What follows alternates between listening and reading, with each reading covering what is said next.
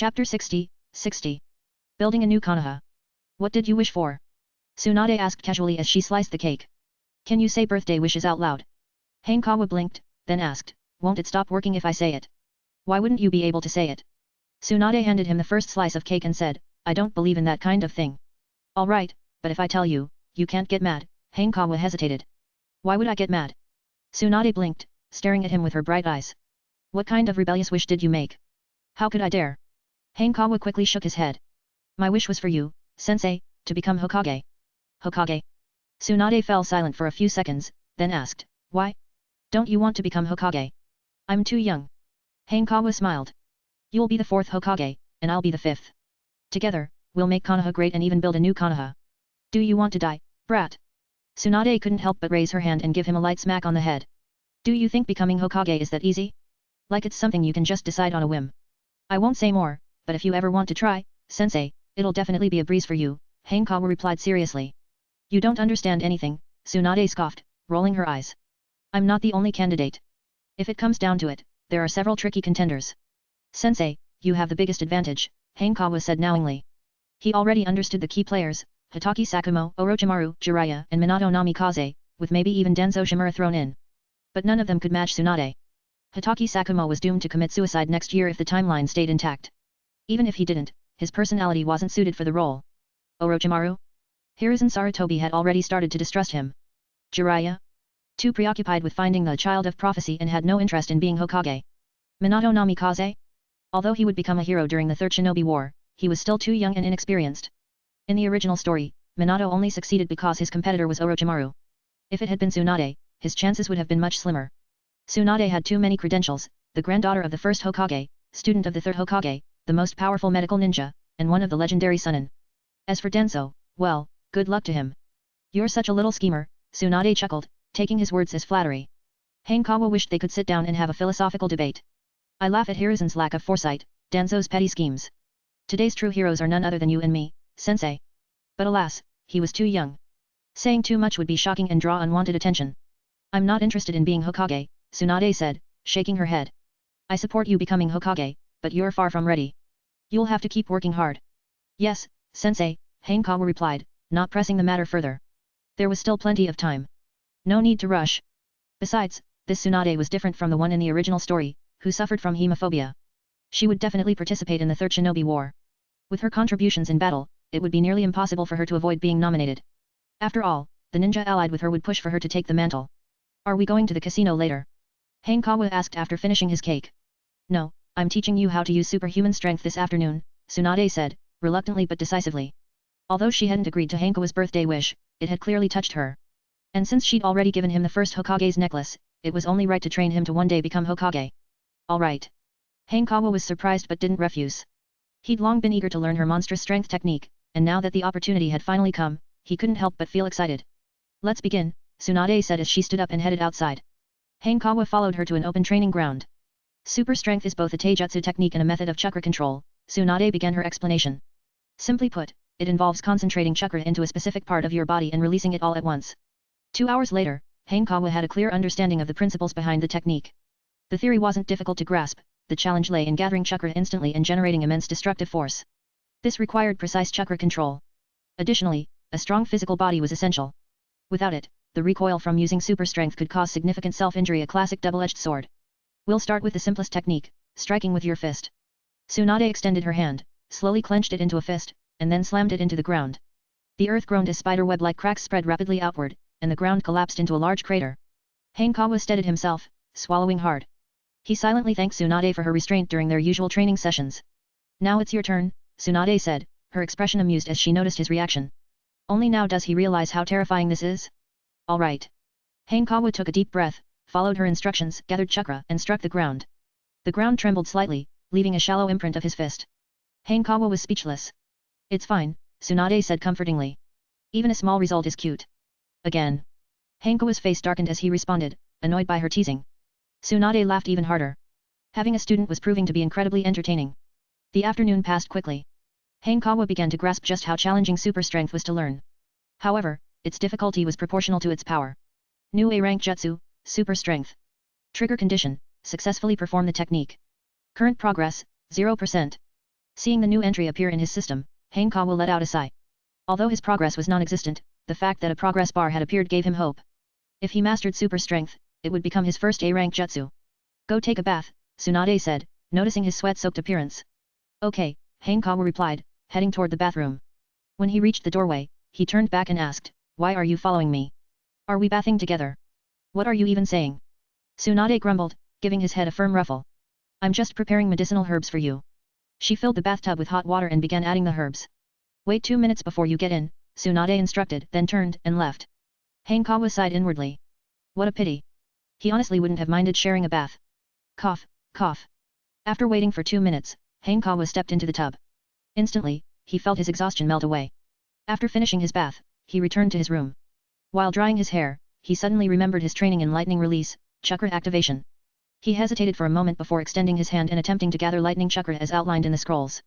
In the next instant, sparks flickered across his body, spreading rapidly.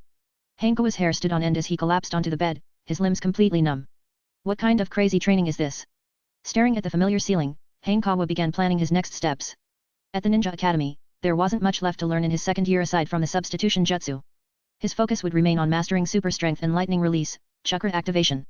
Additionally, he had to tackle the B-rank jutsu instant healing, which required him to learn medical ninjutsu and the body flicker technique. Chapter 61, 61. The Surgery of Higa Hisashi. Room 77, Konoha Hospital. A tense and critical surgery was underway. The patient on the operating table was Higa Hisashi, the younger brother of Higa Hayashi, the clan head. In the future, Hisashi would have a son named Higa Niji.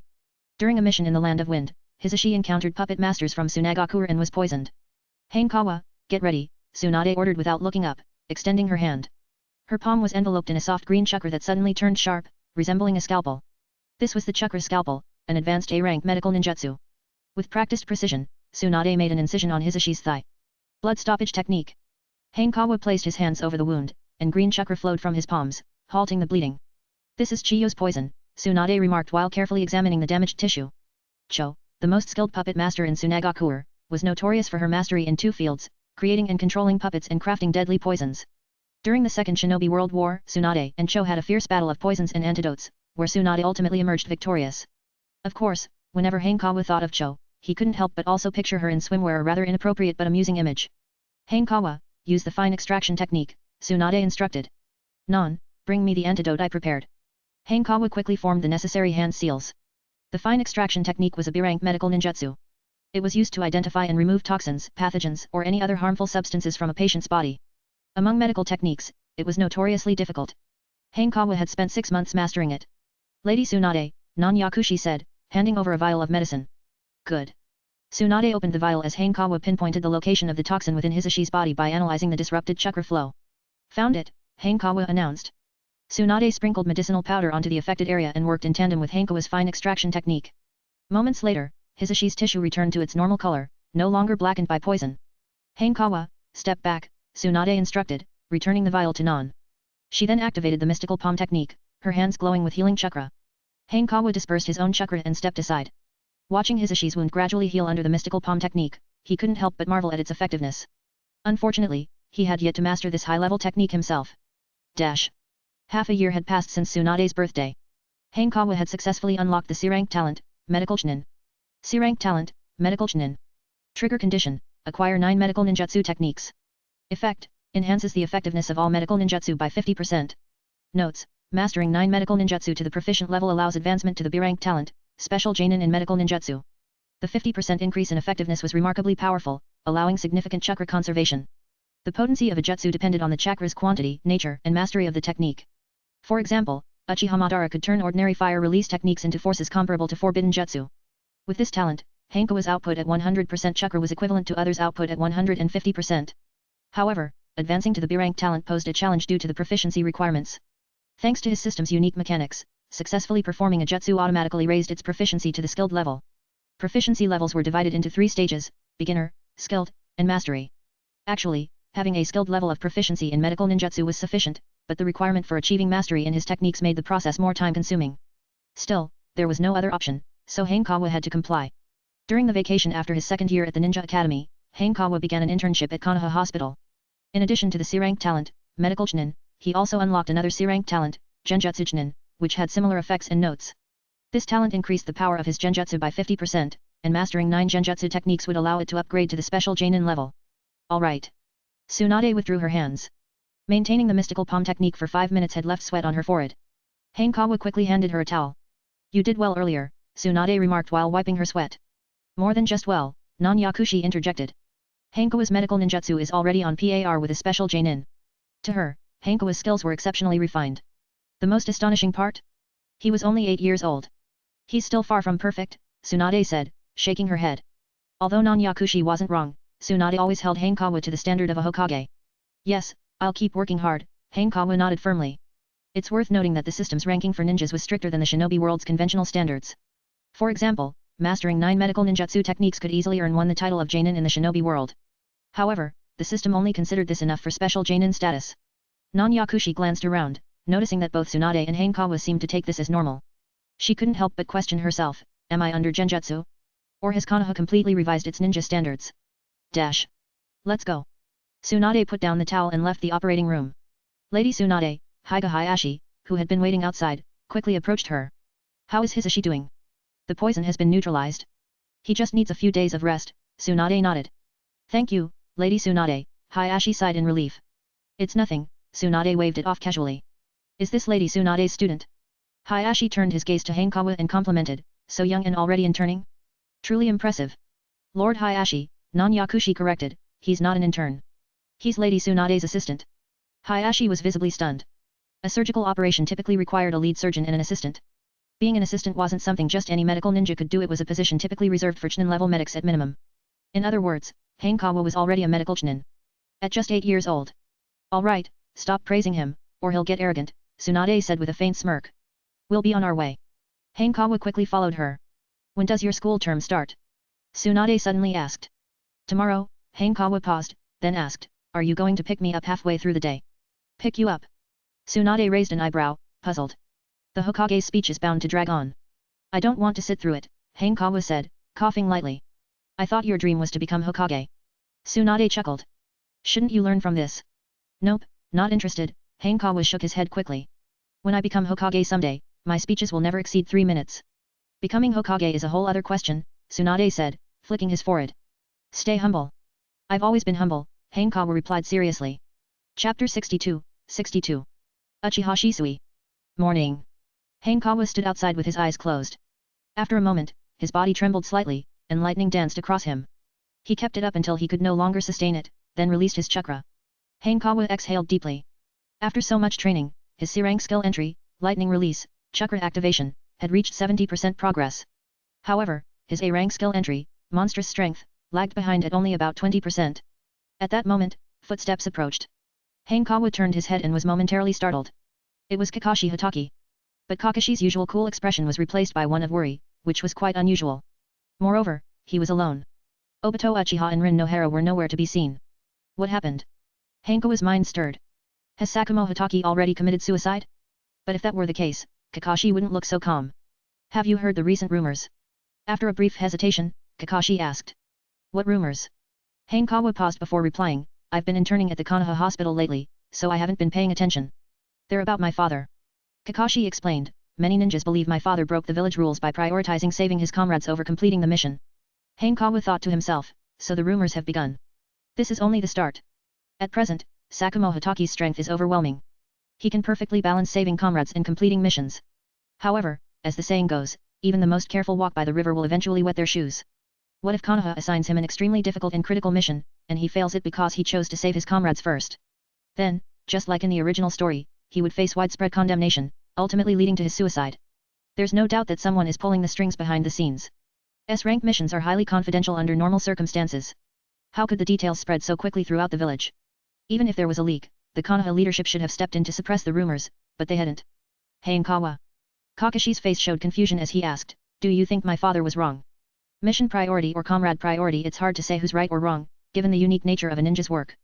But Hanekawa thought of Naruto and his peers, who valued comrades greatly. Perhaps it was Sakumo Hatake's suicide that pushed Konoha's leadership to change their perspective. I don't think he was wrong, Yuchuin replied earnestly. Really? Kakashi's eyes widened, asking instinctively. He had come to Hanekawa because of his maturity, far beyond his peers. Over the past year of training together, their relationship had grown closer. Hanekawa brought up Tsunade and said, my teacher once told me that as a medical ninja, you must never abandon a comrade. Thank you, Hanekawa, Kakashi said, breathing a sigh of relief. He felt a sense of calm settle over him. I've heard a phrase that fits your father's situation perfectly. Hanekawa recited, word by word, my heart and actions are clear, for all I do is righteousness. Sakumo Hatake reminded him of two comrades in justice, Kiritsugu Emiya and Shiro Emiya. But Hanekawa knew that merely persuading through Kakashi might not be enough. The key to this matter lies with the Konoha leadership, particularly Hiruzen Sarutobi. Hanekawa was deep in thought. Through training with Kakashi Hatake and often interacting with Sakumo Hatake, Hanekawa had come to see Sakumo as kind and approachable. It would be a great pity if someone like him were to die. I don't really understand. Kakashi froze for a moment, a trace of awkwardness appearing on his face. Let's head to school. I'll explain it to you on the way. Hanekawa called for Kurane Ui, and the three of them headed to the Ninja Academy. Uchiha clan grounds. Shisui, congratulations on entering the academy. Here's a gift for you. Uchiha Tetsuka handed Shisui a set of custom-made kunai. Thank you, Tetsuka and I. Shisui Uchiha gave a gentle smile. It's nothing. Tetsuka patted Shisui's shoulder and said earnestly, you must reclaim the number 1 that the Uchiha lost. Hey. Shisui looked puzzled. What number 1? The top spot at the Ninja Academy, Tetsuka said seriously. Tetsuka Nii is referring to Hanekawa, right? Shisui's eyes flashed with curiosity. I've heard of him. His name has been spreading lately. Hanekawa, despite his young age, was Tsunade's student and had already demonstrated exceptional medical ninjutsu skills. After just 2 months interning at Konoha Hospital, he had gained a fair bit of fame among the ninjas. Many were calling him the next Tsunade. That's right, Tetsuka sighed. When I entered the academy, I challenged him immediately, but I couldn't even defeat his underling, Kakashi. Isn't it possible that Kakashi is the stronger one, not Hanekawa? Shisui thought for a moment and asked. Impossible. Tetsuka said firmly, a proud genius like Kakashi would only submit to someone who thoroughly defeated him. That's true. Shisui nodded in agreement. Shisui, you're the one I admire most in our generation. Even though you're younger than me, you're much stronger. Tetsuka looked at him and said, you can definitely defeat Hanekawa. I'll try. Shisui didn't want to refuse, so he nodded. Besides, he was indeed curious about Hanekawa. Then let's go challenge him today. Tetsuka's excitement was palpable. The glory of being number 1 belongs to the Uchiha. No need to rush. Shisui replied calmly, in ninja combat, intelligence is key. I need to understand Hanekawa's abilities first. Everything about you is great, except that your personality doesn't quite feel like a true Uchiha. Tetsuka's expression froze, and he couldn't help but complain. Shisui smiled sheepishly. How about this?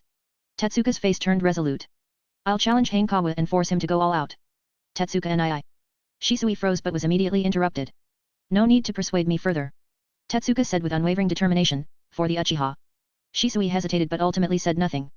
He knew well that the Uchiha clan's ninjas always prioritized the family above all, with the village being secondary. It's just that my previous challenges have all been blocked by Kakashi, Tetsuka suddenly recalled. Shisui, you're always clever. Do you have a way to ensure Hanekawa doesn't avoid the fight? Send a formal challenge letter. Shisui thought for a moment and replied, a formal challenge would likely prevent Hanekawa from sending Kakashi in his place.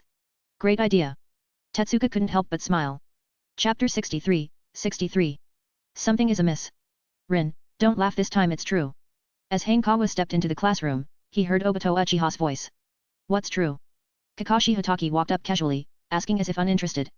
Thanks to Hanekawa's explanations on the way, Kakashi had mostly resolved his inner turmoil about Sakumo Hatake. Good morning, Hanekawa, Kakashi, and Kurane. Rin Nohara greeted them with a smile. Obito froze momentarily. Why did she greet Hanekawa first? He quickly shook his head. I must be overthinking.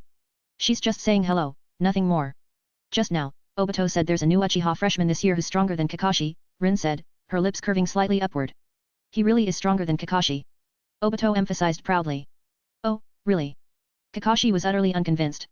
You said the same thing about Uchiha Tetsuka last year. Tetsuka? He doesn't even last a minute against this one. Obito boasted, our clan leader himself said he's a once-in-a-decade Uchiha genius, just like me.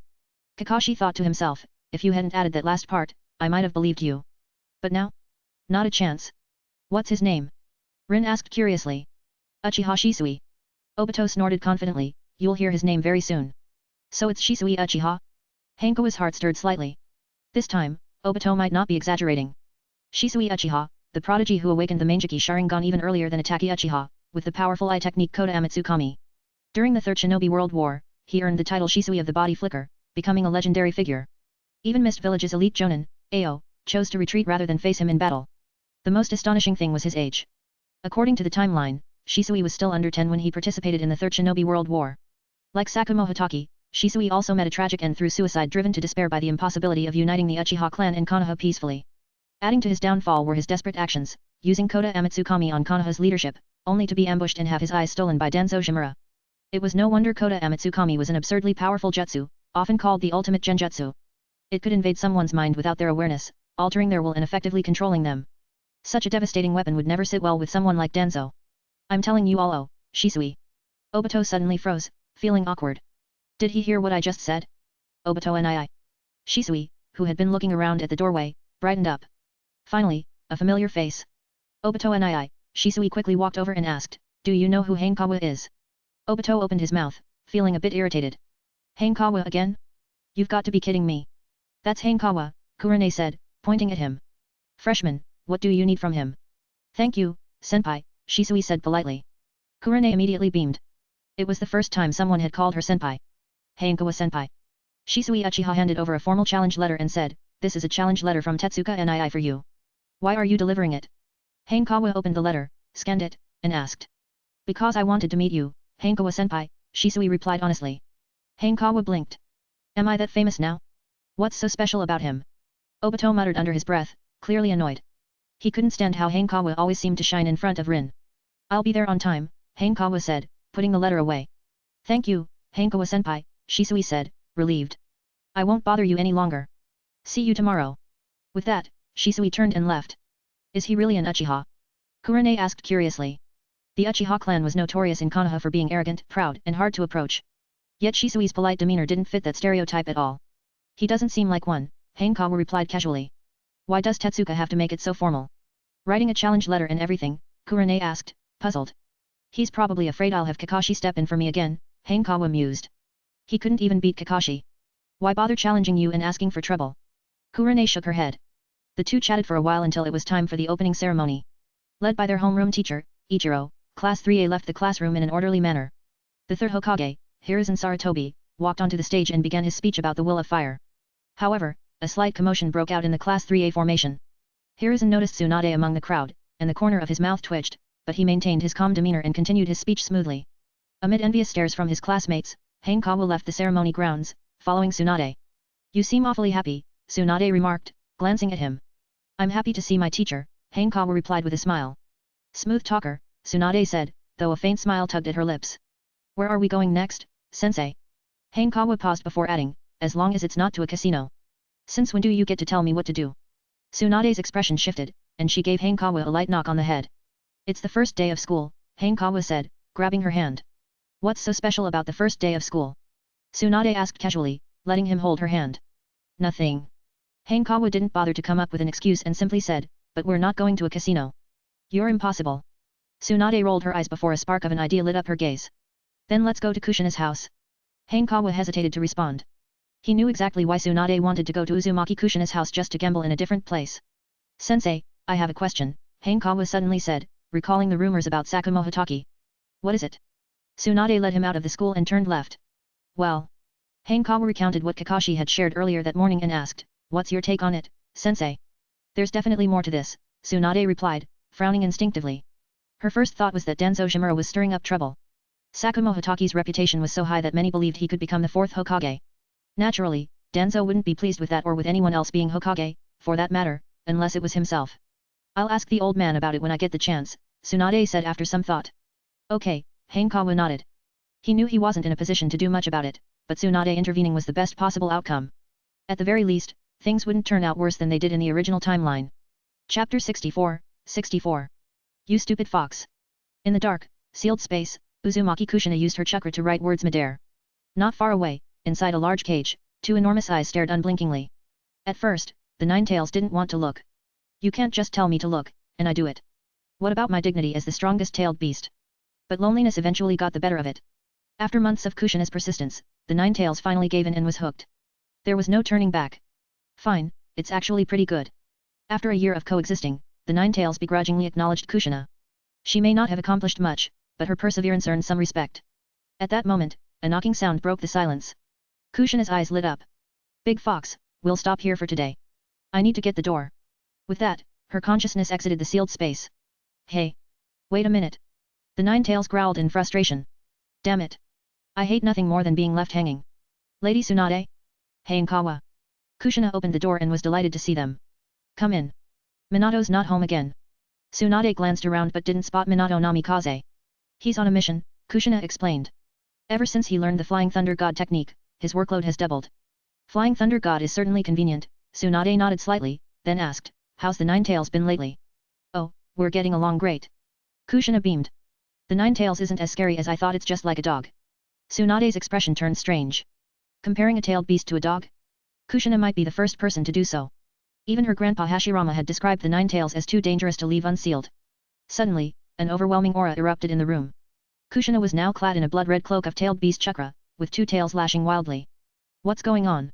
Tsunade immediately tensed, clenching her fists as she asked in a grave tone. It's fine, it's fine. Kushina waved her hand dismissively. I called it a dog, and it got upset. It's just protesting. Tsunade was speechless. This was far from the so-called embodiment of evil everyone feared. Today's the first day of school. Hanekawa, how do you have time to come here? Kushina retracted her tails and asked. By now, she could easily control her tails and even partially enter a tailed beast transformation.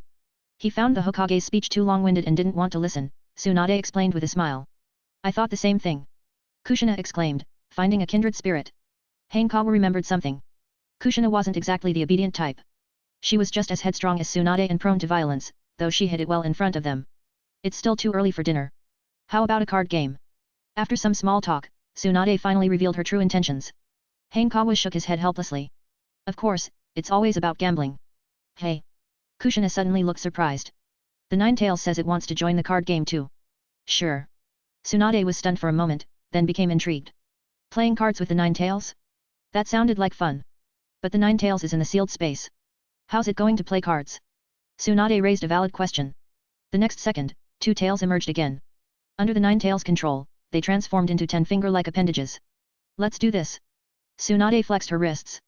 I've never beaten a tailed beast before. And so, 3 people and 1 fox sat down at the table to play. What kind of card game? Kushina Uzumaki held a deck of cards and said, it should be something simple so the Nine-Tails can quickly understand the rules. I am incredibly smart. I can understand any rules. The Nine-Tails roared, and the 2 tails it extended outside the seal swayed indignantly. I have a new game idea, Hanekawa raised his hand and said. It's called Demon Card Battle. He initially wanted to suggest Landlord's Game, a Chinese card game, but realizing it would be hard to explain, he improvised. Then explain the rules, Kushina said, shuffling the cards. It works like this. Hanekawa explained the rules, which were essentially those of Landlord's Game with slight alterations. Doesn't that require one more person? Kushina asked after listening. I won't play, Hanekawa replied, shaking his head. Fair enough, Kushina agreed. Kids really shouldn't gamble. Sit next to me, Tsunade said suddenly. At Kushina's house, whenever cards were involved, Tsunade rarely won if Hanekawa participated. But now that he wasn't playing, she saw an opportunity to use him as her helper. Hanekawa immediately understood her intentions and sat beside her. Move closer, Tsunade ordered with a glance. Hanekawa shifted his seat until their bodies were touching. Even through their clothes, he could feel her soft skin and, notably, her plump thighs. You two really have a great teacher-student relationship, Kushina remarked, watching the scene unfold with a smile. The demon card battle began. Big Fox. Stop playing recklessly. We're on the same team. You're terrible at this game. Shut up, you stupid fox. Kushina's furious shouts echoed continuously. Meanwhile, Tsunade, benefiting from Hanekawa's presence, seemed to neutralize her usual bad luck. But with the Nine-Tails as Kushina's unreliable partner, she ended up losing more often than winning. Calm down. Hanekawa poured Kushina a cup of coffee to ease her frustration. What Nine-Tails? It's nothing special. Kushina declared after a sip. The 2 tails beside her twitched slightly, but Kushina shot them a fierce glare, causing them to droop dejectedly. They looked utterly defeated. Hanekawa tried to stifle a laugh but didn't dare let it slip. In the original storyline, once Naruto and the Nine-Tails became friends, its true personality was revealed a bit Sundara, with a touch of husky-like behavior. E-rank talent effect Benevolent Tongue has upgraded. Hand seal speed increased by an additional 30%. Hanekawa let out a small sound of surprise. Was this upgrade due to the Nine-Tails? Regardless, it was a good thing. Hand seal speed was crucial for a ninja. Dash. After lunch, Hanekawa and Tsunade left Kushina's house. Afternoon training. Hanekawa asked on their way home. I want to learn the body flicker technique. The body flicker technique wasn't particularly difficult. Hanekawa had postponed learning it to wait for his C-rank talent, Medic Chunin, to complete. With this technique, he could now merge it into the C-rank talent Swift as Wind, and eventually into the B-rank talent Seal Less Healing. Fine, Tsunade agreed, though a bit reluctantly. She had initially planned to visit a casino but set it aside to teach him. Once they returned home, they stayed outside rather than going inside. Tsunade began explaining the technique. The body flicker technique, in essence, is a rapid movement skill. It comes in various forms. The basic body flicker is a D-rank technique and relatively simple. Advanced versions incorporate chakra nature transformations, such as water flicker, mist flicker, or lightning flicker. The highest level involves space-time ninjutsu, like the flying thunder god technique. For now, Hanekawa was learning the simplest, standard version of the body flicker technique. Chapter 65, 65. Yamato-style wood release. Night had fallen. After saying goodbye to Tsunade, Hanekawa returned home. Following an afternoon of training, he had successfully grasped the basics of the body flicker technique. D-rank ninjutsu trait, body flicker technique. Trigger condition, successfully perform this technique. Effect, the technique is automatically raised to proficiency level. The standard body flicker felt to Hanekawa like the sprint ability in a video game from his past life. By channeling chakra into his legs, he could dramatically boost his speed for rapid movement. Taking a deep breath, Hanekawa opened his trait system. It was time to start combining traits. The first combination was for the C-rank trait Swift as Wind. C-rank talent trait, Swift as Wind. Trigger condition, combined from D-rank traits Body Flicker Technique, Swordsmanship Trainee, and Wind Release Trainee. Effect, leg speed increases by 100%, and ninja tool attack speed increases by 50%. It lived up to being a C-rank trait. The only drawback was that all improvements were based on existing capabilities, so it wasn't as overpowering as he'd hoped. Even so, it was already impressive. Hanekawa drew his katana, twisted his wrist, and slashed downward. The sound of the blade slicing through the air was sharp and clean as the katana embedded itself in the ground. It's definitely much faster. Hanekawa sheathed his sword, channeled chakra into his legs, and dashed forward like the wind. After a few seconds, he stopped. Improved leg strength is far more practical, he muttered, nodding in satisfaction. Now his normal running speed was akin to using half a body flicker. In the academy's physical training sessions, even Might Guy probably wouldn't be able to outrun him. More importantly, the faster he could run, the better his chances of survival in dangerous situations. Suddenly, an idea struck him. What if he used body flicker while already running at full speed? Excited, Hanekawa started running again, forming hand seals mid-stride. Body flicker technique. His body blurred into a streaking afterimage. So fast! Hanekawa exclaimed, exhilarated. The wind rushing against his face felt like blades slicing through his skin, and his hair and clothes whipped violently backward. Suppressing his excitement, he opened the trait system again. It was time to combine the second trait, the one he was most looking forward to. B-rank talent trait, Seal Less Healing. Trigger condition, combined from C-rank traits Medical Ninja, Robust Physique, and Swift as Wind. Effect, increases natural healing ability by 150%. Note, can be combined with A-rank traits Earth Release Elite and Water Release Elite to create the A-rank trait Wood Release, Yamato style. Hanekawa's eyes lit up. Seal Less Healing, as described in the original lore, was the innate talent of Hashirama Senju, whose incredible vitality allowed him to heal wounds without forming hand seals. The trait granted enhanced natural healing, though Hanekawa knew it wouldn't reach Hashirama's legendary levels. After all, even after Hashirama's death, his cells remained extraordinarily active. To test the ability, Hanekawa took out a kunao and made a shallow cut on the back of his hand. 5 seconds later, the wound closed completely. A bit slow, he murmured, but still incredible. It was like facing a regenerating enemy in a video game, something no player ever wanted to encounter. What truly surprised Hanekawa, however, was the potential for the Seal Less Healing trait to lead to Yamato-style Wood Release. While Yamato's version of Wood Release was often joked about as being suited for landscaping, his performance in the original series wasn't weak. His overall abilities ranked him among the elite jonin. The only thing Yamato lacked was chakra reserves or the life force associated with the Yang release. When Yamato was controlled by White Zetsu, his combat power skyrocketed, rivaling even cage-level ninjas. If he had access to Sage Mode, he might have become a half-step Hashirama. Though Yamato couldn't acquire those enhancements, Hanekawa could. After all, Deep Blue's leveling has no limits. The only challenge lies in acquiring the A-rank traits Earth Release Elite and Water Release Elite. It makes sense, though Yamato-style Wood Release is derived from the fusion of Earth and Water chakra natures. To combine chakra natures, one must at least be at the Jonin level. Who should I target to grind for Earth and Water Release talents? Hanekawa lay on his bed, deep in thought. His innate chakra natures were limited to lightning and fire. Normally, he would need to become a Chunin before he could learn other elements, but that was too slow. The best option was to grind for talents. His fire release talent came from Obito Uchiha. His lightning release talent came from Kakashi Hatake. His wind release talent came from Asuma Sarutobi. Hanekawa didn't know the system's criteria for selecting individuals or whether he could switch targets. Suddenly, an idea came to him: Shisui Uchiha. Because Obito Uchiha was relatively weak, his fire-spitting kid trait was still at E rank. However, Shisui Uchiha would undoubtedly meet the standards for an upgrade. If he fought Shisui, he could find out whether it was possible to switch targets. The next day marked the beginning of classes for third-year students.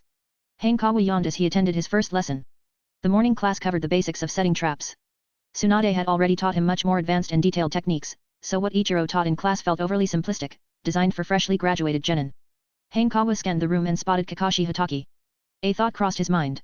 In addition to lightning release, Kakashi also had earth release. After all, his signature earth release, earth-style wall often featured his iconic dog carvings. Kakashi usually sparred with him using the Hatake sword style. Next time, Hanekawa decided to request he use earth release instead. Returning his attention to the class, Hanekawa pulled out Tsunade's notebook, which detailed her insights and training methods for her superhuman strength technique. Ichiro noticed Hanekawa's inattentiveness but chose to ignore it. In the past, he might have disciplined him, but now? Not worth the trouble. Last month, after sustaining an injury, Ichiro had visited the Konoha hospital for treatment only to find that Hanekawa was the attending medical ninja. As they say, in the ninja world, you can offend anyone, but never offend a medical ninja. Dash. Hokage's office. Bang. The door flew open with a loud crash. Who the hell? Hiruzen Sarutobi started, startled. But upon seeing Tsunade, he sighed and asked, can't you ever knock? Among his 3 students, Jiraiya never used the main entrance, Tsunade always kicked the door open, and Orochimaru would push it open silently. None of them had any concept of knocking. Add to that Danzo, who often barged in dramatically, and it was no wonder the office doors were always worn out. What's this nonsense about Sakumo Hatake? Tsunade got straight to the point. What nonsense? Hiruzen asked, confused. You don't know. Tsunade frowned and recounted the rumors about Sakumo Hatake. Hiruzen's expression darkened. He already had a good idea who was behind it and why Danzo was stirring up trouble. At this point in time, Sakumo Hatake had yet to take on the infamous mission that would lead to catastrophic losses, as depicted in the original story. From Hiruzen's perspective, Danzo's actions seemed completely unreasonable. Ninjas risk their lives to complete missions, only to come back and face baseless rumors. Tsunade sneered, her tone cold. Old man, are you even fit to be Hokage? Don't worry. Those rumors will disappear soon, Hiruzen replied, somewhat guilty. Fortunately, they're only circulating among the ninja ranks. They'd better, Tsunade shot back, turning to leave. Tsunade, Hiruzen called out, stopping her. Who do you think should be the next Hokage? Tsunade paused and frowned at him. Chapter 66, 66. The Uchiha under Genjutsu. I'm getting old. Deciding on the next Hokage early will ensure greater stability for the Hidden Leaf Village, Hiruzen Sarutobi said slowly, taking a drag from his pipe as he locked eyes with Tsunade. Why are you asking me? Tsunade replied, rolling her eyes. Shouldn't you be asking Danzo? He'd be more than happy to answer you. You know as well as I do, Danzo can't become Hokage, Hiruzen said firmly, without hesitation. Then why do you let him do as he pleases? Tsunade asked irritably. Where there is light, there must also be shadow. Some things require Danzo's hand, Hiruzen said calmly. As long as I keep him firmly under control, there won't be any major issues. You're confident you can keep Danzo in check, but what about the next Hokage? Tsunade said, her tone turning serious. If they fail to control him, the consequences will be disastrous. That's why the choice of the next Hokage is so important, Hiruzen admitted. At the very least, Sakumo Hatake isn't suitable. He wouldn't be able to handle Danzo. So you already knew about the rumors surrounding Sakumo Hatake, Tsunade said, narrowing her eyes slightly. Hiruzen fell into an awkward silence. Claiming he had no idea wasn't an option. Root wasn't an independent organization, it operated under the ANBU, and he inevitably received related intelligence. Aside from Sakumo, only the 3 of you are qualified to become Hokage, Hiruzen said, coughing lightly to change the subject. I'm not interested. Tsunade responded without hesitation. If you're not interested, then why do you care so much about Sakumo Hatake? Hiruzen asked, shaking his head. Tsunade, you clearly care a lot about the Hidden Leaf. Caring about the village doesn't mean I care about being Hokage, Tsunade retorted bluntly.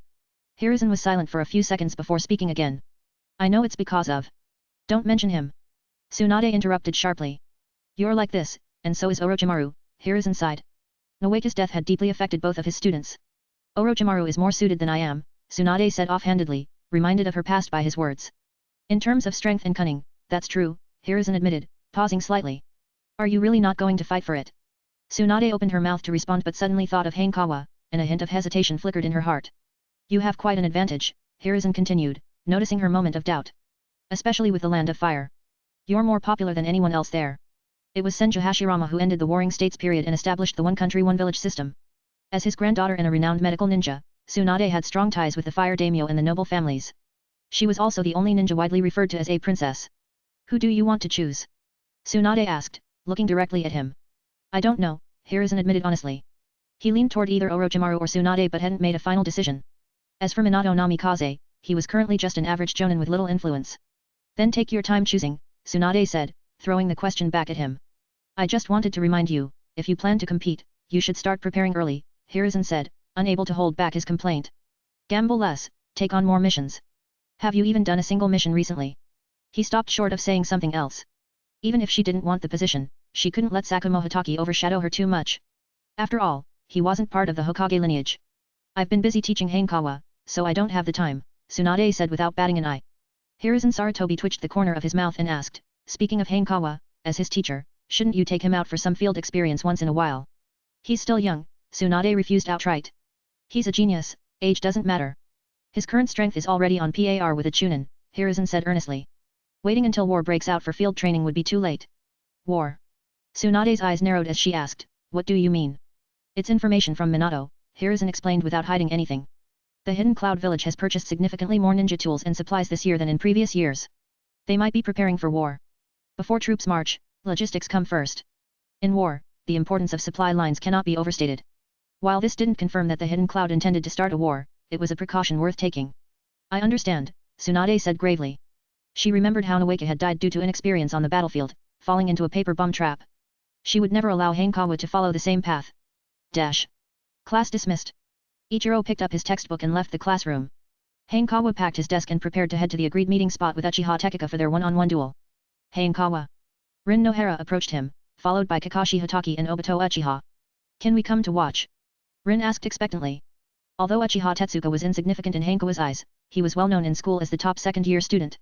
I don't care, it's just on the way, Obito muttered, though it was clear he was eager to watch. However, his hope was for Tetsuka to win, not Hanekawa. Sure, Hanekawa said with a slight nod. We'll go to the third training ground. With Kurenei joining them, the group of 5 left the classroom together. They're here. From a distance, Uchiha Tetsuka saw Hanekawa approaching, his tone full of excitement. Tetsuka and don't forget the strategy we just discussed, Shisui Uchiha reminded him. Be cautious of his genjutsu. I got it, Tetsuka said, patting Shisui's shoulder. Beating me won't be that easy. All right, Shisui replied, saying no more. He was familiar with Tetsuka's strength from their frequent sparring. While Tetsuka couldn't match Hanekawa, he shouldn't lose too badly either. Let's begin, Tetsuka said, stepping into the training area. Good luck, Hanekawa. Kurenei clenched her fists and cheered loudly. Rin, more reserved, simply waved encouragingly. Obito, annoyed, wanted to cheer for Tetsuka but held back in the end. Kakashi remained expressionless. He knew Tetsuka couldn't even beat him, let alone Hanekawa. The only question was how long he would last. Dash. Fire style, great fireball jutsu.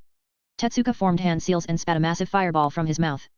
Hanekawa remained still, unsheathing his katana and slicing the fireball in two, causing it to split and disperse. Fire style, phoenix flower jutsu. Anticipating this, Tetsuka immediately followed up with another technique.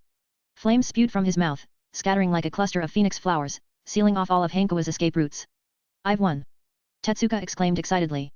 After discussing with Shisui, they had decided on a long-range strategy to keep Hanekawa at bay with fire-style jutsu and secure victory. But to the onlookers, it appeared as if Tetsuka was fighting a tree. Shisui opened his mouth but said nothing. He had seen it clearly. After slicing through the fireball, Hanekawa had cast demonic illusion, false surroundings technique.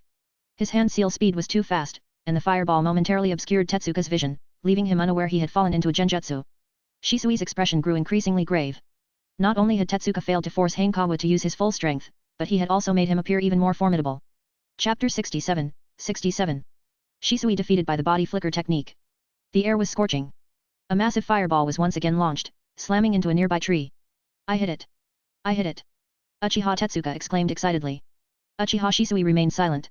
He was still fighting against an invisible opponent. Shisui walked forward, glanced at Hanekawa, and exchanged eye contact for a few seconds before stopping in front of Tetsuka. Extending his hand, Shisui infused chakra into him, dispelling the genjutsu.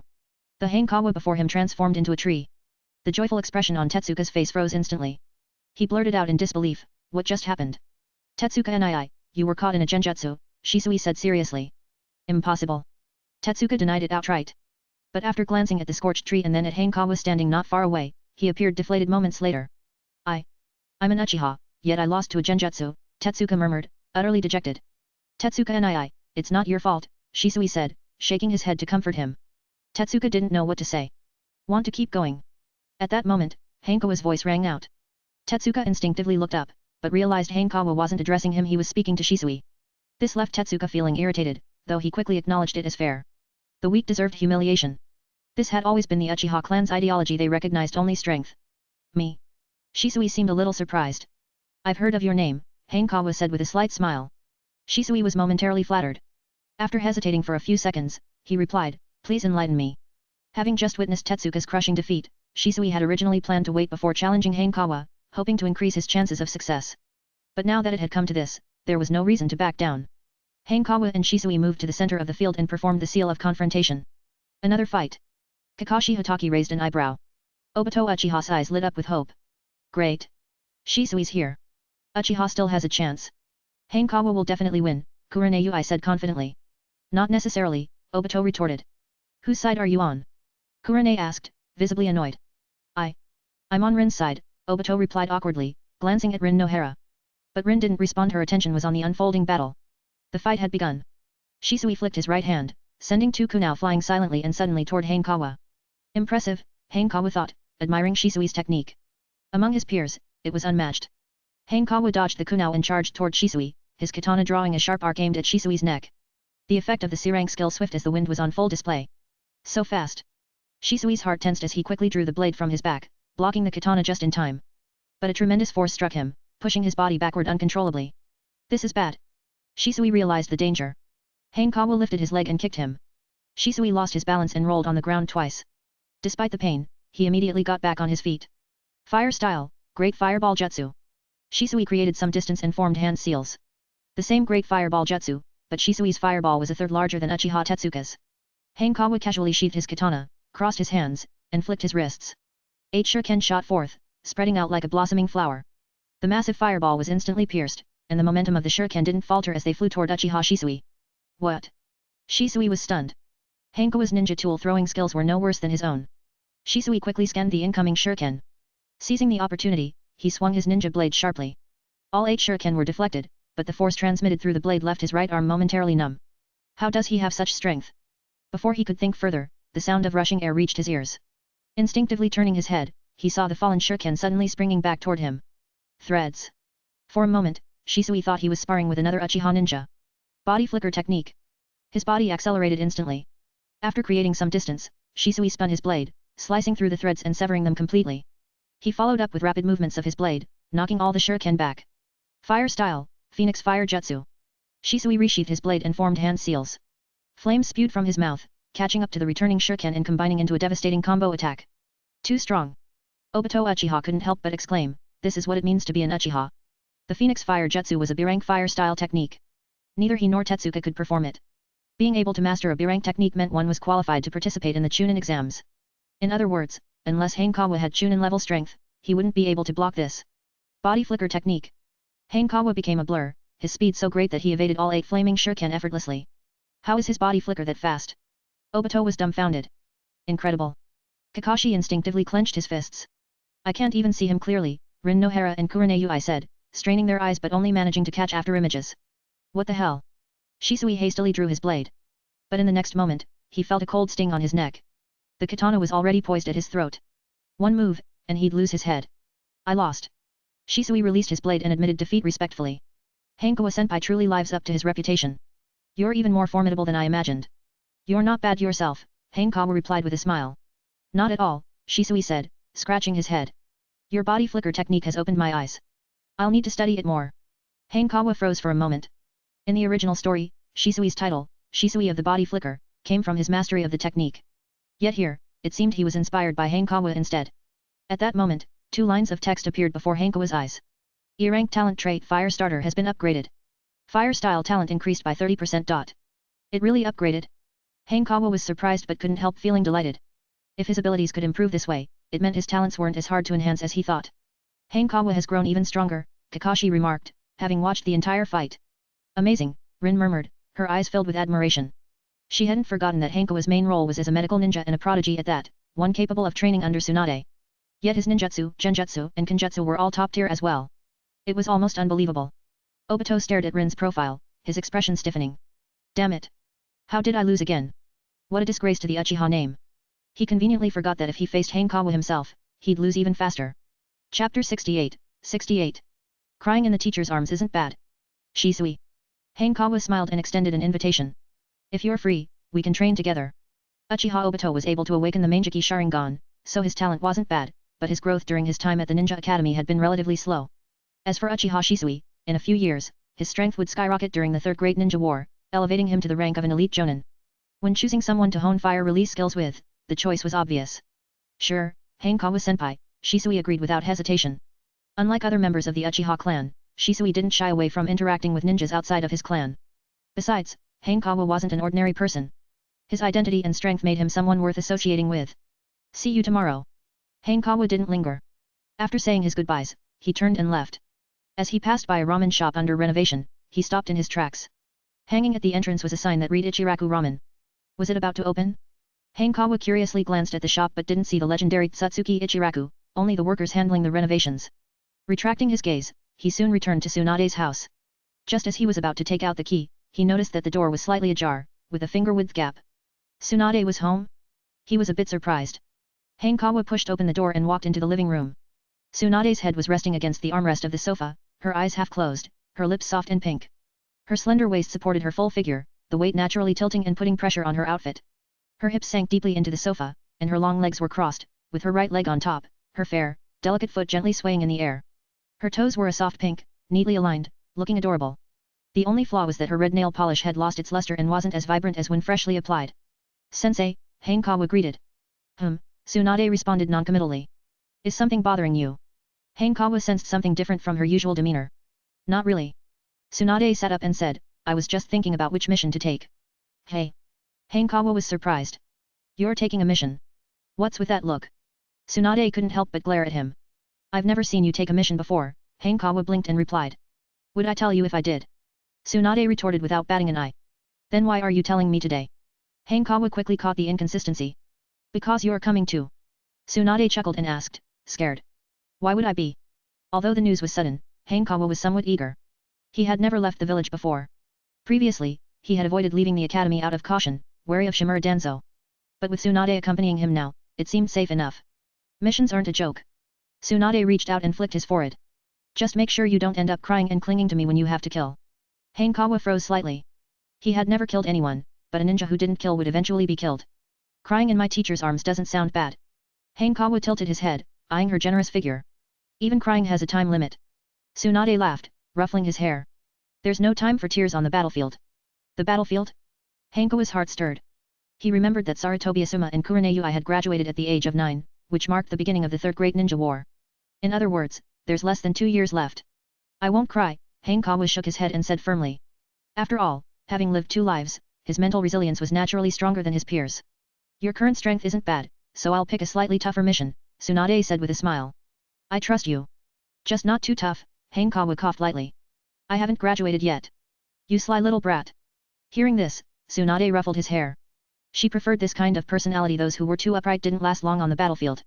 This is called being smart, Hanekawa corrected her.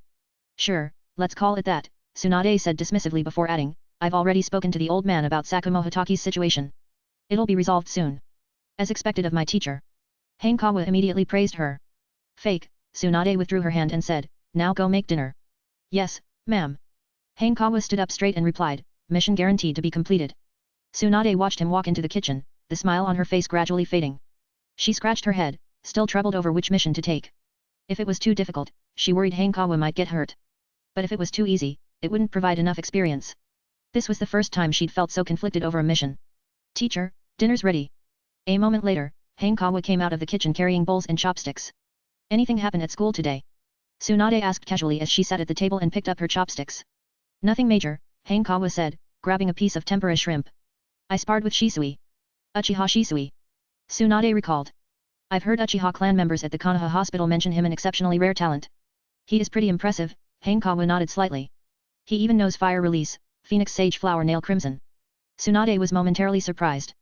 Being able to use fire release, Phoenix Sage Flower Nail Crimson wasn't extraordinary, but given his age, it was astonishing. Who won? Tsunade looked at him and asked. Of course, I did, Hanekawa said proudly, lifting his chin slightly. I wouldn't embarrass my teacher.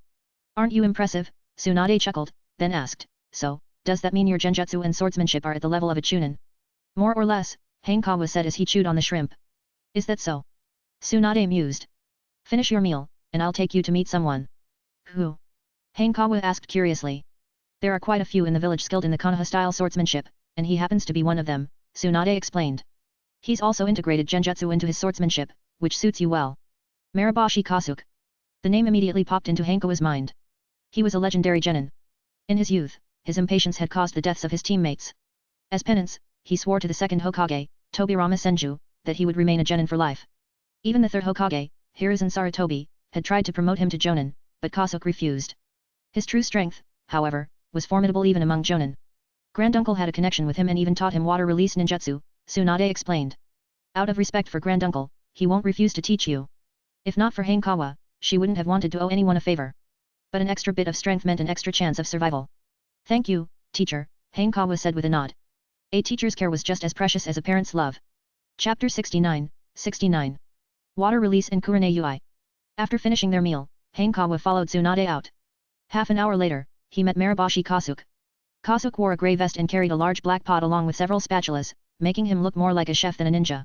Unlike in the original timeline, his left leg was still intact. Seeing the large black pot, Hanekawa couldn't help but think of pot shadow Denzo Shimura. Lady Tsunade. Kasuke was stunned, his face showing a look of surprise. Kasuke, it's been a while. Tsunade ruffled Hanekawa's hair and said, this is my student, Hanekawa. Uncle Kasuke. Hanekawa greeted him politely. I've heard of you, Kasuke said with a nod and a smile. Lady Tsunade has found herself a fine student. I came today to ask you to teach him Konoha-style swordsmanship, Tsunade said after some brief pleasantries. No problem. Kasuke agreed without hesitation. Thank you. Tsunade sighed in relief at how smoothly things were going. Lady Tsunade, don't mention it, Kasuke said with a wave of his hand. Back then, even the second Hokage was generous with his teachings. How could I refuse? He was referring to the water release, water dragon bullet technique. Originally requiring 44 hand signs, Kasuke had learned to use it with only 3 or 6 hand signs thanks to Tobirama Senju. Lady Tsunade, does Hanekawa have any swordsmanship experience? Kasuke asked, getting straight to the point. He does, Tsunade replied. Let's spar first, Kasuke suggested after a moment's thought. You can learn a lot about someone through combat. Hanekawa, Tsunade advised, use your full strength. She also wanted to see how skilled her student was in swordsmanship.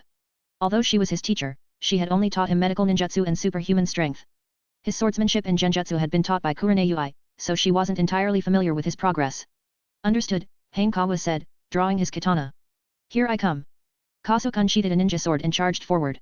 Clang. The powerful clash made Kasuke's arm tremble slightly. As expected of Tsunade's student.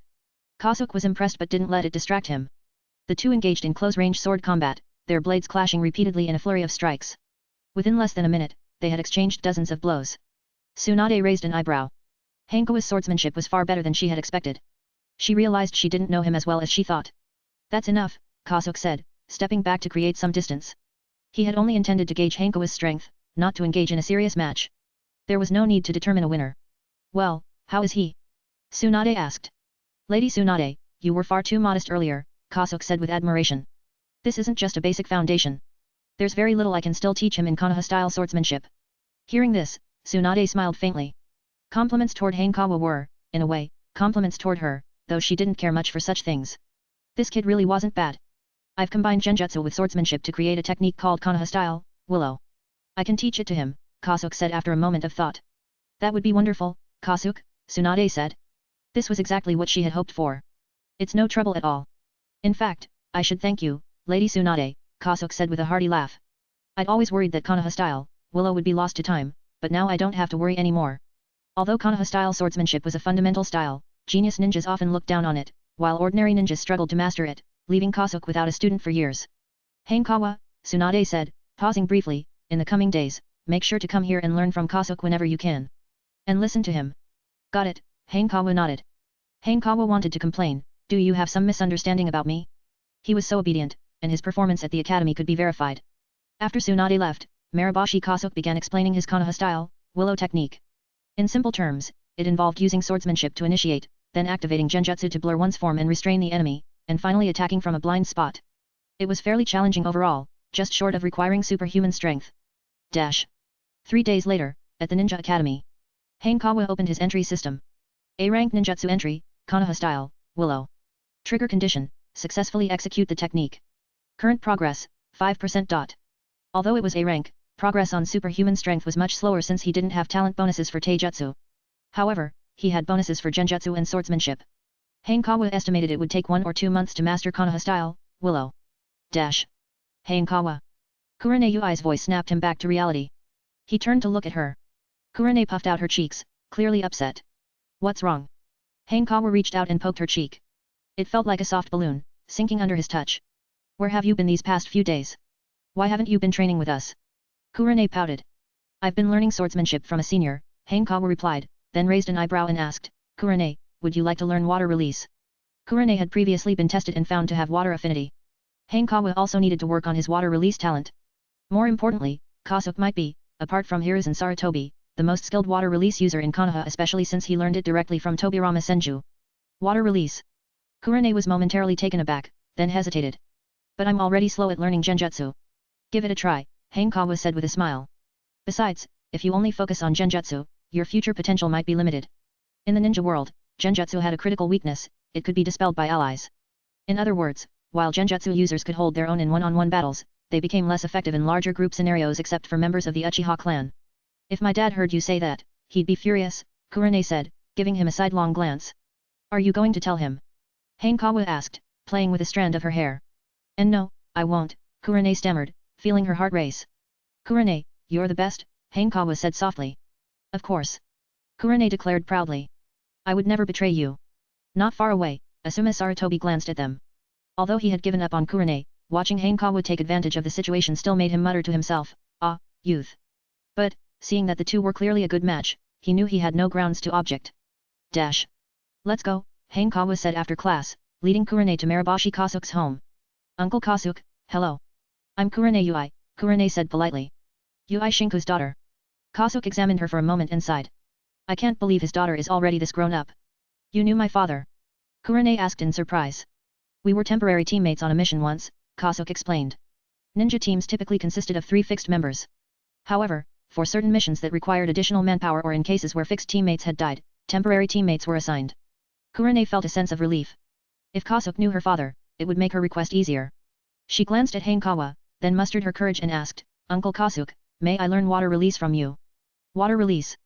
Kasuke's eyes lit up. You came at the perfect time. I've already taught Hanekawa everything I can, and I've been bored. Hanekawa's exceptional talent had allowed him to quickly grasp Konoha style, Willow. Now, all he needed was time to master it completely. Chapter 70, Hitaki Sakumo's Gratitude. On Saturday, Hanekawa had just opened his door when he was greeted by an excited voice. Hanekawa. Look at this. Kurane ran up to him, beaming. Look at what? Hanekawa asked, yawning. Kurane didn't answer immediately. Instead, she twirled around in front of him. It was then that Hanekawa noticed she was wearing a white tracksuit and had tied her hair into a single ponytail. The new look gave her an energetic and sporty vibe, quite different from her usual loose hairstyle. She appeared full of vitality. Not bad, very lively, Hanekawa said, smiling and nodding in approval. Kurane flashed a bright smile. What are you two up to?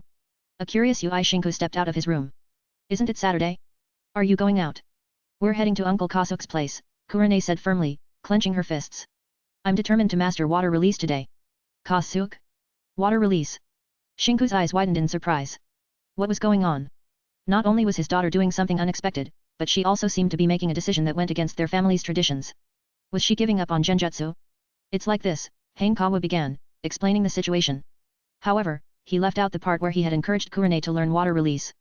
Instead, he claimed that Kasuke was teaching her as a favor to Shinku. I didn't expect old Kasuke to still remember me, Shinku said happily after hearing the explanation. Kurane blinked, aware that Hanekawa had told a small lie, but she chose not to expose him. Kurane, Shinku said, even though Kasuke is a genin, his skills shouldn't be underestimated. Learn well under him. After giving it some thought, he concluded that learning water release wasn't a bad idea. After all, genjutsu could always be dispelled. As a girl, Kurane learning taijutsu or swordsmanship like Hanekawa didn't seem very elegant, but water release was a good alternative. Moreover, Shinku knew that Kasuke's water release techniques were directly taught by the second Hokage, an opportunity not to be missed. Got it, Dad. We're off. After breakfast, Kurane grabbed Hanekawa's hand and ran outside. Slow down. Shinku called after them. Don't exercise right after eating breakfast. Okay. Kurane shouted back without turning her head. The March sunshine was neither too warm nor too cold, making it a perfect day. Walking hand in hand down the street, they passed by mostly closed shops since it was still early on a weekend. Since when has there been a new ramen shop here? Kurane asked, noticing an Ichiraku ramen stand nearby. Let's try it when it opens, Hanekawa said, glancing at the stand and spotting a man in a white chef's uniform. It was unmistakably Toki. In the original story, Ichiraku ramen was one of the safest places in Konoha. Even when Pain destroyed the village, the ramen shop remained untouched, leading fans to jokingly theorize that Toki was secretly a powerful figure. Okay, Kurane replied, her face lighting up with excitement. For her, the highlight wasn't the food but the company. Before long, they arrived at Kasuk's home. Uncle Kasuk. Kurane and Hanekawa greeted in unison. Good morning, Kasuk said with a warm, grandfatherly smile. He had always been a solitary person, but the presence of these two lively kids brought him great joy. After exchanging pleasantries, they began training. Hanekawa, with his katana in hand, focused on refining his techniques. Kurane, Kasuk said after some thought, I've already taught you the basics of water release over the past few days. Today, we'll work on water release, wild water wave. It's a fundamental water release technique and not too difficult. Got it. Kurane replied enthusiastically. Kurane was visibly excited, nodding repeatedly. The power of this jutsu depends on the amount of chakra you output, Kasuk Maraboshi explained. Forming hand seals, he opened his mouth and released a small wave of water, no larger than the size of an arm. Then, he performed the technique again, this time unleashing what could only be described as a river. Amazing! Kurane exclaimed, unable to contain her excitement. This feels way more practical than genjutsu. Hanekawa tugged at the corners of his mouth, suppressing a smile. Good thing Ui Shinko wasn't around to hear this. If he were, it might result in a scolding if not for his daughter, then certainly out of frustration. But Hanekawa knew Kurane didn't mean to undermine genjutsu.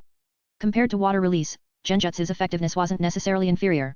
It was just that water release had a much stronger visual impact, which made it more exciting for a beginner. Setting his thoughts aside, Hanekawa continued his training. At the Hokage's office. Standing at the door, Sakumo Hitaki hesitated for a few moments before raising his hand to knock.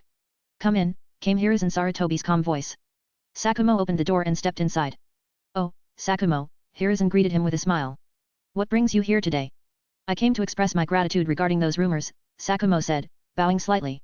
He had heard the rumors circulating about him in the village but chose to ignore them, staying true to his own ninja code. However, just a few days ago, he noticed that all the gossip had suddenly disappeared.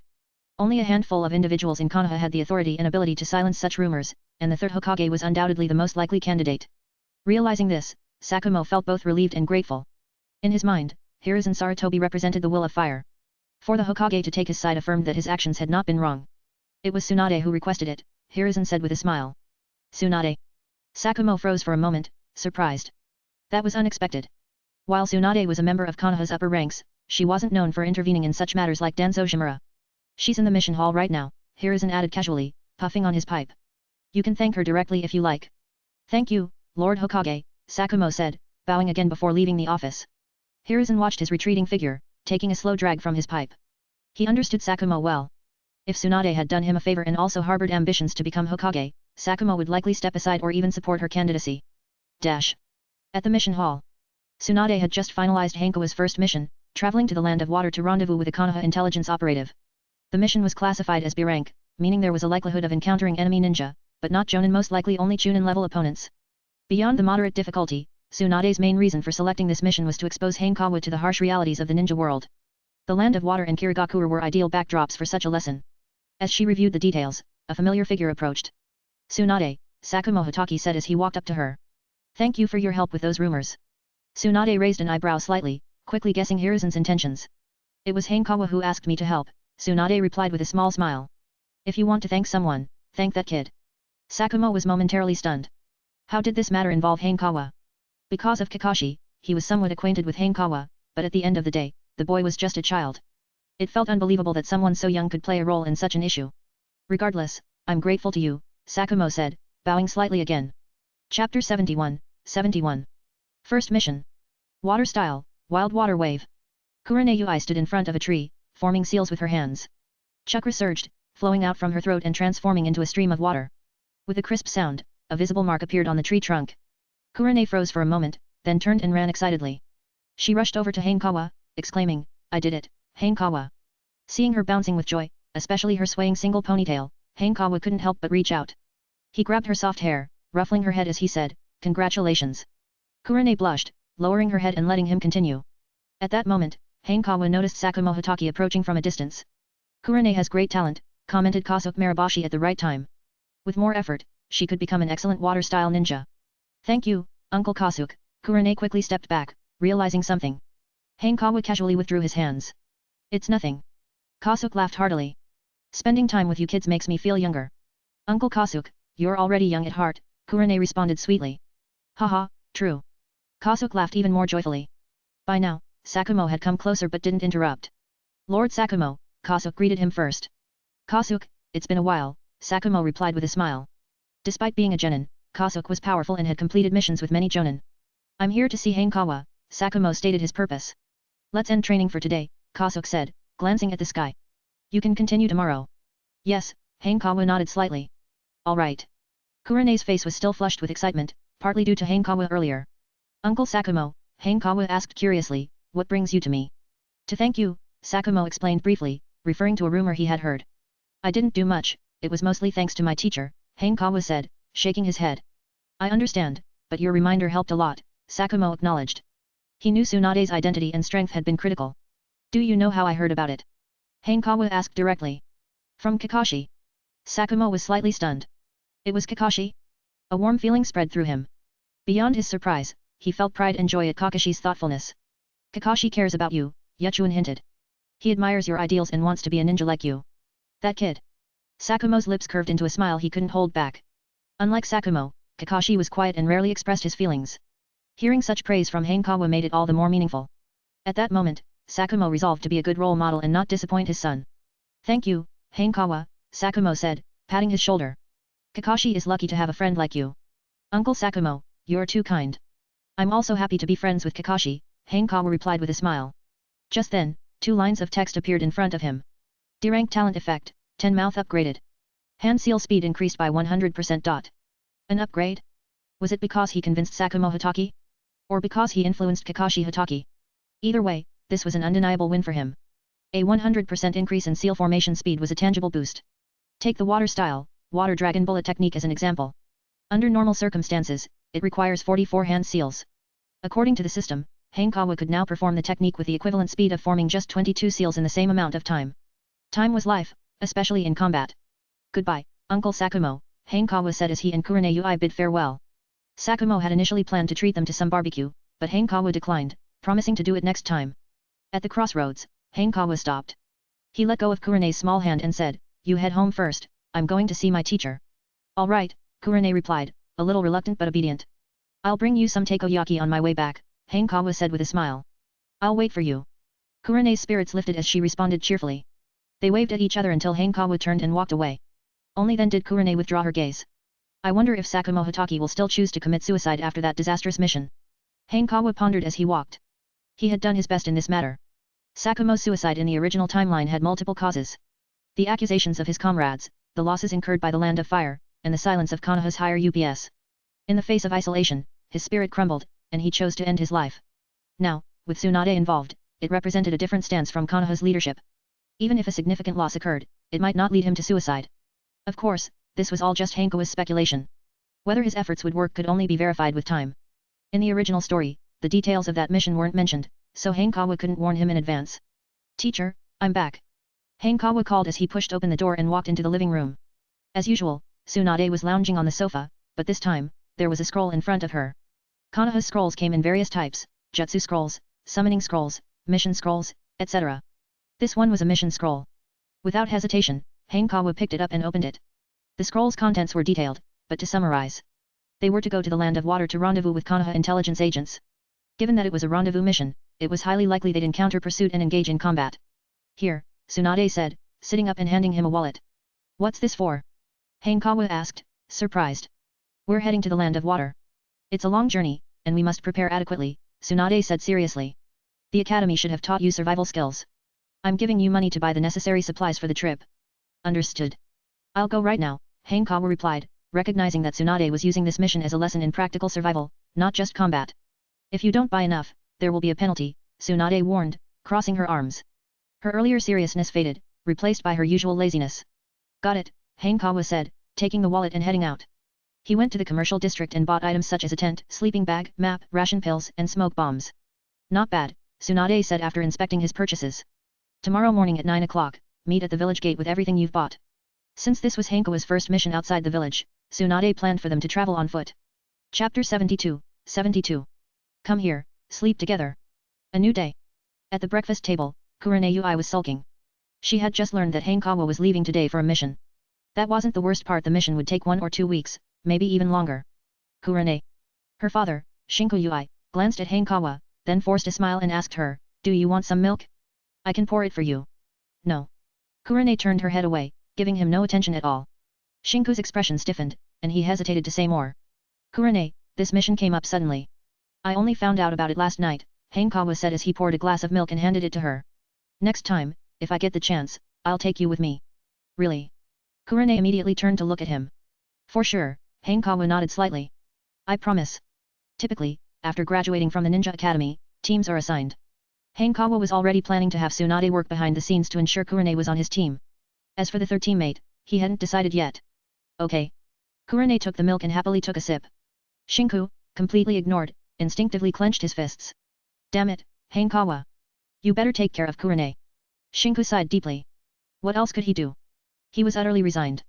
"Will you see the ocean when you go to the land of water?" Kurane asked curiously. "Probably," Yuchuan replied, taking a bite of his egg roll. "Do you like the ocean?" "Not really, but I want to see it," Kurane said, pushing her milk toward him. "Here, you can have it." "No need," Hanekawa shook his head. "I can pour my own." "I can't finish it," Kurane said, looking a little embarrassed. "Can I drink it then?" Shinku couldn't help but interject. "Dad, you're an adult. Why are you still drinking milk?" Kurane quickly shot him down. "Fine. So that's how it is." His last hope was crushed. Shinku felt completely defeated. Dash. After breakfast, Hanekawa and Kurane left the house together. "Come back as soon as you can," Kurane said, her mood dropping as they prepared to part. "I will," Hanekawa reassured her, patting her head. "Help me explain to Kakashi and the others that I can't train with them for a while." "Okay." Kurane nodded. "Go on to school now," Hanekawa said, pulling his hand back. Kurane lingered for several seconds, looking back repeatedly before finally saying goodbye and leaving. Hanekawa waved her off, then turned toward Konoha's village gate. At the gate, 2 guards checked his paperwork before letting him through. As a ninja, leaving the village required the Hokage's approval. Hanekawa didn't go far, instead, he stayed to wait for Tsunade. While waiting, he studied the 2 gate guards. Clearly, they weren't the same Katetsu Hagane and Izumo Kamizuki from the original story. "Sensei, you're late." 15 minutes later, Hanekawa saw Tsunade approaching and couldn't resist teasing her. "Being late is a teacher's privilege," Tsunade replied, raising a hand to flick his forehead. "Don't be so nosy, kid. You're a ninja MMPH. Before Hanekawa could finish, Tsunade covered his mouth. A faint, pleasant fragrance filled his nose. Hanekawa resisted the urge to bite her. "During the mission, you must follow my orders." "Understood." Tsunade let go of her hand and asked. "Understood." Hanekawa forced a smile. "You're the boss, so you're always right." "Take out the map," Tsunade said with a satisfied smile. "The first thing you need to do is plan a proper route." "Got it." Hanekawa took out the map he had purchased the day before. The Land of Water was located southeast of the Land of Fire and required travel by ship. With a ninja's average running speed, it was a 3 to 4 day journey. Opening the map, Hanekawa quickly drew a route. "Not bad," Tsunade said after glancing at it. "You avoided crowded areas but didn't take unnecessary detours." "I am the top student at the Ninja Academy," Hanekawa replied with a smile, putting the map away. "This kind of task is a piece of cake. Being top of your class means nothing," Tsunade said as she suddenly pulled him into a tight hold, her tone serious. "Out here, even the smallest overlooked detail can cost you your life. What kind of rough teaching method is this?" Pressed tightly against her, it took Hanekawa a moment to process what she was saying. He realized Tsunade was far stricter than he'd expected. "Yes, sensei," Hanekawa said obediently. "That's more like it." Tsunade released him and said, "Let's move out." With a leap, she began running in the classic ninja sprint. Hanekawa followed closely behind. Tsunade adjusted her speed to accommodate him, ensuring she wasn't running too fast. While running, she didn't remain silent but instead began lecturing him, covering topics like spotting potential traps or identifying traces left by humans and animals. These subjects had been taught in class, but never in such detail. Hanekawa listened while running, and time passed quickly. Dash. As night fell, the two reached the southeastern edge of the Land of Fire, not far from the coastline. "Hanekawa," Tsunade said, stopping. "Find a spot to set up the tent. We'll head to the port tomorrow." "Understood, sensei." Activating the 8x zoom effect from his D-rank trait, Tool Mastery, Hanekawa quickly found a good spot. It was a secluded area in a small forest near a river, dense with branches, leaves, and tall grass, providing excellent cover. Hanekawa set up the tent and laid simple traps around it both to ward off wild animals and as an early warning system. Tsunade silently observed his every move.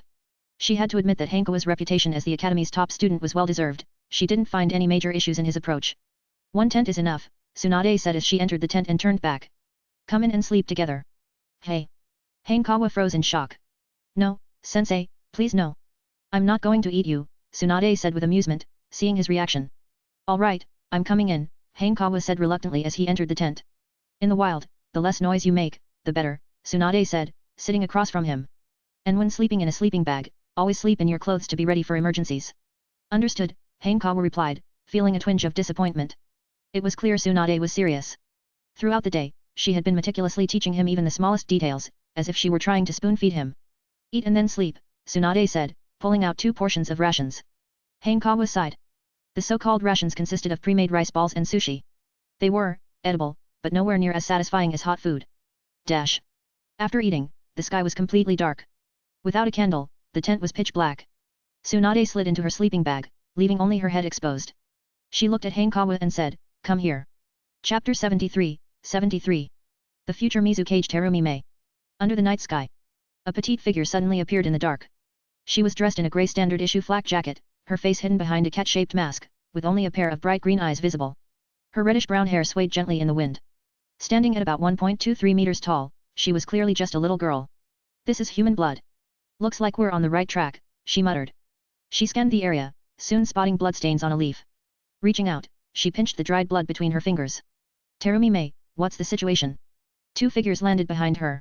They wore the same outfit and masks, but these 2 were adults, towering over her. "Senior Cod, please use my codename during missions," Terumi Mei replied sternly. "Oh, come on. Such an uptight junior," Cod said with a chuckle, shaking his head. "Let's move." Terumi Mei glanced at him and said, "The sooner we capture him, the better." "Don't worry. He won't escape," said Skullop, the other adult ninja. "That's right. He's just a mere chunin," Cod agreed with a nod before suggesting, "but we've been chasing him all day. How about we rest for the night and continue tomorrow? This is my first mission from Elder Genji. I cannot afford any mistakes," Terumi Mei said, leaping into the night. "Let's go," Cod muttered with a sigh before following her. Skullop trailed close behind. Inside the tent.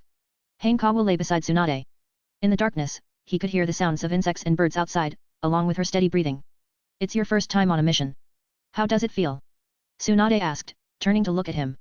"It's great," Hanekawa replied after a brief pause. "Especially you, sensei. I've never seen you this serious before. What's that supposed to mean? Are you saying I'm not serious normally?" Tsunade huffed, lifting her hand to flick his forehead. "What do you think?" Hanekawa shot back with a smirk. "I am serious." Tsunade protested, though her tone wavered slightly. In the darkness, her guilty expression was hidden from sight. Hanekawa fell silent. He thought he had a thick skin, but clearly, Tsunade was on another level. "Tomorrow, we'll enter the land of water. You need to be extra cautious," Tsunade said, changing the subject. "Do you know what Hidden Mist Village is also called?" "What?" Hanekawa asked, following her lead. "The Village of the Bloody Mist," Tsunade said in a grave tone. "The Hidden Mist has always enforced a cruel and oppressive policy, particularly targeting ninja with Kekii Genkai. In his past life, Hanekawa had assumed the Bloody Mist era was a result of the 4th Mizukage Yagura being controlled by Uchiha Obito. But that wasn't entirely accurate. The oppressive policies had already existed during the 3rd Mizukage's reign. Obito merely escalated them. Not long ago, something major happened in the Hidden Mist, Tsunade continued. A student named Zabuza Momokai killed all his classmates during their graduation exam. Hanekawa's heart stirred. Zabuza Momokai, in the original series, was one of the 7 ninja swordsmen of the Mist's 2nd generation. After failing to assassinate Yagura, he became a rogue ninja. While working for a merchant named Gato, he encountered Kakashi Hataki's Team 7 and ultimately died at their hands. By his side was a young companion named Haku, who excelled in ice release techniques and had a penchant for wearing feminine clothing. "Such slaughter is common in the Hidden Mist," Tsunade said, reaching out to pat his head. "You must be extremely careful." "Yes, sensei," Hanekawa replied with a nod. "Get some sleep. We need to wake up early tomorrow," Tsunade said, withdrawing her hand and closing her eyes. Soon, her breathing became slow and steady. Morning. The warm sunlight filtered through the trees, casting its glow on the tent. Hanekawa opened his eyes. The first thing he saw was Tsunade's outline, rising and falling gently with her breaths. Only then did he realize that, at some point during the night, he and Tsunade had ended up leaning against each other. "Sensei." Hanekawa sat up, unzipping his sleeping bag. "Any activity last night?" Tsunade quickly woke up. Though she loved sleeping in, during missions, she was every bit the professional ninja. "The traps I set didn't go off," Hanekawa said as he stepped outside the tent to check. "That's good," Tsunade replied with a yawn. She packed up her sleeping bag, stretched lazily outside the tent, and said, "Take out the map."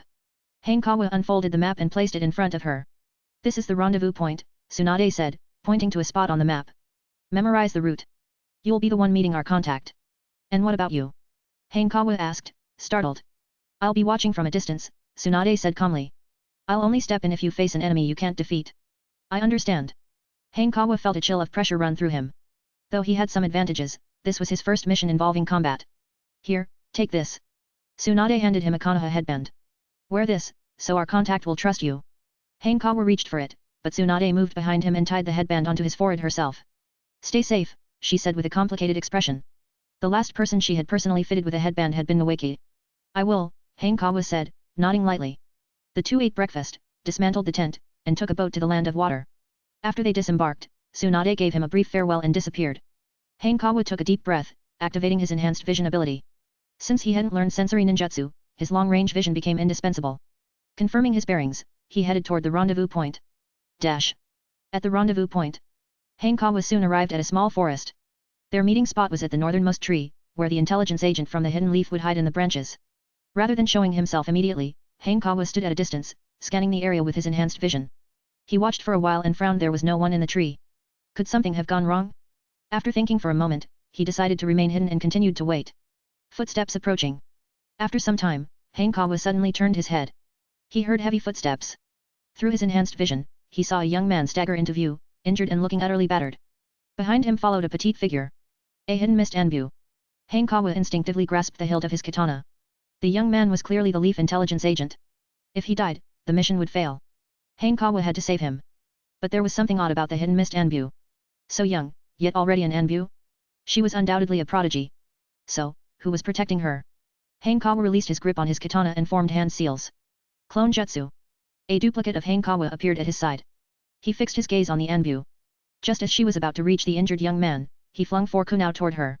Without waiting to see the result, he bolted. Who's there? Terumi Mei's voice rang out as she quickly retreated, dodging the incoming kunao. Watch out! Kod's voice followed. Terumi Mei steadied herself, noticing that one of the kunao was rigged with an explosive tag. Boom! The tag detonated. Did it work? Hanekawa glanced back through his enhanced vision, only to shake his head. A water wall had risen in front of Terumi Mei, absorbing the explosion. It wasn't a complete failure, though Kod had intervened to protect her. Meanwhile, Scallop traced the direction of the kunao and spotted Hanekawa's clone. While the clone was of no use in a direct fight, Hanekawa now had a clear sense of their numbers. Chapter 74, 74. Clash of Geniuses. What's the situation on your side? Kod asked as he glanced at Scallop. It's just a kid from the hidden leaf, Scallop replied with a shake of his head. But it's only a clone. I couldn't find the real body. A kid. Terumi Mei couldn't help but ask, how old? About your age, Scallop answered. There's no way he's alone, Terumi Mei thought aloud. Scallop senpai, continue pursuing the escapee. Kod senpai, search the area for other ninja. Looks like that kid's in trouble now that our little genius has her sights set on him, Kod chuckled. Terumi Mei didn't bother responding. Strong-willed by nature, she always paid back any losses she suffered. Let's move. Scallop sprinted across the ground, following the trail of the injured leaf agent. Be careful, Kod cautioned before vanishing. Terumi Mei's expression turned serious. She formed hand seals and activated her sensory ninjutsu. Over there. She let out a soft hum and darted into the forest. Split strategies. Using his enhanced vision, Hanekawa observed their actions. They're splitting up. After a few seconds of hesitation, Hanekawa decided to withdraw. In most cases, except for prodigies, anyone joining the Anbu was at least an elite chunin or higher. He knew he couldn't defeat them and resolved to leave this to Tsunade. As Terumi Mei approached his position, Hanekawa prepared 2 kunao in his hands before making them vanish from sight. Water release, water formation wall. Terumi Mei reacted swiftly, summoning a water wall from the ground. The kunao struck the water wall, creating 2 deep craters. Terumi Mei's pupil shrank. How can these kunao have so much power, she thought, momentarily stunned. In that brief distraction, 2 more kunao flew toward her, colliding with the first 2. Boom! The water wall shattered. Terumi Mei instinctively drew a kunao. While dodging, she swung at the closest incoming kunao. The force of the impact sent a powerful shockwave through her hand. Her face paled as she immediately released the kunao and rolled away to increase the distance. Before she could catch her breath, she heard a noise above her. She looked up to see a crescent arc of blade light descending toward her. Impossible. He was over there just now. How did he? Am I going to die here? The next moment, a dragon's roar echoed from her left. A water dragon materialized and surged toward Hanekawa, roaring in fury. It was Kod's intervention. While searching for other possible Konoha ninja, Kod had kept a close eye on Terumi Mei. As a genius highly regarded by Elder Genji, her safety was paramount. If something happened to her, none of them could bear the consequences. What Kod didn't expect was how quickly she'd been cornered. Though still young, Terumi Mei's exceptional talent in water release jutsu far exceeded that of an average chunin, making her a formidable opponent. Hanekawa frowned slightly. Wasting no time, he executed his most advantageous move. Sheathing his blade mid-air, he launched a powerful kick, landing it squarely on Terumi Mei. Her mask shattered instantly as she was sent flying. Mid-spin, Hanekawa pivoted sharply and unleashed a wind chakra-infused slash at the water dragon. The blade's cutting edge cleaved the dragon in two. Damn it! Terumi Mei's cheek was swollen, but she didn't dare waste time. She wiped the blood from her mouth and stumbled to her feet. You okay? Cod appeared next to her in an instant. Just a scratch, Terumi Mei replied through gritted teeth. We can't let him get away. Cod nodded slightly, but as he turned to look, he realized Hanekawa had already vanished. He won't escape, Terumi Mei declared. She quickly formed seals again, activating her sensory ninjutsu. Whoosh! Whoosh! Whoosh! As she turned, 3 shuriken whizzed toward her. Cod had been prepared long before. He used the body flicker technique to follow the shuriken. With 3 sharp clangs, Hanekawa blocked all the shuriken with his katana. But his vision blurred, and suddenly, Cod appeared right in front of him. Kid, this is the end. Cod sneered coldly, convinced he had already won and eager to see the fear in Hanekawa's eyes. A genius? So what? Cod specialized in killing geniuses. Without hesitation, he raised his blade. Blood splattered. Cod-senpai. Terumi Mei's eyes widened in shock, instinctively shouting. What she saw, however, was Cod striking a tree. An illusion. Terumi Mei quickly formed hand seals. Water release, water whip. A whip formed from water coiled in her hand and lashed out fiercely. Body flicker technique. Hanekawa kicked off a tree trunk, propelling himself like an arrow straight at Terumi Mei. Despite her young age, this was a battle, and mercy had no place here. Smack. Terumi Mei flicked her wrist, causing the water whip to recoil, but her speed was just a fraction too slow. Hanekawa ignored the whip behind him and slashed at Terumi Mei. The strike hit, but her body dispersed into water. A water clone. Hanekawa froze for a split second, realizing the trap. He instinctively turned. A water dragon surged toward him with a deafening roar. Hanekawa sprinted as he formed hand seals. Just as the dragon was about to strike, he activated the body flicker technique, leaving an afterimage behind. Terumi Mei's face paled. Even that didn't work? Prideful by nature, she was beginning to feel deeply frustrated. In the Hidden Mist Village, not even Zabuza Momokai, infamous for slaughtering his classmates, could defeat her. As the undisputed genius of her generation, she found herself at a loss against a mere boy from the Hidden Leaf. Hanekawa exhaled in relief. His C-rank ability Swift as the Wind, which doubled his movement speed, along with the body flicker technique, had saved him. Looking at Terumi Mei, Hanekawa started piecing things together. That reddish-brown hair, mastery of water release at this age. This must be the future 5th Mizukage. Dash. Damn you. Cod finally broke free of the genjutsu, his face twisted in anger as he charged at Hanekawa. The humiliation of being trapped in an 8-year-old's illusion burned deeply. Hanekawa had anticipated this. He knew the genjutsu wouldn't hold an elite jonin for long. Casually, he hurled 3 kunao. Kunao won't do a thing to me, would they? Cod's expression changed drastically. The 3 kunao were wrapped in thick layers of explosive tags. By his estimate, there were at least 9 tags in total, equivalent to a full power fire release attack from a jonin. Retreat! Retreat! Cod yelled as he bolted back at top speed. Terumi Mei's instincts screamed danger, and without hesitation, she leapt away. Boom! A massive explosion tore through the area, flames engulfing the forest and leaving nearby trees scorched and blackened. Good thing I'm rich, Hanekawa muttered as he leapt onto a tree branch. Knowing Terumi Mei's sensory abilities, he didn't dare linger. Body flicker technique. Using the light of the fire as cover, Hanekawa darted through the forest. Cod had barely regained his footing when he heard the sound of something slicing through the air at high speed. Instinctively, he tried to dodge, but it was too late. Blood spurted out as a deep gash opened on his right arm. Gritting his teeth against the pain, Cod rolled to the ground to escape. Hanekawa stopped pursuing him and turned his gaze to Terumi Mei. Despite his delicate and handsome features, his blood-splattered appearance gave him a menacing aura. Terumi Mei's heart pounded, and she instinctively took 2 steps back, her confidence visibly shaken. Chapter 75, 75. Terumi Mei's defeat. I am doomed. The young man stared at the vast ocean before him, his face filled with despair. With no path ahead and pursuers closing in behind, he had no way to escape. Don't resist. I won't kill you. A voice from behind him echoed, calm and composed. The young man was a defector from Kirigakure, fleeing with vital intelligence. At the same time, he was also a spy for Konoha. The best course of action was to capture him alive, extract the information stored in his mind, and obtain valuable intelligence. You won't succeed. Determined, the young man wore an expression of defiance, ready to face death. Humph, it won't be that easy. The pursuer, a man known as Scallop, could see his intentions to end his own life. With a swift movement, he appeared directly in front of the young man. Before Scallop could react, a sandbag-sized fist suddenly appeared in his line of sight. The next moment, he felt his body flying through the air. He landed like a cannonball, crashing to the ground with a loud boom. The ground cracked around him, sending dust and debris flying everywhere. The young man stood frozen, eyes wide in shock. This sudden turn of events left him completely stunned. Instinctively, he turned his head to see Tsunade standing not far away. Her cloak, emblazoned with the word gamble, fluttered in the wind. L.A. Lady Tsunade. The young man recognized her immediately, his face lighting up with joy as if he'd been rescued from the jaws of death. Tsunade? Could the information he carried be that important? Though he couldn't quite understand, he knew one thing: he had survived. Come with me. Tsunade turned and headed into the forest. She was worried about Hanekawa, who was handling 2 enemies on her own. The young man quickly followed her. Soon, Tsunade arrived at the battlefield. She stopped, surprised by what she saw.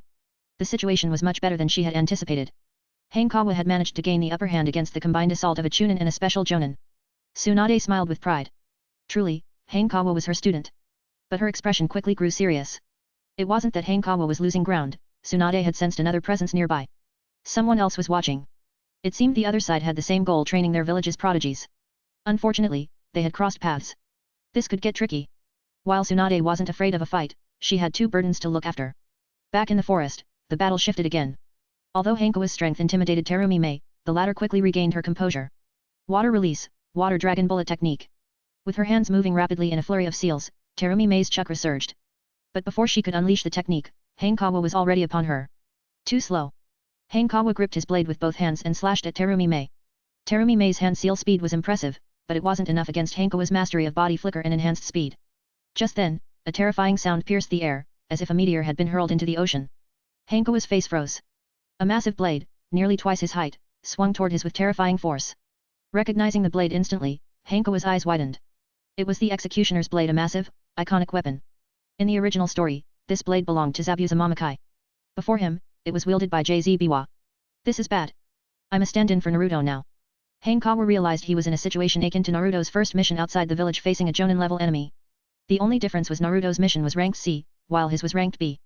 A graceful figure stepped forward. Tsunade moved in front of Hanekawa, her fist flying toward the incoming blade. The executioner's blade rebounded immediately. As expected of Princess Tsunade, a man said as he stepped out, catching the rebounding blade. However, his arm trembled slightly from the impact. The man had short black hair, a cross-shaped scar on his right cheek, and red markings painted below his mouth. JZ Biwa, Tsunade said calmly, grabbing Terumi Mei with ease. The latter struggled for a moment before giving up. She still retained her wild and defiant demeanor, glaring at Hanekawa fiercely. What are you staring at? Hanekawa, unfazed, reached out and patted her head amidst her furious glare. This is the treatment for losers, he said with a cheeky grin. Finally, he got a chance to pat someone's head other than Kurane. You bastard. Just you wait. Terumi Mei was trembling with anger. If Tsunade hadn't restrained her, she would have bitten him on the spot. Sure, Hanekawa replied nonchalantly. Looking around, he spotted her wallet and snatched it. You shameless thief. Terumi Mei gritted her teeth in frustration. Want to keep insulting me?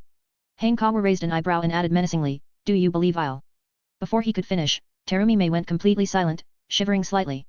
She had no doubt this guy was capable of something even more outrageous. Princess Tsunade, let's make a deal, JZ Biwa suggested. Glancing at Terumi Mei, he continued, return her to us, and I'll let you leave unharmed. You may be strong, but we have numbers. If we fight, you won't be able to protect the other 2. As he spoke, another squad of Kirigakure Enbu appeared nearby. The stolen intelligence wasn't particularly significant, it was only because they wanted to test Terumi Mei that this pursuit had escalated. Fine, Tsunade agreed without hesitation. Thank you for your cooperation, JZ said, extending his hand in a gesture of goodwill. Please, go ahead. You two, leave now, Tsunade instructed Hanekawa and the injured intelligence carrier. Yes, Hanekawa replied reluctantly, seeing there was no room for negotiation in her eyes. The 2 of them turned and ran toward the coastline. Tsunade remained behind, waiting. True to their word, JZ Biwa and his men didn't give chase. It seems this young lady is very important to you, Tsunade remarked with a light smile as she glanced at Terumi Mei. Her performance just now wasn't bad at all. Likewise, JZ said with a smirk. Your student was quite impressive, Princess Tsunade. Tsunade casually tossed Terumi Mei back to them and stepped backward, disappearing into the forest. Cod, one of the Kirigakure ninjas, quickly stepped forward. I'm fine, Terumi Mei said as she landed steadily on her feet. She glanced toward the shoreline, her expression dark and uncertain. His name is Hanekawa. He's Tsunade's student and quite well known in Konoha, JZ said with a sinister smile. Losing to him isn't something to be ashamed of. Hanekawa. Terumi Mei clenched her fists tightly. I'll remember you, you damned bastard. The humiliation she suffered today she would pay it back tenfold in the future. Dash. On the boat by the shore. Hanekawa felt a bit anxious until Tsunade appeared.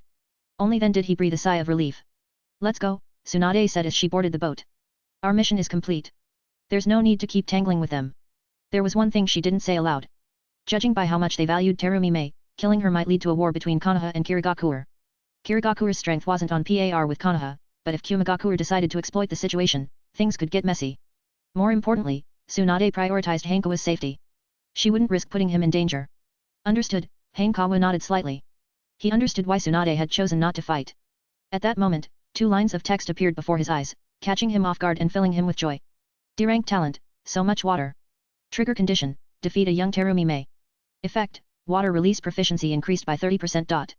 As expected of the future Mizukage. He had skipped past E-rank and directly gained a D-rank talent. Chapter 76, 76. Tsunade's Iron Fist of Love. Hanekawa opened Terumi Mei's wallet. The first thing that caught his eye was a stack of money. He counted, a total of 2,700 RY. Aside from the money, there were 2 hot spring discount coupons and a bottle of blue nail polish. Hanekawa smirked. The future Mizukage sure is broke. Dash. Lady Tsunade, the spy handed over the intelligence he had stolen from Kirigakure. Good work, Tsunade said with a slight nod. She casually put it away and sat down across from Hanekawa. Most freshly graduated ninjas freeze up during their first encounter with enemies, but not you. Instead, you were busy flirting with a little girl, Tsunade remarked, glancing at Terumi Mei's wallet. Flirting? What are you talking about? Hanekawa replied seriously. I was just teaching a defeated Kunoichi a lesson. That little girl is likely one of Kirigakure's geniuses, Tsunade said with a chuckle. Next time you meet her, it might be your turn to be taught a lesson. That won't happen, Hanekawa replied, putting away the wallet. Oh. Tsunade raised an eyebrow. So confident, are you? It's because I have an excellent sensei, Hanekawa said with utmost seriousness. Tsunade froze for a moment, then burst out laughing. She reached out and flicked him hard on the forehead. Am I wrong? Hanekawa protested, feeling wronged. You're not wrong, Tsunade replied, crossing her arms. But, don't get cocky. Yes, sensei, Hanekawa said, his eyelid twitching slightly. Tsunade's crossed arm stance only added strain to her outfit, and Hanekawa couldn't help but feel the urge to lend a hand to ease her burdens. You handled the fight well this time, Tsunade said with a small smile, praising him. Is there a reward, then? Hanekawa asked, immediately pushing his luck. I'll reward you by letting you treat me to barbecue, Tsunade said, rolling her eyes. This kid really needs a beating every 3 days. How is that even a reward? Hanekawa muttered. What's that? You don't want to. Tsunade clenched her fist threateningly. I do. Hanekawa quickly conceded. Don't move. Tsunade suddenly thought of something. She placed her hand on his forehead. Hanekawa blinked in confusion, unsure of what she was doing. A soft surge of chakra flowed from her palm. Looks like you're not injured, Tsunade said after a moment, retracting her hand. Thank you, sensei, Hanekawa said, a little surprised. In battles, hidden injuries are common. If they aren't treated promptly, they could affect your growth, Tsunade warned. You might not grow taller. Not growing taller would be bad enough, but not growing up at all would be worse. Hanekawa smiled and said, with you as my teacher, that definitely won't happen. Tsunade looked at him and felt a slight flutter in her heart. That handsome face paired with such a smile was truly hard to resist. Smooth talker, Tsunade huffed, looking away. I wonder how many girls you are going to break the hearts of in the future. What do you mean by break hearts? Hanekawa protested. Sensei, that's slander. Time passed as the two chatted. The overlooked spy finally understood why Tsunade had been sent to escort him. It's just babysitting. I'm an afterthought. Knowing the truth, he felt tears well up in his eyes. By nightfall, he was even more bewildered and shocked. He had a tent to himself while Hanekawa and Tsunade shared another tent. Dash. The next afternoon. The sun shone brightly over Konoha's gates. Finally, we're back, the spy shouted excitedly the moment they reached the village. He had been a spy in Kirigakure for 6 years. 3 years turned into another 3 years, and he thought it would never end. Let's go report the mission, Tsunade said, feeling indifferent. She was more interested in heading to the gambling hall. After registering at the gate, the 3 entered the village. Hanekawa thought of Kurane and the others, wondering how they had fared during the past few days. Dash. Hokage's office. Tsunade kicked the door open without ceremony. The spy stood there dumbfounded. Hanekawa, on the other hand, was unfazed. He was used to it. Suddenly, a thought crossed his mind, when Tsunade becomes Hokage, will I get to kick doors open too? But on second thought, he'd probably get himself killed for it. More likely, he'd end up like Danzo, constantly butting heads with Tsunade in an endless cycle of you regret, I am Hokage. Tsunade. Hiruzen Sarutobi jumped in surprise and took a deep puff of his pipe to calm himself. The mission's complete. Hand over the reward, Tsunade said as she approached. And check if there are any new geniuses in Kirigakure. Why do you want to know that? Hiruzen asked as he tossed her a passbook. It was the reward for a B-rank mission, 160,000 RY. Not enough. I need extra compensation, Tsunade said, shaking her head. We encountered JZ Biwa. JZ Biwa? What happened? Hiruzen's expression turned serious. The 7 ninja swordsmen of the mist were Kirigakure's elite, known for their strength and status. Tsunade recounted the events briefly. I see, Hiruzen said, his tone softening. The girl you mentioned must be Terumi Mei. He opened a drawer and pulled out 2 files. Tsunade skimmed through them quickly. One was Terumi Mei's, and the other was Momokai Zabuza's. These 2 were the newest geniuses of Kirigakure, already showing remarkable strength at a young age. Tsunade handed the files to Hanekawa casually. Let's do this. Your mission is now upgraded to A rank, Sarutobi Hiruzen said after some thought. I'll also add 300,000 RY to your reward. That works, Tsunade agreed, stopping her negotiations there. After reading through the files, Hanekawa handed them back to Sarutobi Hiruzen. The information was mostly what he already knew, though it was more detailed than in the original timeline. You two chat. I'm done here, Tsunade said, grabbing her money and heading out. Hanekawa, let's go. Unlike her, Hanekawa gave a polite farewell to Sarutobi Hiruzen before hurrying after her. Thankfully, Hanekawa hasn't picked up his teacher's bad habits, Sarutobi Hiruzen said with relief. The spy, standing off to the side, pretended not to hear. Dash. Sensei. Hanekawa stopped Tsunade, extending his hand. Where's my share of the money? You are too young. I'll hold on to it for you, Tsunade replied with a cheerful smile. Not a chance, Hanekawa said flatly. Only my mom used to say things like that, and I won't fall for it again. TCH, you little brat, Tsunade grumbled, handing him 200,000 RY. Don't waste it. I should be saying that to you, Hanekawa retorted as he tucked away the passbook. The next moment, he froze, sensing a dangerous aura. Swallowing nervously, he turned to see Tsunade walking toward him with a dark expression. She loomed over him like a legendary giant woman, ready to swallow him whole. Since Hanekawa barely managed to speak before a large shadow engulfed him. Tsunade pulled him into a crushing hug and unleashed her iron fist of love, playfully roughing up his hair. Sensei. Hanekawa said, utterly defeated. There was no escaping her grasp, as the weight of Snow Mountain pinned him down. Next time, it won't be so easy, Tsunade said, finally letting him go after she had her fill. Understood, Hanekawa replied half-heartedly. You should rest now, Tsunade said after a moment of hesitation. She had originally planned to take him gambling, but after considering how tired he was from 2 days of traveling, she decided to let him off the hook. Goodbye, Sensei, Hanekawa said, waving as he left. The mission had taken nearly a week to complete, and he found himself missing Kurane. A week doesn't seem long, but it feels like ages. Glancing at the sky, Hanekawa figured it was about time for the academy to let out. After some thought, he headed toward the school. Dash. The dismissal bell rang, and students poured out of the building like they were fleeing a disaster. Rin. Uchiha Obito ran up with a grin. Want to grab some ramen together? I need to go home and study, Nohara Rin hesitated for a moment before declining. Is that Hanekawa? Kakashi Hataki's surprised voice came from nearby. Rin instinctively looked up. In the distance, a familiar figure caught her eye. He's back? Rin's heart fluttered, and a joyful smile spread across her face. But someone beat her to it. Hanekawa. Kurane Ui ran over immediately. Humph, Sarutobi Asuma muttered, annoyed. I wonder what kind of mission Hanekawa went on, Kakashi said enviously. He also wanted to go on missions, but his father, Sakumo Hataki, was too busy to take him. The only way for him to start was to graduate early, though he had promised to wait until Hanekawa graduated first. It must have been some simple D-rank mission, Uchiha Obito said sourly. Hanekawa, when did you get back? Kurane asked, panting as she came to a stop. Just now, Hanekawa said, patting her head and smoothing down her wind-blown hair. Hanekawa, Rin, and the others approached. Kurane's face turned red as she realized something, her cheeks flushing. I heard from Kurane that you went on a mission to the Land of Water, Kakashi said, looking him up and down. Did you encounter any ninjas from Kirigakure? I ran into a big shot, Hanekawa said with a smile. JZ Biwa, one of the 7 ninja swordsmen of the mist. Everyone gasped. The 7 ninja swordsmen were famous, even among the younger generation. Impossible.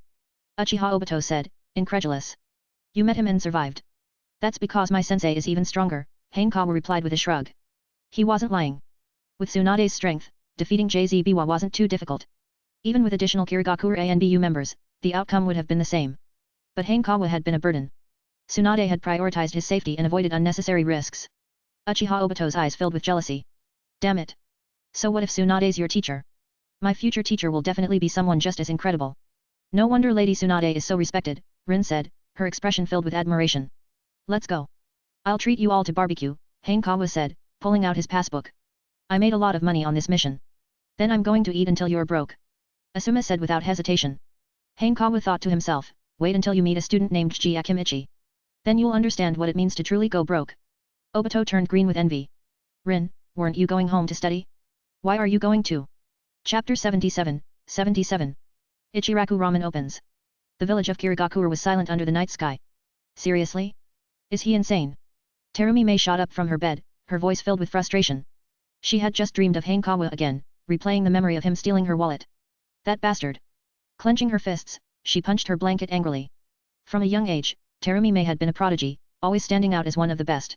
She had never suffered such a humiliating defeat. What made it worse was being bested by someone her own age. Her mind wandered to the intel she had read about Hanekawa earlier that day.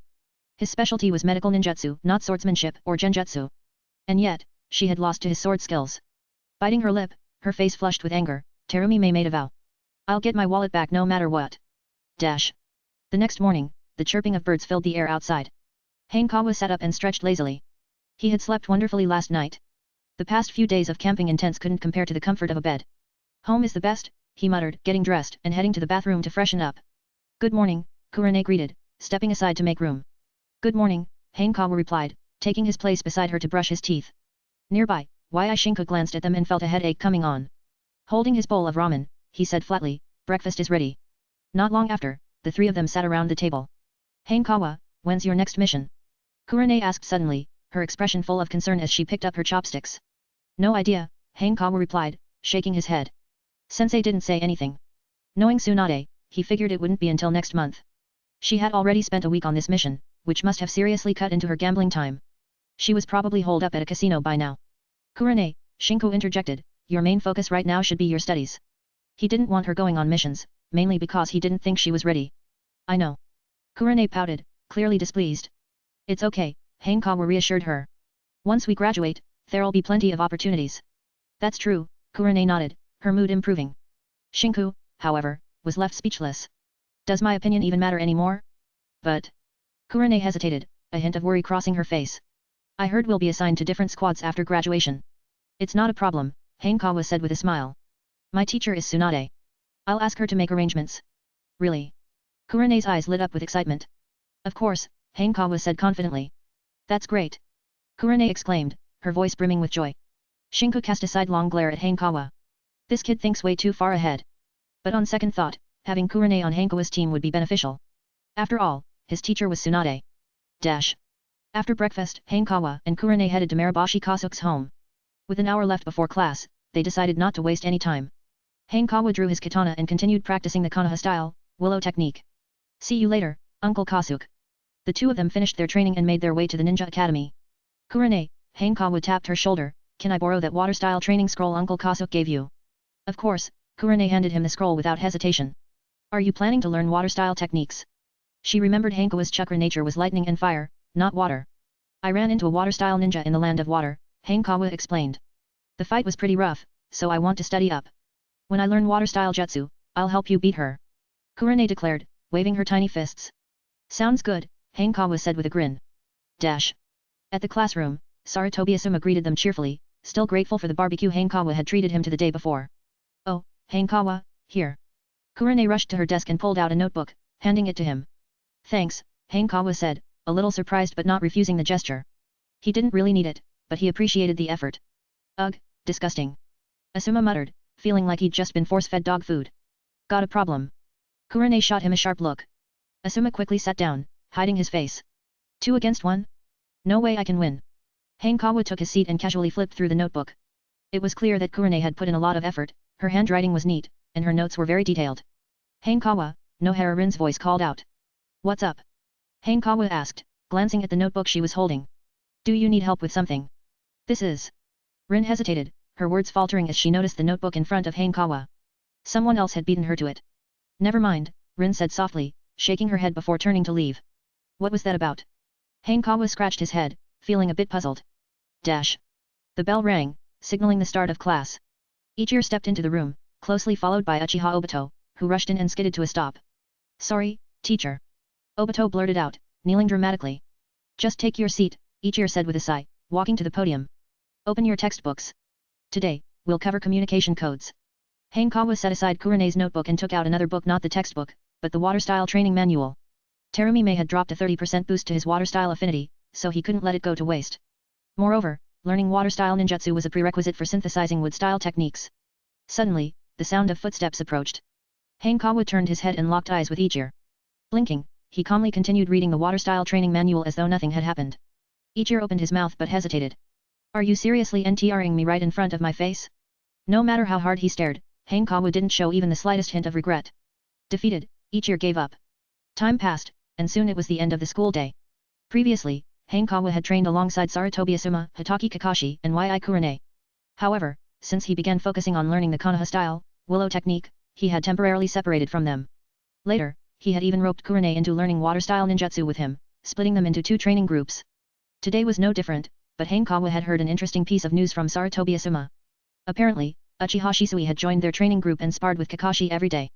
This unexpected development was a ripple effect of Hanekawa's actions, a butterfly effect that didn't exist in the original story. Dash. As Hanekawa and Kurane walked down the street, a voice suddenly called out to them. You 2 kids. They turned to see a man dressed in a white chef's uniform approaching them.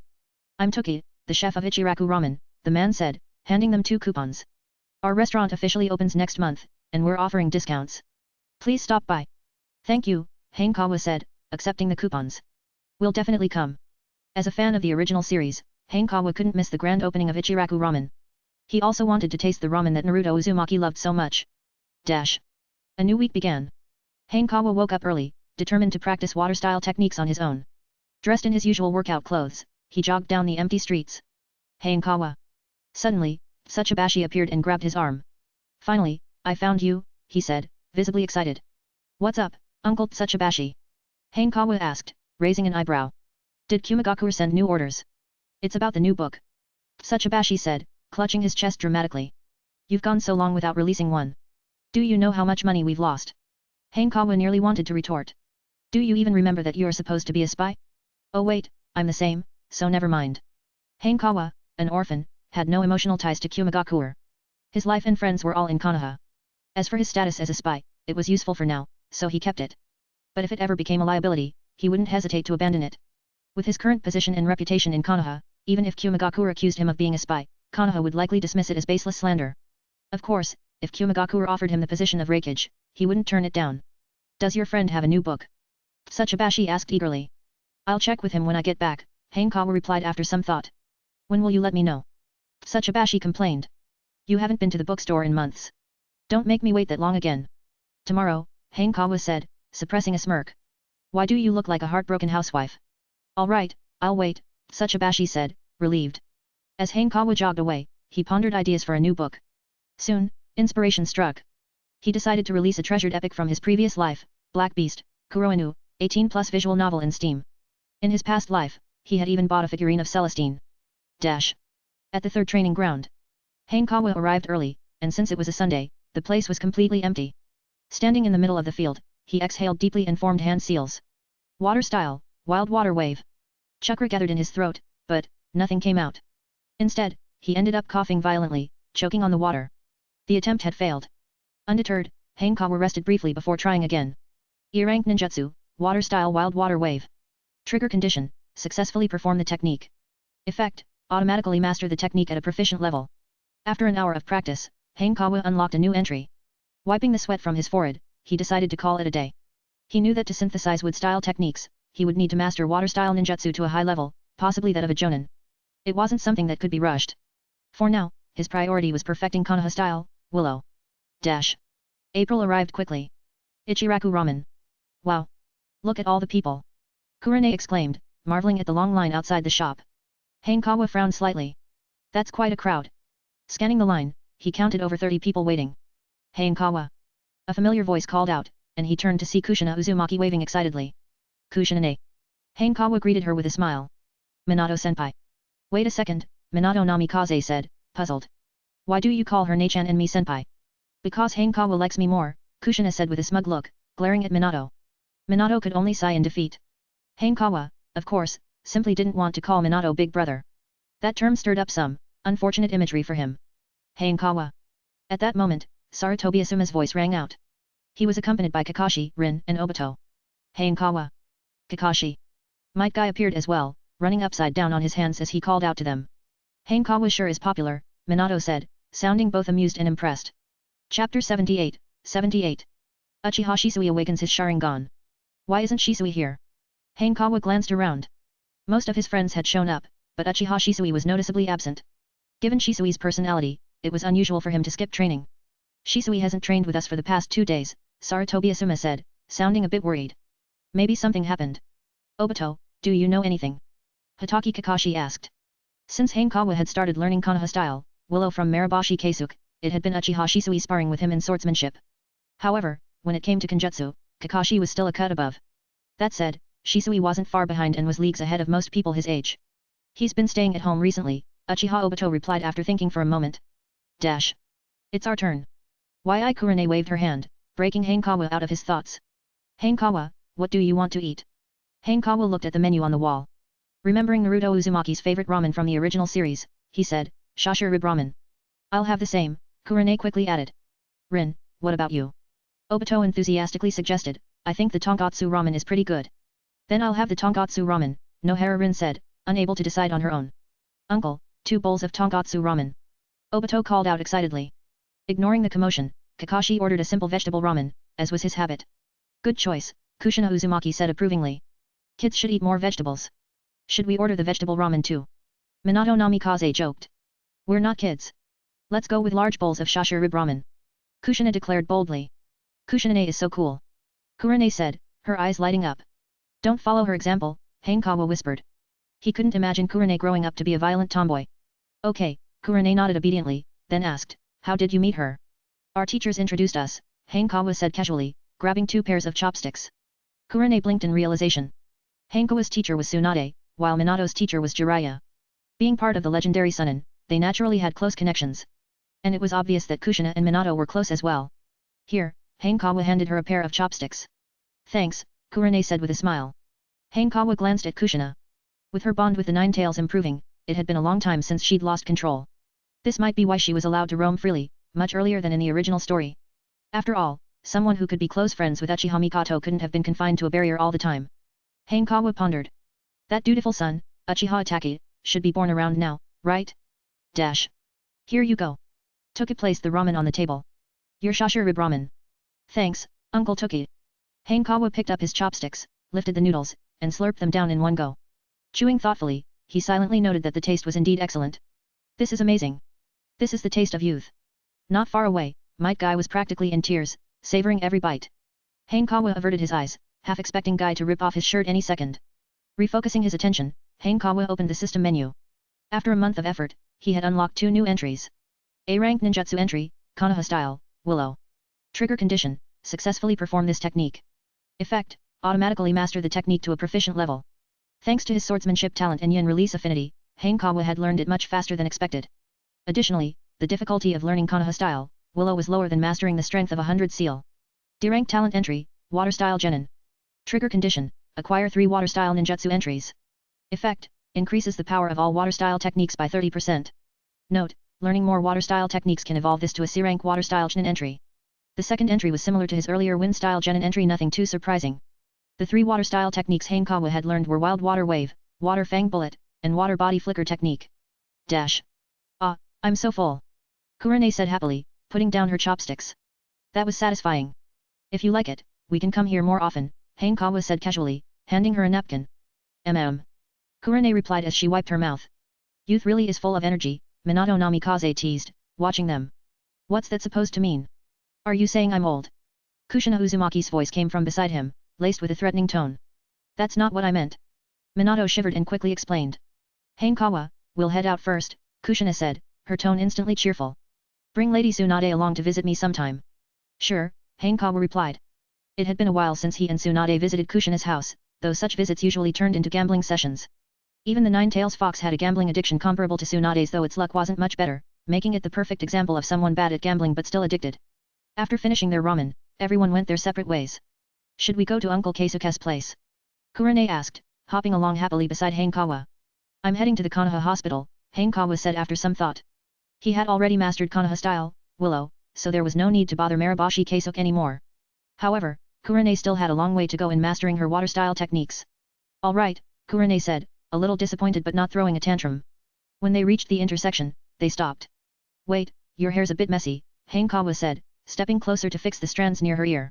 At such close range, Kurane found her heartbeat quickening. Her face flushed slightly, but she suppressed her emotions and said politely, thank you. It's nothing, Hanekawa replied, pulling back his hand. See you tonight. Kurane turned around and exhaled deeply, thinking to herself how good-looking Hanekawa was. Dash. At the Konoha hospital, Hanekawa was greeted warmly by the nurses, as it had been some time since his last visit. After much effort to escape their enthusiasm, he made his way to Non Yakushi's office. Hanekawa. Non looked up in surprise. Director, Hanekawa said respectfully. Is there anything I can help with today? He had a lot of ninjutsu to learn, but medical ninjutsu was his top priority. As Tsunade's student, he couldn't afford to tarnish her reputation. Of course, Non replied with a smile. I have a surgery coming up, and you can assist me. Understood, Hanekawa said seriously. I'll do my best. Here's the patient's information, Non said, handing him the file with a gentle expression. Ijao Uzuki. Hanekawa glanced at the file and froze for a moment. You know her? Non asked curiously. No, Hanekawa shook his head. I just didn't expect the patient to be so young, only 5 years old. Ijao Uzuki, in the original story, was Gekko Heiat's girlfriend.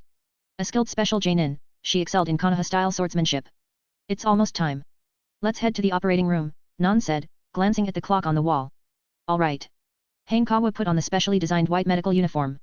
She's about your age, so be sure to comfort her, Non said as they walked. She's been crying a lot. Bone fractures do hurt, Hanekawa agreed, sympathizing with the young girl. At the entrance to the operating room, a young man approached them. Lady Nono, is it time for my daughter's surgery? Yes, Non said gently. She'll be fine soon. Thank you so much, Lady Nono. The man expressed his gratitude, but then his gaze landed on Hanekawa, and he hesitated. A medical ninja this young, he asked, clearly concerned. This is Hanekawa, Non introduced. He's Lady Tsunade's student. So it's him.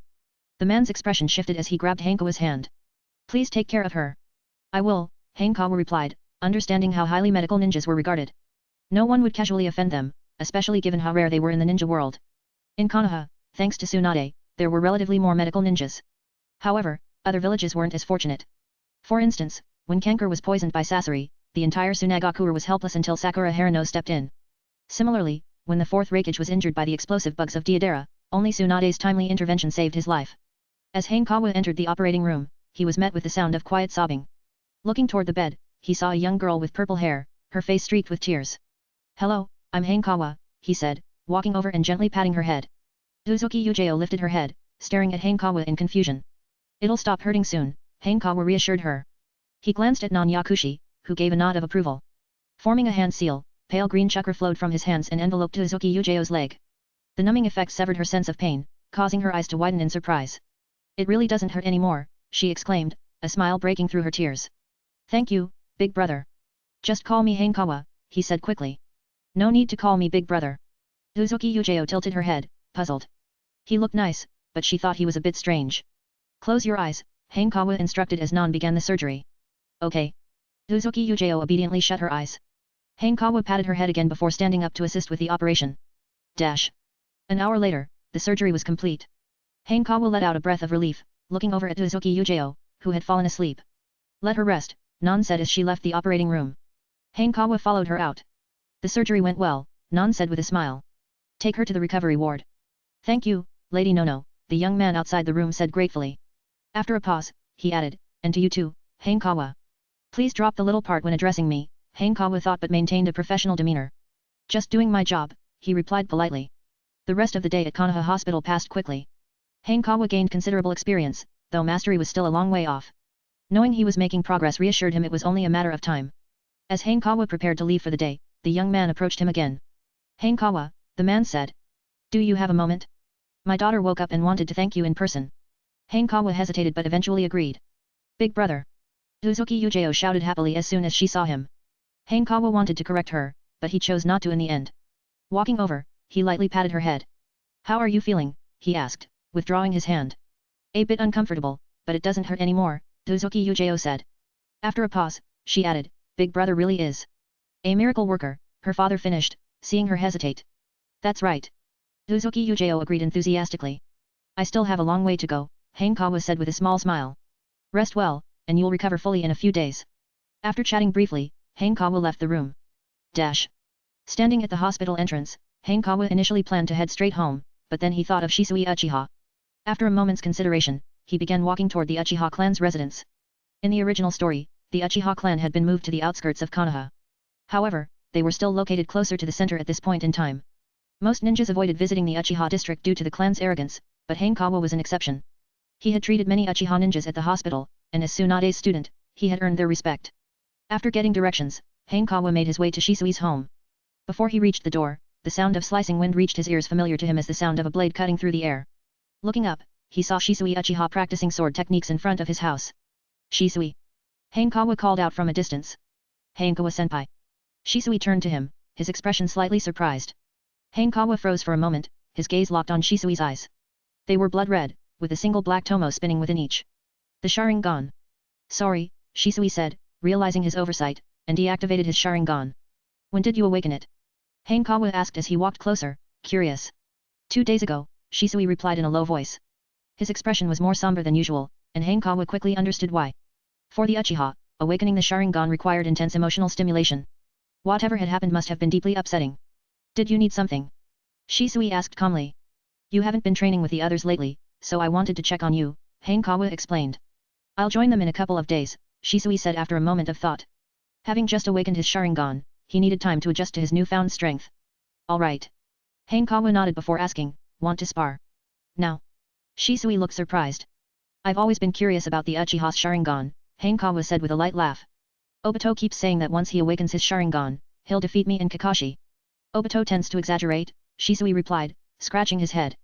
The Sharingan does make you stronger, but it's not invincible. Then, shall we? Hanekawa asked again. Sure. Shisui's eyes lit up with excitement. As a genius, he had his own pride. After losing to Hanekawa last time, he had been eager for a rematch. Chapter 79, 79. Combine Jutsu. Be careful, Hanekawa-senpai. After forming the seal of confrontation, Shisui Uchiha immediately created some distance between them. At incredible speed, he expelled a blazing fireball from his mouth, the Uchiha clan's signature technique, fire release, great fireball technique. The air rippled with intense heat, and Hanekawa felt the scorching wave rushing toward him. A direct hit wouldn't be something to take lightly. Body flicker technique. Hanekawa accelerated in an instant, drawing his katana in the same motion. You're still so fast. But this time, I can see you. With a thought, Shisui activated his Sharingan. To him, Hanekawa's previously blinding speed now appeared significantly slower. This was the true power of the Sharingan. Even with a single tomo, it granted Shisui exceptional insight. With a 3-tomo Sharingan, users could go even further, replicating an opponent's ninjutsu while performing it simultaneously, achieving perfect synchronization. In the original series, Kakashi Hatake, equipped with a 3-tomo Sharingan, became the copy ninja, mastering over 1,000 jutsu. Clang! Shisui blocked Hanekawa's katana with his ninja blade. Last time, Shisui had lost due to Hanekawa's body flicker technique. But now, its effectiveness was significantly reduced. As expected of the Sharingan, Hanekawa praised while exerting force with both hands. Shisui felt a tremendous strength reverberate through his arms, making his hands slightly numb. Without hesitation, he stomped the ground and retreated. Fire release, Phoenix Sage Fire Technique. Opening his mouth, Shisui released a barrage of small fireballs. Hanekawa neither dodged nor flinched. Swinging his katana, he created after images that precisely sliced through the fireballs. When Hanekawa glanced around, Shisui had disappeared. Whoosh! Hearing the sound of rushing wind, Hanekawa turned to see a pair of crimson Sharingan eyes. Inevitably, he froze. It was Genjutsu. Ordinary Genjutsu users needed to form hand seals to cast illusions. But the Uchiha clan's Sharingan allowed them to cast Genjutsu without seals, making it nearly impossible to guard against. Genjutsu release. Hanekawa, prepared for this, quickly broke free, nearly instantaneously. Even so, it gave Shisui an excellent opening. Wielding his blade with both hands, Shisui's ninja blade gleamed as it swung down. Fox Heart Technique. In a flash, Hanekawa formed a series of seals. Shisui, fixated on him, was caught in the illusion. He felt as if he'd entered a maze. How is his hand sealing speed this fast? This could be bad. Realizing the danger, Shisui broke free of the illusion in a panic. His vision returned to normal, but by then, Hanekawa's katana was already inches away. Turnabout is fair play. Hanekawa had perfectly replicated Shisui's earlier tactics. Unable to evade in time, Shisui instinctively raised his ninja blade to block. Clang! The clash of blades echoed as Shisui's body trembled before being sent flying. Hanekawa remained where he stood, choosing not to pursue. Hanekawa-senpai's genjutsu is as remarkable as his swordsmanship, Shisui said as he struggled to his feet, visibly impressed. Even with the Sharingan, he had fallen for the illusion, proof that this was no ordinary genjutsu. Not to mention Hanekawa's astonishing hand-sealing speed. Shisui prided himself on his speed, but Hanekawa was even faster. If you had a 3-tomo Sharingan, my genjutsu might not work, Hanekawa said with a small smile. Want to go another round? I've developed a new technique, inspired by your body flicker technique, combined with my Sharingan, Shisui said, forming seals. Please have a look. Phantom Body Flicker Technique. 2 identical clones appeared on either side of Shisui. With the original, all 3 charged at Hanekawa with blades drawn. Only 2 clones? Hanekawa noted. In the original series, Shisui could create 7 or 8 clones, if not more. This must be because the technique was newly developed and limited by the single Tomo Sharingan. Konoha style, willow stance. Hanekawa raised his katana, his movements creating after-images. Shisui's heart sank as Hanekawa's form seemed to flicker unpredictably. The air filled with countless phantom katanas, overwhelming his senses. Biting his lip, Shisui sent his 2 clones forward. Clang! Clang!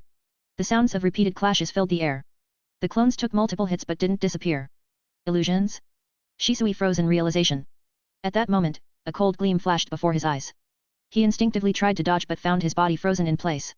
A katana hovered inches from his face, with Hanekawa standing behind it. I lost again, Shisui said with a sigh, staring at the katana pointed at him. Is this some kind of clone technique? Hanekawa asked curiously.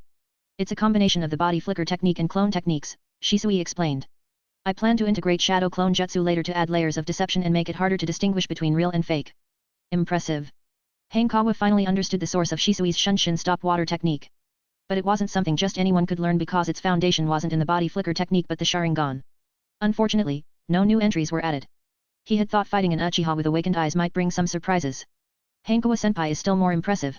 Shisui said sincerely, combining swordsmanship with genjutsu is truly terrifying. At first, he had mistaken the Konoha style, willow for after-images created by rapid movements, only to realize later it was genjutsu. By the time he noticed, it was too late to break free. For someone from the Uchiha clan to fall victim like this, it was no surprise how much worse it could be for other ninjas. Konoha style, willow, Hanekawa explained, was created by a genin named Kasuke Maraboshi. A genin. Shisui was stunned. A genin came up with this sword technique. He wasn't an ordinary genin, Hanekawa said with a smile, seeing Shisui's reaction. Then he gave him a brief explanation. I see. Shisui's eyes sparkled as he said, I get it now. This is what a true Konoha ninja is. Wait, what do you mean you get it? Hanekawa felt like there was something deeper in Shisui's words. Considering how he acted in the original series, was he already thinking about how to maintain the relationship between the Uchiha clan and Konoha? Why were Uchiha prodigies so precocious? Shisui was, and so was Itaki. But Shisui was more principled than Itaki. At least he didn't massacre his entire clan. Thank you, Hanekawa-senpai. Shisui exhaled deeply, the gloom from earlier gone. It's nothing, Hanekawa replied, shaking his head. Just make sure to get back to training soon. I'm sure you'll give Kakashi a surprise. I'll return tomorrow, Shisui said with a grin. Kakashi-senpai won't have such an easy time defeating me now. Alright, see you tomorrow, Hanekawa said as he sheathed his katana. Why don't you stay and have dinner with us? At that moment, a voice came from not far away. Clan leader. Shisui instinctively called out. Hanekawa's mind raced. Was this Fugaku Uchiha? He studied the young man before him dressed in black tactical gear with a green jonin vest, short black hair, and a calm expression. Definitely the no-nonsense type. Shisui, you've awakened your Sharingan. Why didn't you tell me? Fugaku walked over, a rare smile on his face. For someone Shisui's age to awaken his Sharingan was nothing short of extraordinary. It wouldn't be long before the Uchiha clan had a true powerhouse. In the current tense atmosphere, this would help relieve some of the pressure from Danzo and Root. Sorry, Shisui said apologetically. I forgot to mention it. What's there to apologize for? Fugaku patted his shoulder and said, if there's anything you don't understand about your newly awakened eyes, feel free to ask me. Yes, clan leader, Shisui replied quickly. And you must be Hanekawa. Fugaku turned to Hanekawa and asked. I am, Hanekawa confirmed with a nod. Lady Tsunade has a talented student, Fugaku remarked with some admiration. He had heard of Hanekawa before, but he hadn't expected him to excel in both swordsmanship and genjutsu. Uncle Fugaku, you flatter me, Hanekawa said modestly. Since you're here, why not join us for dinner? Fugaku smiled. I've got a bit of a connection with your teacher. What connection? Are you trying to build ties? Hanekawa couldn't help but complain inwardly. Fugaku Uchiha, as the clan leader, always came across as indecisive in the original story. Neither suppressing the hardliners within the clan nor successfully mending ties with Konoha's higher UPS, he ended up failing on both fronts. After hesitating for a few seconds, Hanekawa decided not to refuse. After all, it was an invitation from the leader of Konoha's largest clan. Shisui, you join us too, Fugaku said as he led them back to his house. The door was opened by a young woman with long black hair, Mikoto Uchiha. Aside from her, there was no one else. Itaki and Suzuki hadn't been born yet. After dinner, Hanekawa used meeting with Tsunade as an excuse to leave early. His potential is limitless, Fugaku said in a deep voice as he watched Hanekawa's figure disappear. Well, he is Lady Tsunade's student, Mikoto agreed. Even if he weren't her student, he wouldn't be any less exceptional, Fugaku said, shaking his head. Mikoto was taken aback. It was the first time she had heard Fugaku praise a child so highly. Of course, Shisui will surpass him. Fugaku's face was filled with pride. After all, he has the Sharingan.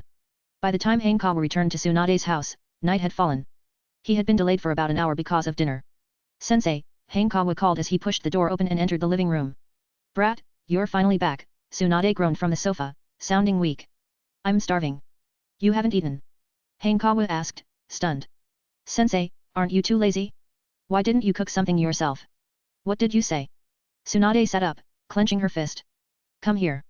No way, Hanekawa said, backing up 2 steps. I'll go make dinner. Stop right there. Tsunade barked. But Hanekawa didn't stop. He ran even faster, dashing straight into the kitchen. TCH, Tsunade muttered before letting out a small laugh. That brat is really fearless. Chapter 80. Catch spies. Eating alone doesn't need to be complicated. Hanekawa improvised and made a bowl of ramen. He stepped out of the kitchen, used his meal magic, and called out, Sensei, food's ready. Tsunade got up from the couch and walked to the dining table. Seeing only one bowl of ramen, she was slightly taken aback. Who did you eat with? Tsunade casually asked, picking up her chopsticks. Uchiha Fugaku. Hanekawa briefly explained what had happened. Shisui opened his Sharingan at such a young age. Tsunade was surprised. If anyone understood the Uchiha clan the best, it wouldn't be Uchiha Madara or Uchiha Fugaku, but rather Senjo Tobirama. His research on the Sharingan was incredibly profound.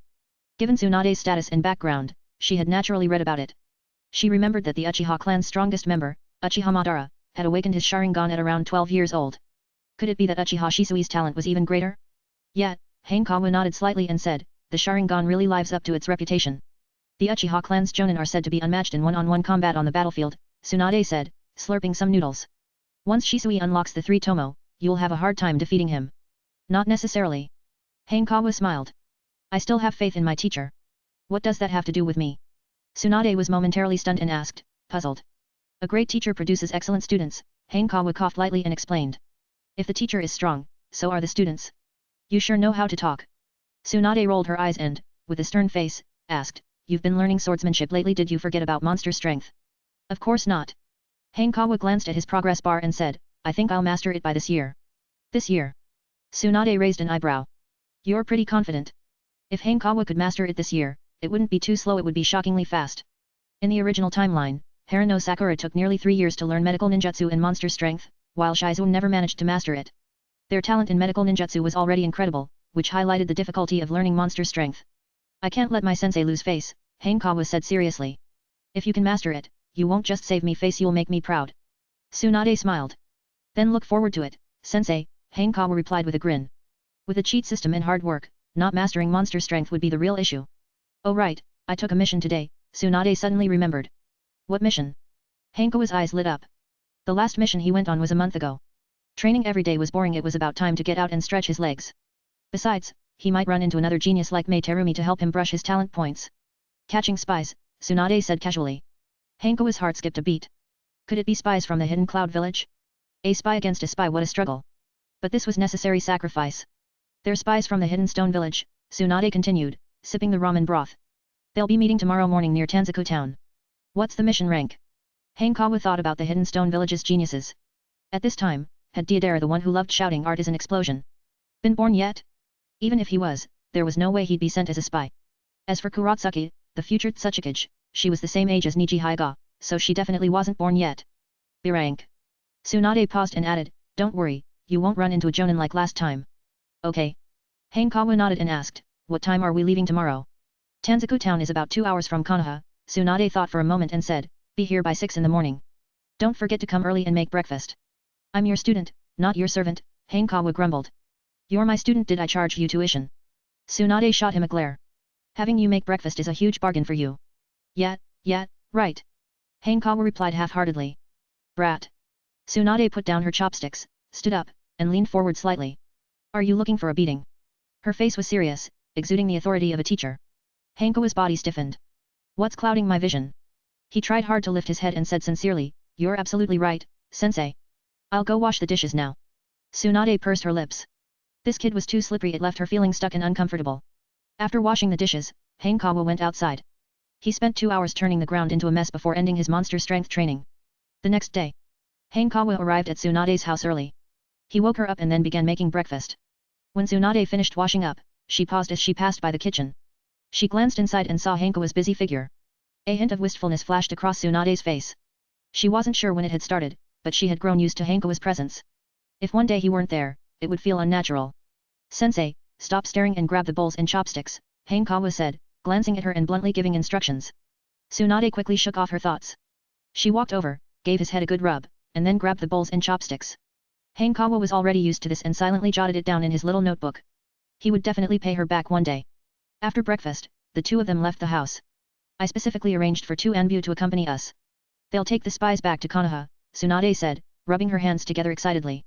As for us, we'll hit the casino for a couple of rounds. Hanekawa finally understood why she accepted this mission. It was clear she had ulterior motives. Tanzaku Street, mentioned in the original story, was a bustling area infamous for its gambling dens. Tsunade often frequented the casinos there. With Hanekawa now around and her fear of blood no longer an issue, she visited less often. 2 hours later, they arrived at Tanzaku Street. It was only 8 a.m., but the street was already packed with people. Hanekawa glanced around and saw many scantily clad women standing at the entrances of izakayas, trying to attract customers. Tsunade's gaze had already wandered to the nearby casino. Clearing her throat, she said, just like last time you'll handle the mission alone. Hanekawa nodded slightly. He already knew this last night, so it didn't surprise him. When he looked up again, Tsunade had already disappeared without a trace. Hanekawa scanned his surroundings and quickly identified his target, a lodge called Amaterasu Inn. According to the mission briefing, he needed to capture the hidden stone spies and their contact. Most likely, there were 2 Chunin involved. Transformation Jutsu. In a puff of smoke, Hanekawa's body rapidly grew, transforming into an unremarkable 30-year-old man. He entered the inn and checked into a room. After the staff left, Hanekawa slipped out through the window and quickly located the room where the hidden stone spy was. Just one person? Through the window, Hanekawa saw a middle-aged man inside the room. After a brief moment of thought, Hanekawa simply knocked on the door. Who's there? The man asked cautiously. Room service, Hanekawa said, making it up on the spot. Not needed, the man replied coldly. Demonic illusion, hell viewing technique. Hanekawa formed hand seals, and the moment he finished, he kicked open the door and locked eyes with the man. The man opened his mouth to speak but froze as the scenery around him suddenly shifted. He found himself in the Hokage's office, with the 3rd Hokage, Hiruzen Sarutobi, glaring at him furiously. Your cover has been blown. No. Don't kill me. The man's face twisted in sheer terror. The hell viewing technique reflects the victim's greatest fears. For a spy, being exposed was his ultimate nightmare. Hanekawa walked forward and delivered a punch, physically knocking him out of the genjutsu. The middle-aged man immediately fell into a sleep as peaceful as a baby's. Hanekawa propped him onto the desk, then flashed onto the ceiling beam to avoid being seen through the window or door cracks. Time slowly passed. A few minutes later, there was a rhythmic knock at the door, 3 long, 2 short, repeated in sequence. Hanekawa recalled what he had learned in class about ninja ciphers. This was undoubtedly the hidden stone's special contact signal. He jumped down and opened the door. You. The young ninja's pupils contracted the moment he saw Hanekawa, but before he could react, he too fell into a daze. Using the same method, Hanekawa knocked him out. Genjutsu really is convenient, he muttered. A shadow flashed by. It was Tsunade, who had been hiding in the dark. She had witnessed the whole process. To be honest, she was surprised at how clever Hanekawa was. He hadn't resorted to brute force. Earlier, she thought he might be too arrogant to use such underhanded tactics and was prepared to lecture him about it.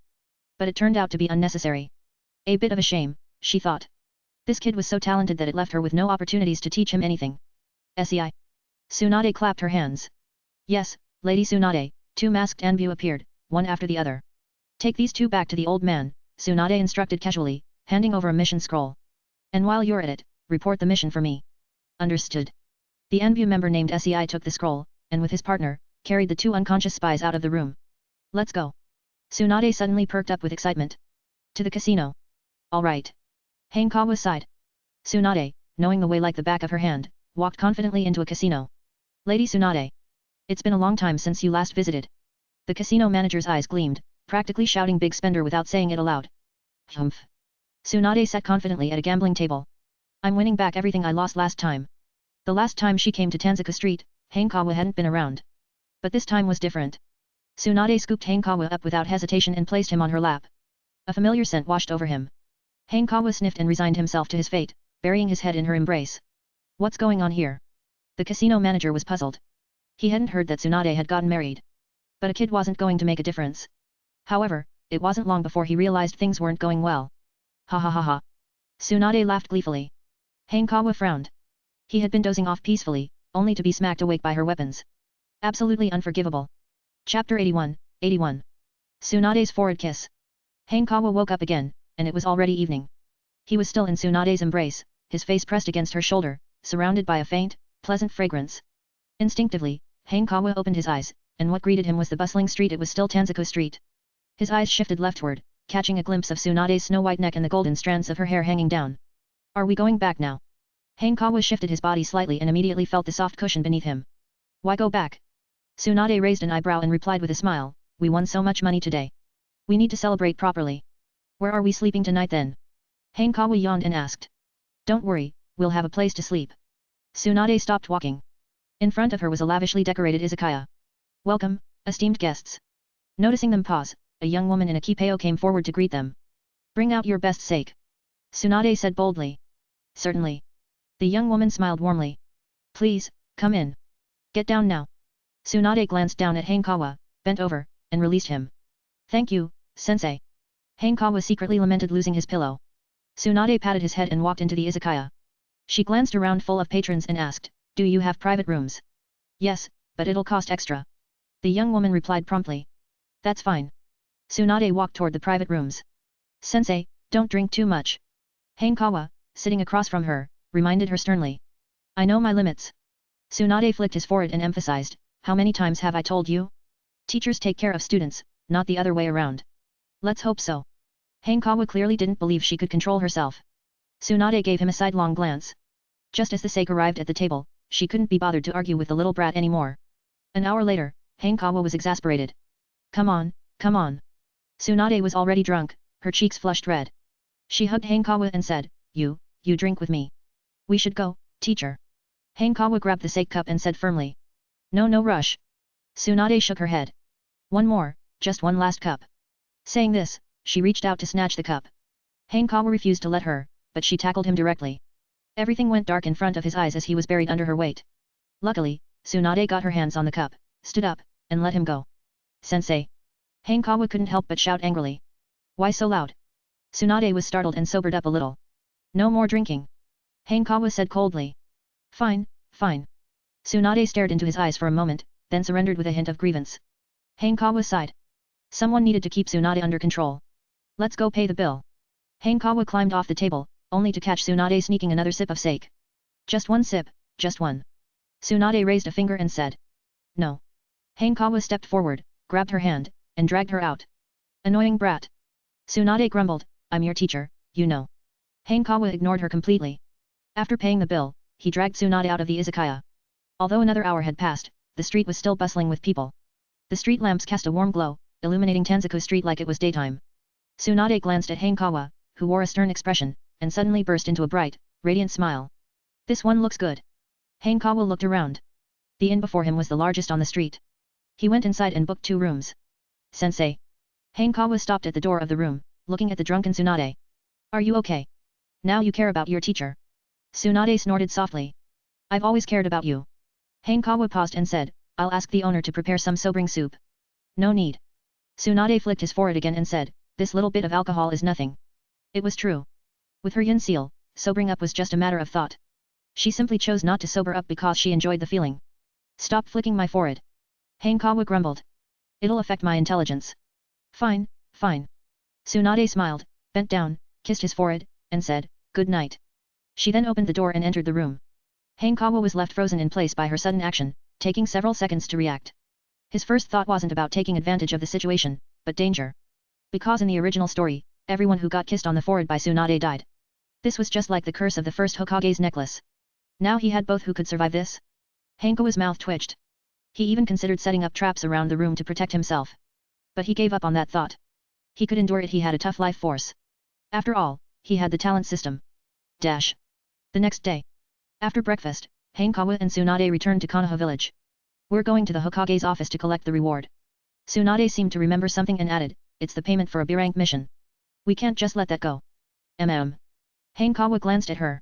She had already returned to her usual demeanor, as if she had forgotten about last night. Ha, what a heartless woman. Hokage's office. The door once again suffered, taking a solid kick from Tsunade. But it didn't break, truly a champion among doors. Old man, hi, Sakumo's here too. Tsunade entered the Hokage's office and immediately sensed something was off. She asked, what's going on? I failed the mission. Kakashi's father, Sakumo Hitaki, was no longer his usual calm self, appearing utterly defeated. Failed. Tsunade looked surprised. Given Sakumo's strength, failure was rare. Winning and losing are part of a ninja's life. You can always try again, Tsunade said after some thought, attempting to comfort him. Tsunade, it's not that simple, Hiruzen Sarutobi sighed. This failure caused significant losses to the Land of Fire, even alarming the daimyo. Hearing this, Hanekawa's heart skipped a beat. This was clearly the infamous mission from the original story that ultimately led to Sakumo Hataki's suicide. He hadn't expected to witness this unfold in person. But thinking it over, it made sense. He was like an accidental butterfly, and his actions could trigger unintended ripples through the timeline. Moreover, in the original story, Tsunade had already left Konoha due to her hemophobia, so there was no one to stand up for Sakumo. I'll take a look at the situation.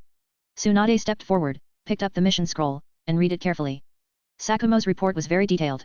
In addition to the mission's high difficulty, there was another reason for the failure. Sakumo had chosen to save his teammates at a critical moment. What's done is done. We need to do our best to mitigate the fallout. I'll go speak with the daimyo of the Land of Fire, Tsunade said as she put down the scroll. Old man, assigning blame won't solve the problem. Hiruzen Sarutobi was stunned for a moment. At this moment, Tsunade looked far more like the Hokage than he did. Upon hearing of Sakumo's failure, his first thought had been how to provide the Land of Fire and Konoha with an explanation. He had even considered handing Sakumo over to the daimyo to quell his anger. In the Naruto world, ninjas ultimately served the daimyo. The core of this problem wasn't within Konoha but with the Land of Fire. Tsunade's approach was the most rational. Sakumo looked up instinctively. As he gazed at Tsunade, it was as if he could see the will of fire burning brightly within her. Then I'll trouble you to make the trip, Hiruzen Sarutobi said after steadying himself. Make sure not to anger the daimyo, otherwise, next year's funding will be affected. Don't worry, it's not a big deal, Tsunade replied with a confident smile. The daimyo still owes me a few favors. That's true, Hiruzen Sarutobi agreed, sighing in relief. Tsunade, as a medical ninja, had once saved the daimyo's family from severe illnesses. Her assistance was a life-saving grace. Sakumo looked bewildered. Was the situation really solved that easily? Sakumo, you've been through a lot. Take a couple of days off and get some rest, Hiruzen Sarutobi said to him. Mistakes had consequences. But he had never intended to drive Sakumo to his death. After all, with Sakumo Hataki's immense strength, losing him would weaken Konoha. Missions always carry the risk of failure. If failure required a life every time, Konoha would have been empty long ago. Compared to Sakumo's failed mission, Orochimaru's actions were far more harmful, yet Hiruzen Sarutobi still let him go. Dash. Uncle Sakumo, Hanekawa caught up with Sakumo and said, Kakashi has been worried about you. Kakashi. Sakumo felt warmth in his heart. Where is he now?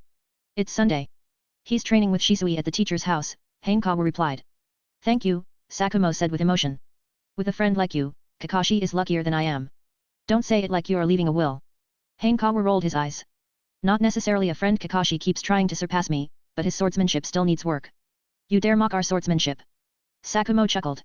I'll give him extra training when I get back. Watch out. I'll be waiting. Hanekawa nodded firmly. As Sakumo walked away, realization dawned. Hanekawa had been encouraging him for Kakashi's sake. Kakashi, you've found an exceptional friend, Sakumo murmured. Dash. Hanekawa waited outside the Hokage's office. Soon, Tsunade emerged. How did it go? Hanekawa asked. Got the money. Tsunade waved the savings book. I meant Uncle Sakumo's situation. Are you confident? Of course, Tsunade replied casually. The daimyo won't care about small losses as long as his rule isn't threatened. Hanekawa realized the daimyo couldn't afford to lose Konoha amidst constant war. Come with me tomorrow, Tsunade said, ruffling his hair. If the daimyo acknowledges you, your path to Hokage will be smoother. All right. Hanekawa was curious about the Land of Fire's capital. Rest tonight. We'll leave tomorrow, Tsunade decided. Dash. Suddenly, heavy footsteps approached. Hanekawa looked up to see a grim-faced Danzo Shimura. Tisk. Tsunade showed open disgust. Let's go, Hanekawa. Danzo watched them leave, regret flashing in his eyes. He had missed his chance to claim Hanekawa. With unmatched talent in swordsmanship, genjutsu, and medical ninjutsu, Hanekawa's growing fame pained Danzo. Dash. Danzo entered the Hokage's office. Hiruzen, Sakumo must be severely punished. That won't be necessary, Hiruzen replied calmly. Not necessary. Danzo frowned. Do you realize the damage he caused? Tsunade will explain it to the daimyo, Hiruzen stated. Tsunade? This is reckless. Danzo argued. We must hold someone accountable to appease the public. This is accountability, Danzo. If the daimyo accepts, the matter is closed, Hiruzen replied firmly. And Konoha? Danzo pressed. Sakumo violated the ninja code. Rules are rigid, but people are not, Hiruzen said. How many codes have you broken? I'm different. Danzo retorted. Everything I do is for Konoha. Hiruzen was silent for a moment. Enough. I am the Hokage, Hiruzen said, ending the debate. You'll regret this. Danzo warned. Stay in line, Danzo, Hiruzen said sharply. I'm not senile yet. Danzo froze, realizing Hiruzen wasn't bluffing. Resentfully, he complied. Hiruzen still held ultimate authority in Konoha. Chapter 82, 82. Tsunade's influence. On an April morning, the weather was neither too cold nor too hot. However, Kurenei seemed a little downcast. Just moments ago, Hanekawa had told her he was going to the Land of Fire's capital city today. When will you be back? Kurenei kicked a small stone on the road and asked. Very soon. Hanekawa walked up, grabbed her small hand, and said, 2 days at most. Kurenei's spirits lifted, and she asked, what kind of mission ends so quickly? It's not a mission. Hanekawa smiled and explained, I'm just accompanying my sensei to meet the daimyo. The daimyo. Kurenei's eyes widened in surprise.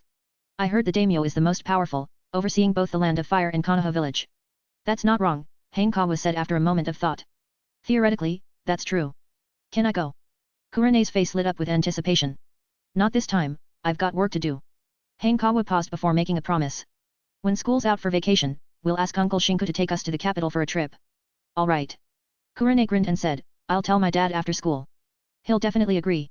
Hanekawa nodded slightly, but his gaze suddenly sharpened. Up ahead, 3 familiar figures appeared: Kakashi Hatake, Rin Nohara, and Obito Uchiha. It was normal to see them here. This road led to the Ninja Academy. Today, Hanekawa and Tsunade were going to the Fire Nation's capital, but the sudden trip meant he hadn't yet asked for leave from Ichiro. So, he had come this way to drop off Kurenei and stop by the academy. Rin. I'm telling you, Kakashi lost to Shisui. Obito Uchiha said excitedly. No way. Rin looked at Kakashi in shock. In her impression, though they had sparred before, it was always Shisui who lost. Shisui was younger and, in terms of swordsmanship alone, far behind Kakashi Hatake. It was just once, Kakashi said after 2 seconds of silence. He had been careless and hadn't dodged in time, but a loss was a loss. He wouldn't make excuses. See. Obito grew even more animated at Kakashi's calm response. Why? Rin asked curiously. Because. Obito was about to answer when Kakashi beat him to it. Shisui activated his Sharingan, Kakashi said calmly. It was his first time sparring with an Uchiha who had awakened their Sharingan, so he was caught off guard. But now that he understood, he was confident in winning next time. Damn it. Obito's face stiffened, clearly annoyed. Why did you steal my line? Is the Sharingan really that powerful? Rin was stunned. She'd heard Obito boast about it before, but she never imagined it could be this impressive.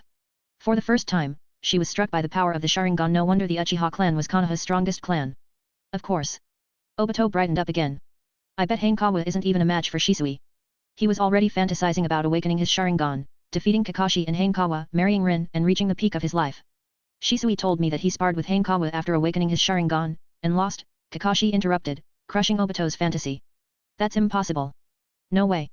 Obito protested without thinking. The Sharingan is invincible. It's still possible. Kurenei couldn't help but chime in. Kurenei. Rin turned her head in surprise and noticed Hanekawa, smiling brightly. Kakashi followed her gaze and noticed Hanekawa as well. His expression shifted slightly. Sakumo Hatake had told him about Hanekawa and Tsunade helping him yesterday, and Kakashi had been looking for a chance to thank him. Obito was livid. Every time Hanekawa appeared, he stole all the attention. It was infuriating. Good morning, all 3 of you, Hanekawa greeted with a smile.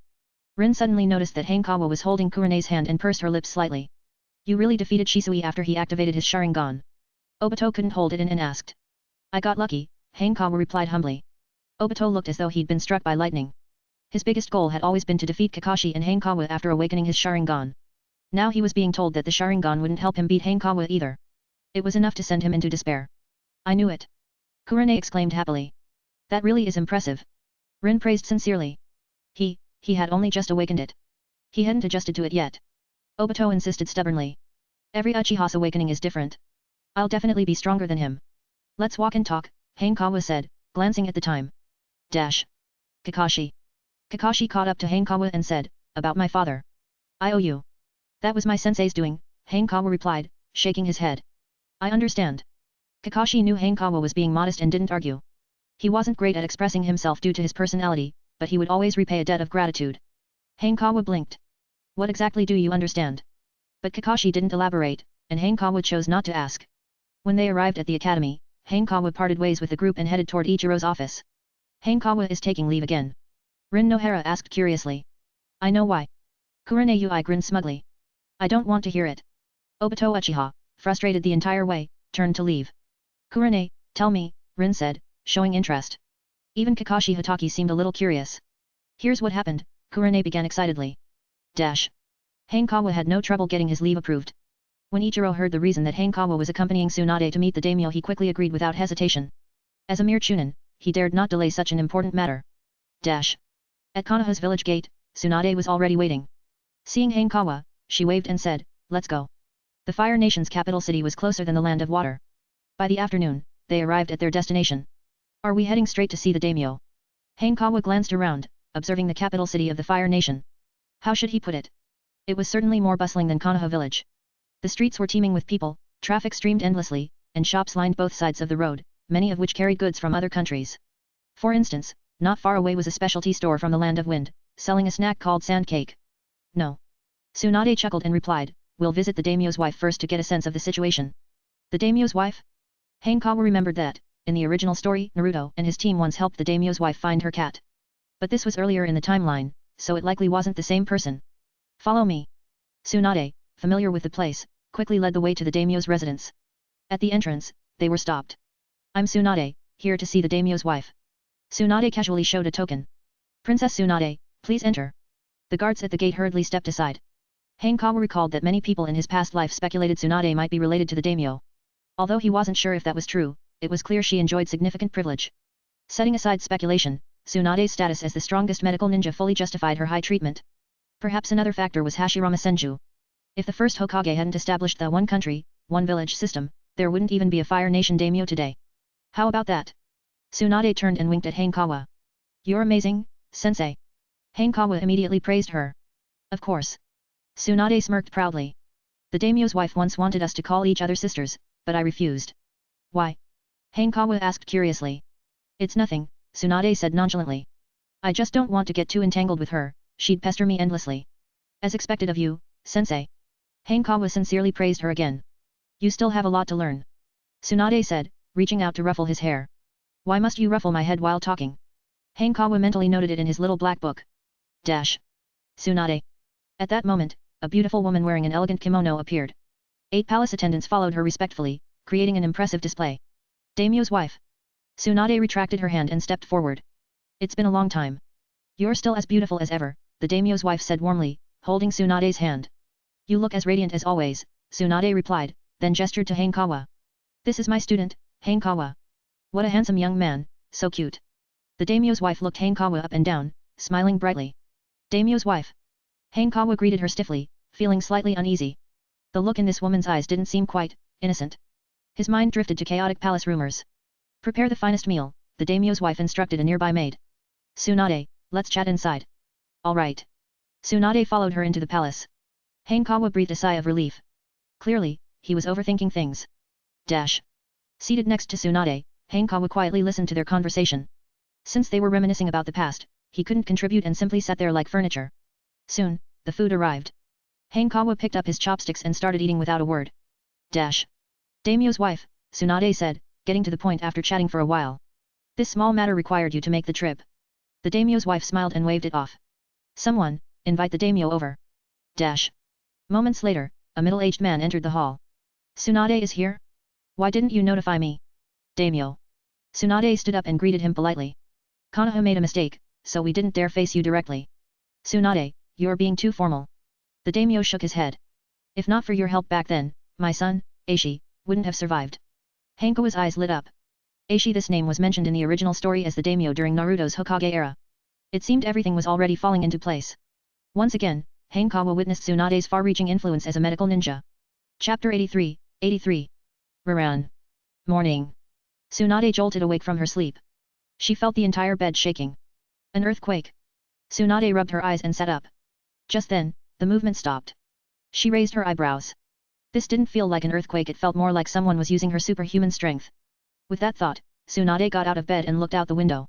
Not far away, a massive pit had appeared in the ground, with spiderweb-like cracks radiating out in all directions. "This brat actually spent a whole year mastering my strength technique." Tsunade mumbled to herself as she gazed at Hanekawa. No one would believe it if she told them a 9-year-old had managed to learn her monstrous strength. "Sensei." Hanekawa turned and waved to her. It had been more than half a year since their last trip to the Fire Nation's capital. He had finally mastered the technique. A-rank ninjutsu talent, monstrous strength. Trigger condition, successfully perform the technique. Effect, automatically achieve proficiency level in the technique. In addition to monstrous strength, 4 new talents had also been unlocked. The C-rank talent included Wind Release Chunin, water release Chunin, and swordsmanship Chunin. These talents were similar to his previous medical Chunin talent, each providing a 50% boost to the respective abilities. The promotion conditions were also the same. Reaching mastery in the skills would allow advancement to special Jonin. The final perk was the C-rank talent lightning chakra activation. After over a year of effort, he had finally grasped the basics. C-rank ninjutsu talent, lightning chakra activation. Trigger condition, attain the basics of lightning chakra activation. Effect, increases physical strength by 50%, including defense, attack, and speed. Note, combine with C-rank lightning Chunin and C-rank taijutsu Chunin to synthesize the B-rank perk lightning body. All his effort had clearly paid off. This talent alone boosted 3 attributes: defense, attack, and speed, making him well-rounded. In the original story, the 4th Raikage lightning release chakra mode in his strongest lightning armor allowed him to match Minato Namikaze in speed. He could even dodge Amaterasu with sheer physical ability, which was outrageous. Beyond his speed, his defense and attack power were also extraordinary. The 4th Raikage once cut off the Eight-Tails horn with a single hand. During the 4th Great Ninja War, he was trusted as the supreme commander of the Ninja Alliance for a reason. Hanekawa stroked his chin. The synthesis path for lightning Chunin and taijutsu Chunin wasn't too difficult, he just needed time to achieve it. What he was curious about was the effect of the B-rank talent lightning body. Not bad. Tsunade walked over and praised him without holding back. As expected of my student. Sensei, isn't that just complimenting yourself? Hanekawa quipped. If I hadn't taught you, how would you have learned this? Tsunade smiled and asked, who deserves the most credit? You do, sensei. Hanekawa quickly relented. Now that's better. Tsunade nodded in satisfaction before asking, when do your holidays start? The day after tomorrow, Hanekawa explained. These 2 days are for third-year exams. Today is the theory test, and tomorrow is practical. Good. Tsunade grinned and said, you can't just laze around for the next 2 months. We'll take on a mission. Sure. Hanekawa had no objections. Now that he had mastered monstrous strength, he might be able to defeat a Jonin in an unexpected situation. Of course, in direct confrontation, it would still be difficult. The Jonin of the 5 great villages had real strength, while Jonin from smaller villages might be beatable. Go take your exams. Tsunade waved him off. I'll check the mission board for something suitable. Sensei, I want to learn lightning release, Hanekawa suddenly remembered. Tsunade frowned slightly. She knew Hanekawa had both lightning and fire attributes. However, since he was ultimately a medical ninja, she believed his time would be better spent improving his medical ninjutsu proficiency. Then again, she remembered his outstanding performance at Konoha Hospital. The medical ninjutsu he learned had incredibly high proficiency. At this point, the only medical ninjutsu left for him to learn were A-rank and S-rank techniques, essentially forbidden jutsu. But those techniques were still too advanced for him. It wasn't that he lacked talent, but his body simply didn't have enough chakra yet. He would need another 2 years. Alright. Tsunade agreed. I'll ask the old man for a few lightning release jutsu. In Konoha, learning ninjutsu wasn't as simple as wanting to learn it. As a ninja, there were only 3 ways to acquire new techniques. 1 taught by a teacher. 2 inherited through a clan or parents. 3 granted as a reward by the Hokage. Learning or teaching ninjutsu privately without approval could result in punishment. However, as Tsunade's student, Hanekawa didn't need to worry. As long as the techniques weren't forbidden jutsu, he could learn them freely. So, Hanekawa directly asked Tsunade for lightning release techniques. As for wind release and water release, he lacked the innate attributes, and given his age, it was better to take things 1 step at a time. After breakfast, Hanekawa headed to school, and Tsunade went to the Hokage's office. The mission hall was located on the 2nd floor of the Hokage building. As soon as Tsunade entered, she spotted a familiar figure. Lady Tsunade, Minato Namikaze greeted, quickly stepping forward. You're here to take a mission. Tsunade nodded slightly and asked. Yet. Minato scratched his head sheepishly and replied, the Hokage just gave me a rather troublesome mission. Competence invites more responsibility, Tsunade chuckled. If she were Hokage, she wouldn't let someone with the Flying Thunder God technique sit idle either. After all, it was incredibly convenient. Lady Tsunade, are you here to take a mission too? Minato's eyes lit up with curiosity. Yes. Noticing his enthusiasm, Tsunade waved her hand dismissively. It's to give Hanekawa some experience. Your mission would be too difficult for him. No, it's actually perfect. Minato smiled brightly and asked, why don't you take a look? Is that so? Tsunade reached out and took the mission scroll from him. I was originally planning to form a team with 2 Jonin and 1 Chunin, Minato explained with a smile. If you and Hanekawa join, it will be just right. The ancient kingdom of Iran, in the land of wind. Tsunade exclaimed in slight surprise as she glanced at the scroll. According to legend, the ancient kingdom of Iran sits atop a dragon vein, an energy source of limitless power, Minato explained. Based on intel from the ANBU, Iran's minister, Anro Kuzan, is attempting to use the dragon vein to create a terrifying weapon to dominate the ninja world. Dominate the ninja world? Tsunade scoffed coldly. He sure dreams big. So what do you think about this mission, Lady Tsunade? Minato asked once she had finished reading. It'll do, Tsunade replied after a brief thought. I'll join you. With you on board, this will be much easier. Minato let out a breath of relief. It shouldn't take too much time. What's the rush? Tsunade teased. Want to get back early to see Kushina? Minato blushed at being exposed and laughed awkwardly. How about leaving the day after tomorrow? Tsunade suggested. The next 2 days are for final exams. Sounds good to me, Minato agreed immediately. See you then. Tsunade turned and headed upstairs. Dash. At the Hokage's office, Tsunade pushed the door open without warning, startling Hiruzen Sarutobi. He quickly stashed away a certain book titled Black Beast. What were you reading? Tsunade narrowed her eyes suspiciously. Why is your face red? Is it? Hiruzen coughed lightly, trying to sound serious. It's just the heat recently. It's spring, Tsunade said coldly. A bead of cold sweat rolled down Hiruzen's forehead. If Tsunade found out about Black Beast, his reputation would be utterly destroyed. Desperate to change the topic, he asked, what brings you here? Are you here for a mission? Since she began training Hanekawa, Tsunade had been taking 1 mission per month. I've already accepted a mission. I'm going to run with Minato, Tsunade replied, getting straight to the point. I need a few lightning release techniques for Hanekawa. For Hanekawa? Hiruzen paused in surprise. Does he still have the energy to learn lightning release? As the student of Tsunade and a rising genius, Hanekawa was someone Hiruzen paid close attention to. To his knowledge, Hanekawa had already trained in swordsmanship, genjutsu, and medical ninjutsu. Most ninja would struggle to master just one of those disciplines, yet he was training in 3 and now lightning release as well? Geniuses can't be measured by common sense, Tsunade replied with a small smile. He's already mastered monstrous strength. What? Hiruzen's face was full of astonishment. He is my student, after all, Tsunade said proudly, lifting her chin. You've certainly found yourself a remarkable student, Hiruzen admitted. His achievements might even rival Minato's. The Flying Thunder God technique was invaluable, but an excellent medical ninja was no less impressive. SEI, Hiruzen called out. An ANBU ninja wearing a mask appeared. Fetch 3 basic lightning release scrolls, Hiruzen instructed. Yes, SEI replied before turning and leaving. Just 3. Tsunade frowned, clearly dissatisfied. Can't you be a little more generous, old man? Come back for more when he's learned those, Hiruzen explained.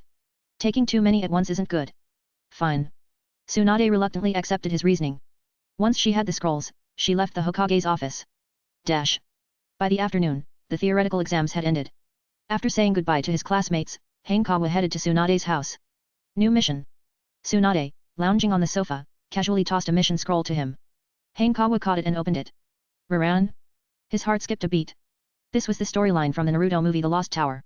In the original story, after Sasuke defected, Naruto Uzumaki, Yamato, Sakura Haruno, and Sai pursued a rogue ninja named Mizukage to the ancient kingdom of Iran. Thanks to Minato's Flying Thunder God mark and an explosion of dragon vein energy, Naruto was sent back in time.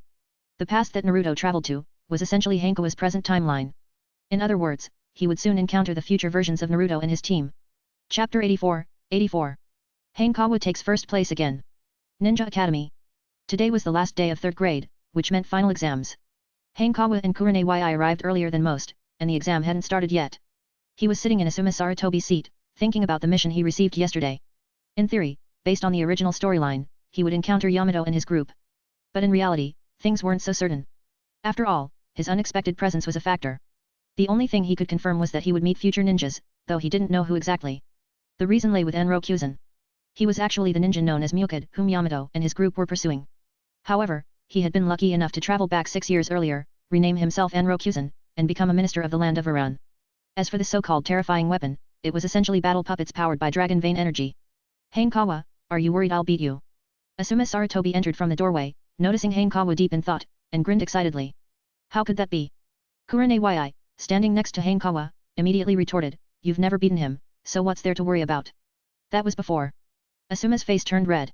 We haven't fought yet today, so why are you already saying I'll lose? Doesn't matter.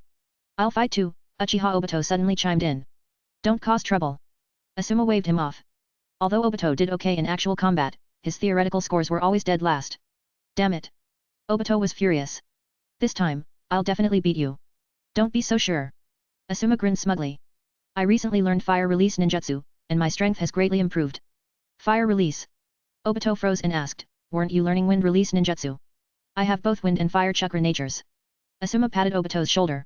If you lose to my fire release, then... No way. Obito shivered and quickly replied. The Uchiha clan, aside from their Sharingan, was best known for their fire release techniques. He couldn't bear the thought of losing to fire release and how the rest of his clan would react. Good luck, Obito, Rin Nohara said with a soft laugh. Heh. Obito immediately ignored Asuma, smiling as he said, Rin. I promise I won't let you down. Just do your best, Rin replied hesitantly. She understood Obito well, achieving a good result was nearly impossible. But for some reason, he remained mysteriously confident. Don't worry. Obito pounded his chest. He's training too broadly, which is actually counterproductive. How could it be counterproductive? Asuma protested, look at Hanekawa, he trains even more broadly than I do. You're not even. Obito suddenly stopped mid-sentence. How had he ended up praising his rival? Was he subconsciously admitting that Hanekawa was the strongest? You'll find out in a fight. No need to argue. Kakashi Hatake spoke calmly. As expected of my eternal rival. Might Guy trembled with excitement. Kakashi, we can finally have another youthful duel. Kakashi couldn't help but twitch his mouth. Logically, Hanekawa was stronger, so Might Guy should be challenging him instead. But since Hanekawa frequently took leave and was absent for months at a time, Kakashi became the target. Another reason was that Hanekawa was too strong. At this point, Might Guy had just started learning the 8 Gates technique, and his abilities were still limited. Even so, he wouldn't use it on his peers. The 8 Gates had too much destructive power and serious side effects. In the original storyline, Rock Lee only used it after obtaining Guy's permission, and his targets were almost always ninjas from other villages. At that moment, the academy bell rang. I'm going back. See you later. Hanekawa stood up and said. If only you could switch places with Asuma. Kurane began to say something but stopped halfway, realizing it was too harsh. Even so, Asuma had already understood. He froze in place, turning pale as his whole body grayed out. Rin instinctively covered her mouth, trying not to laugh. Uchiha Obito was about to laugh but realized he wasn't much better than Asuma Sarutobi and could only sigh. When will Rin finally understand my feelings? Good luck, everyone. Hanekawa smiled and returned to his seat. Moments later, their teacher, Ichir, appeared at the classroom door. He scanned the room and confirmed everyone was present. Head to the training field in order for the exam. Clapping his hands, Ichir gave the command. The students stood up and followed him to the field. The field was already bustling with other classes preparing, but the arrival of third-year Class A drew many curious glances. After all, Class A was legendary within the academy, especially because of Hanekawa and Kakashi Hatake. Asuma Sarutobi wasn't far behind, but his identity as the Hokage's son often overshadowed his personal efforts. I'll call your names. Step forward and spar. Ichir, holding a roster, continued, first match, Uchiha Obito vs Mizuki. The practical exam focused more on performance than winning or losing. Take Hanekawa, for example, everyone who fought him lost, but it didn't mean they were weak. Hanekawa was simply too strong. The key was who could last longer and perform better against him. Watch me shine. Obito winked at Rin Nohara and rushed up eagerly.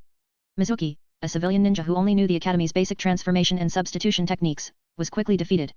How did I do? Obito asked proudly. You did well. Rin smiled encouragingly. It's just Mizuki. Asuma scoffed, saying, wait until you see my fire release. The Uchiha clan's fire release is the strongest. Obito shot back, unwilling to back down. The exam continued. Half an hour later, it was Obito versus Asuma. One fight was never enough for the practical, each student usually sparred at least 3 times. You're going to lose. Obito shouted as he formed hand seals. Praying it would work, he successfully unleashed a massive fireball fire-style, fireball jutsu. For once, it didn't fail him. Asuma quickly formed his own seals. Fire-style, dragon flame jutsu. A long, dragon-like stream of fire shot from his mouth, colliding with Obito's fireball. Both were C-rank fire release techniques, but Obito's lack of proficiency showed. In the clash of flames, Asuma on the left won. How is this possible? Obito froze in disbelief. Perfect chance. Seizing the opening, Asuma slid forward, tripping Obito to the ground. Obito instinctively struggled but was immediately pinned down. Asuma Sarutobi wins. Ichir announced the result. The Uchiha clan's fire release isn't all that great. Asuma smirked, his expression brimming with triumph. You jerk. Obito was so angry he nearly coughed up blood. When I awaken my Sharingan, I'll beat you until you beg for mercy. I'll be waiting. Asuma shrugged nonchalantly. This had become Obito's catchphrase, but his Sharingan had yet to appear. Hanekawa vs Kakashi Hatake. Ignoring their banter, Ichir announced the next match. The entire field fell silent. For Class 3A, this was the clash of titans.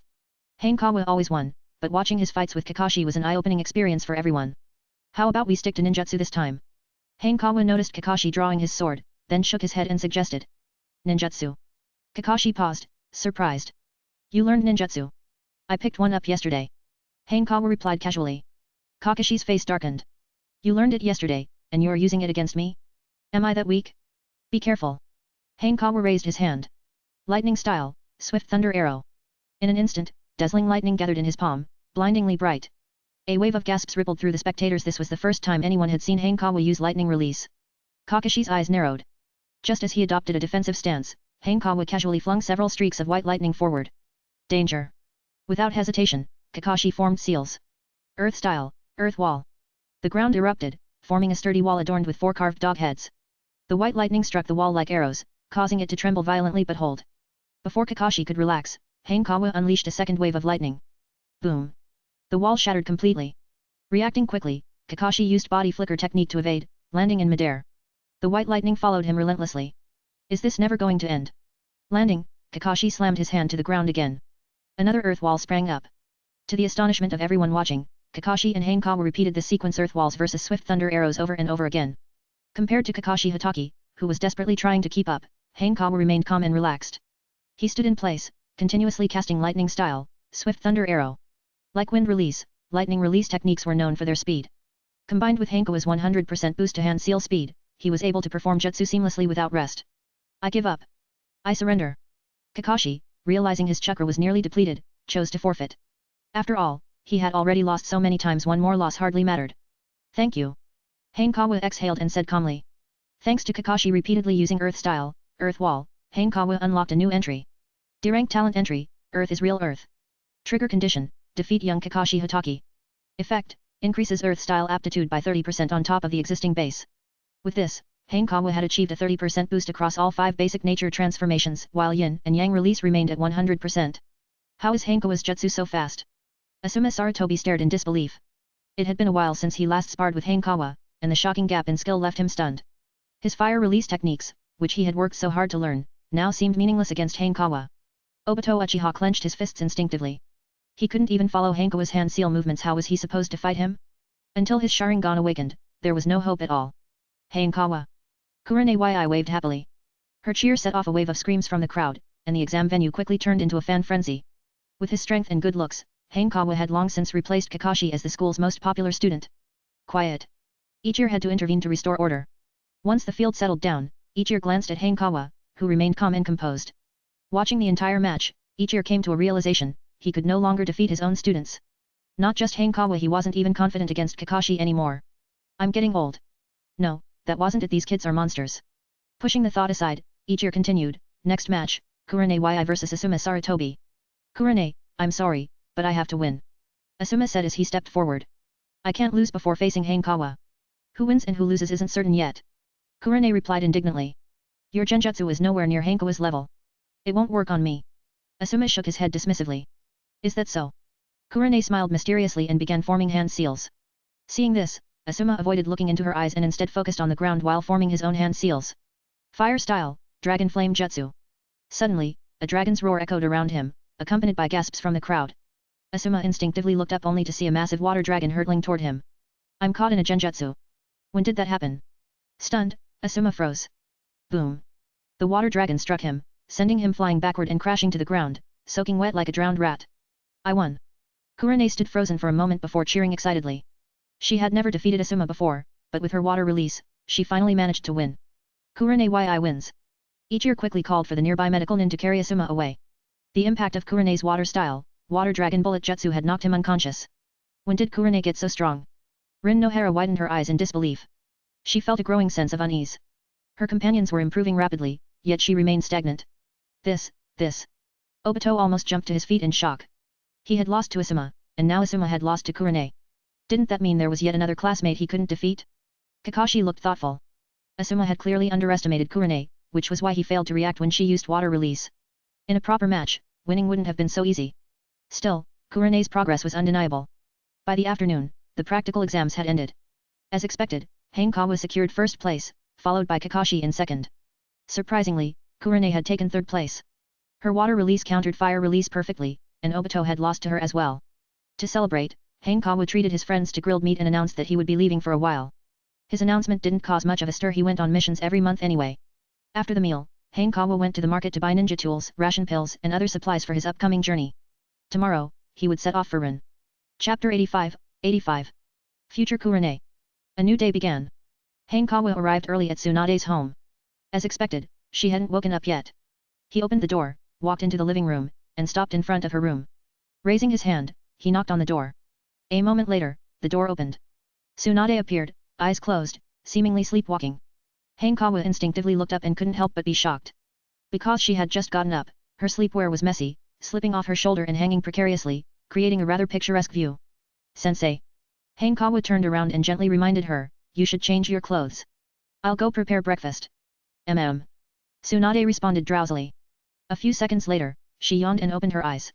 Noticing her exposed fair skin, she paused for a moment. Did that brat see something, she wondered. Forget it. It's just a kid anyway. Tsunade raised an eyebrow, dismissing the thought. She turned back to her room, quickly changed clothes, and headed to the bathroom to freshen up. Not long after, the two of them sat at the dining table. Where are we meeting Minato-senpai? Hanekawa handed Tsunade a pair of chopsticks and asked. Right here. Tsunade casually pulled out a kunao and said, at 8 o'clock, Minato will show up. Is this a Flying Thunder God kunao? Hanekawa examined the kunao, noting the Flying Thunder God mark and the inscription, Sword of Shinobi Love. Yes, Tsunade explained. Minato can teleport instantly to any place marked with the Flying Thunder God symbol, though it does consume chakra. That's so convenient, Hanekawa remarked. Convenient, yes, but it's incredibly hard to master. In the entire history Hidden Leaf Village, only 2 people know how to use it. Tsunade shook her head. It's almost 8. Let's eat. Let's dig in. Hanekawa clasped his hands together before starting to slurp his noodles. At exactly 8 o'clock, the space in the living room distorted slightly. Namikaze Minato appeared. Unlike his usual attire, he wore a grey bodysuit, a flak jacket, and a mask. Lady Tsunade, Minato greeted with a smile. And Hanekawa, good morning. Why are you wearing a mask? Take it off, Tsunade said, a bit unused to his look. ANBU members aren't allowed to remove their masks during missions, Minato replied firmly. It's the rule. Hanekawa recalled how, in the Lost Tower movie, Minato also wore a mask initially but removed it after meeting Naruto. Suit yourself. Tsunade didn't press further. She stood up and said, let's head out. Hanekawa locked the door and followed them toward the village outskirts. Raran is within the Wind Country. We might encounter sand shinobi, so be cautious, Minato reminded them. If we do run into them, avoid fighting if possible. Hanekawa thought of Sasori of the Red Sand. As Chiyo's grandson, he was hailed as the strongest puppet master in the ninja world. At this time, Hanekawa wasn't sure if Sasori had already killed the third Kazekage and defected.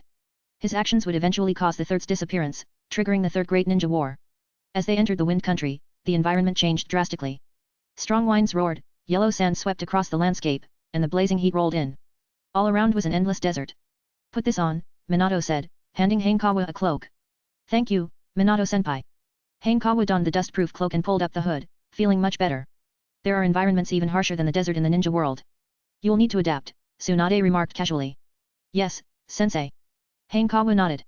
Having a student feels pretty good, Minato said with a smile. You could apply to the third Hokage to become a team leader, Tsunade suggested. Actually, you might not even need to. In a couple of years, he'll probably approach you himself. Why is that? Minato asked, puzzled. This generation of Hanekawa's peers has many talented students, Tsunade explained. The third wouldn't miss the chance to make use of you. Minato immediately understood. If the Hokage wanted to nurture new talent, he was the ideal mentor. After all, Hiruzen Sarutobi was getting older, and the legendary Sunin had already trained students of their own. Minato was the only one without a disciple. I wonder which 3 students the Hokage will assign to me, Minato mused, instantly thinking of Kakashi Hatake. Aside from Hanekawa, Kakashi was the most talented and powerful. Moreover, as the son of Sakumo Hatake, Kakashi wouldn't be entrusted to just any mentor. As for the others, Minato guessed Asuma Sarutobi was a strong contender, being the Hokage's son. Hanekawa won't be one of them, Tsunade said with a slight smile. I wouldn't dare steal Lady Tsunade's student, Minato replied warmly. Still wearing his mask, his smile went unnoticed by Tsunade and Hanekawa. The 3 continued their journey. By the next morning, they finally arrived at their destination. Impressive, Minato remarked as he gazed at the colossal structures in the distance. It truly is amazing, Tsunade agreed. Tall and slender buildings clustered together, forming a city of steel. Compared to the desolate desert surrounding it, the sight was even more striking. According to ANBU intelligence, Raran wasn't like this before. Its transformation is due to the modifications made by the new minister, Enrokuzen, Namikaze Minato explained after snapping out of his thoughts. It seems this minister Enrokuzen is quite capable, Tsunade remarked, withdrawing her gaze. Should we go straight to him? Our mission has 2 objectives, to aid the Queen of Raran and to seal the legendary dragon vein, Minato clarified, shaking his head. We need to expose Enrokuzen's true nature to the Queen and then secure the dragon vein. Clearly, Minato had thought this through, as his explanation was well organized. Then let's split up, Tsunade suggested after a moment of thought. You go after the dragon vein, and I'll take Hanekawa to find the Queen.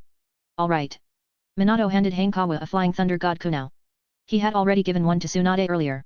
Thank you, Minato-senpai, Hanekawa said as he put it away. With the Flying Thunder God kunao, they had at least some measure of safety, even though Minato had a habit of showing up late at critical moments in the original storyline. Let's head in, Minato reminded them. Be cautious. Got it. Tsunade nodded slightly. The three of them walked toward Ruran. As they approached, the unique architectural style, so different from the Hidden Leaf Village, became even more apparent. I'll go on ahead, Minato said after a pause. Once I locate the dragon vein, I'll teleport to you both. With that, he leapt away, disappearing into the city's dense cluster of buildings. Ruran is too vast, it'll be tricky to find someone, Tsunade observed as she surveyed their surroundings. I'm giving you a task, use genjutsu to find out the queen's location. Just make sure you don't cause too much commotion. Understood. Hanekawa recognized this as another test of his abilities. Be careful, Tsunade cautioned. Got it. Hanekawa concealed himself and entered Lauren. The streets were eerily empty, a strange sight. After some thought, Hanekawa realized why. In the original storyline, when Naruto Uzumaki traveled to this time, he stumbled upon a coronation ceremony for Ruran's new queen, Sarah. With that in mind, Hanekawa headed toward the city center. Before long, he heard cheering. He saw a crowd gathered near a tall tower where Sarah stood. She appeared young, about 16 or 17, with striking red hair cascading down her back. Where's Naruto? Hanekawa wondered, recalling how Naruto was supposed to show up to save Sarah like a hero. At that moment, a puppet suddenly shoved Sarah from behind, sending her toppling off the tower. Frowning, Hanekawa was about to intervene when a dark figure darted out and caught Sarah mid-air. Hanekawa's curiosity piqued, and he quickly followed the figure.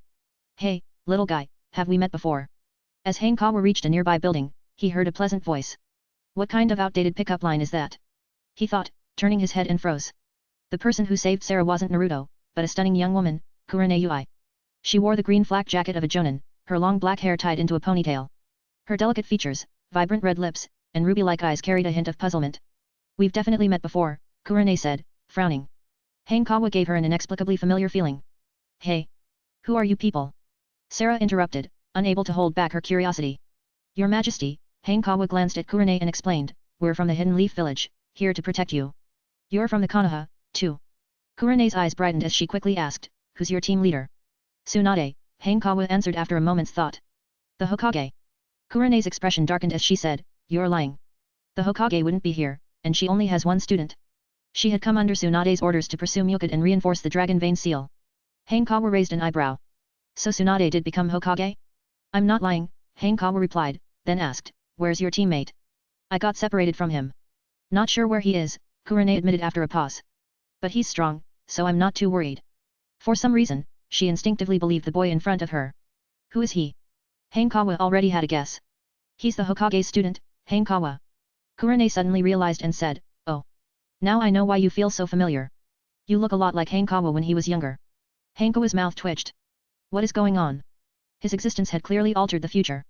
Normally, the mission to hunt down Mizukage and reinforce the dragon vein seal would involve Yamato, Naruto, Sai, and Sakura.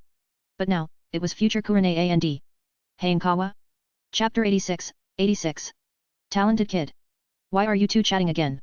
I still don't understand the situation, Sarah couldn't help but interrupt. Why are you protecting me? Your Majesty, have you not considered why you fell from the tower? Hanekawa reminded her. Sarah froze for a moment, then remembered that someone had pushed her. At that time, only a puppet had been behind her, and the only one who could control the puppets was Enrokuzan. Impossible. Sarah's face filled with disbelief. Uncle Enrokuzan would never deceive me. Uncles, hey? Always the villains, thinking only about power or rather, uniting the ninja world, Hanekawa mused sarcastically. Just as he was about to speak, the sound of footsteps reached his ears. We've been spotted by the puppets. Kurane's expression shifted. No sooner had she spoken than a group of puppets surrounded them. Water style, water surge wave. Kurane clasped her hands together, unleashing a surge of chakra. Before her, a whirlpool of water materialized out of thin air, expanding like a waterfall and engulfing the puppets. The immense force sent the puppets flying. Let's go. Kurane grabbed Sarah and dashed away. Body flicker technique. Hanekawa quickly followed. The sound of cracking and clanking filled the air as about one-third of the puppets emerged unscathed from Kurane's water-style attack. They raised their hands, unleashing purple chakra arrows that shot toward them. Water style, water wall. Kurane turned and slammed her hand onto the ground, summoning a water barrier. The purple chakra was deflected, but the delay allowed more puppets to converge on them. This way. At that moment, Tsunade appeared in front of Hanekawa. She glanced at the approaching puppets and raised her leg. Heavenly Foot of Pain. An application of her monstrous strength. Centered around her, the ground shattered, sending countless shards flying.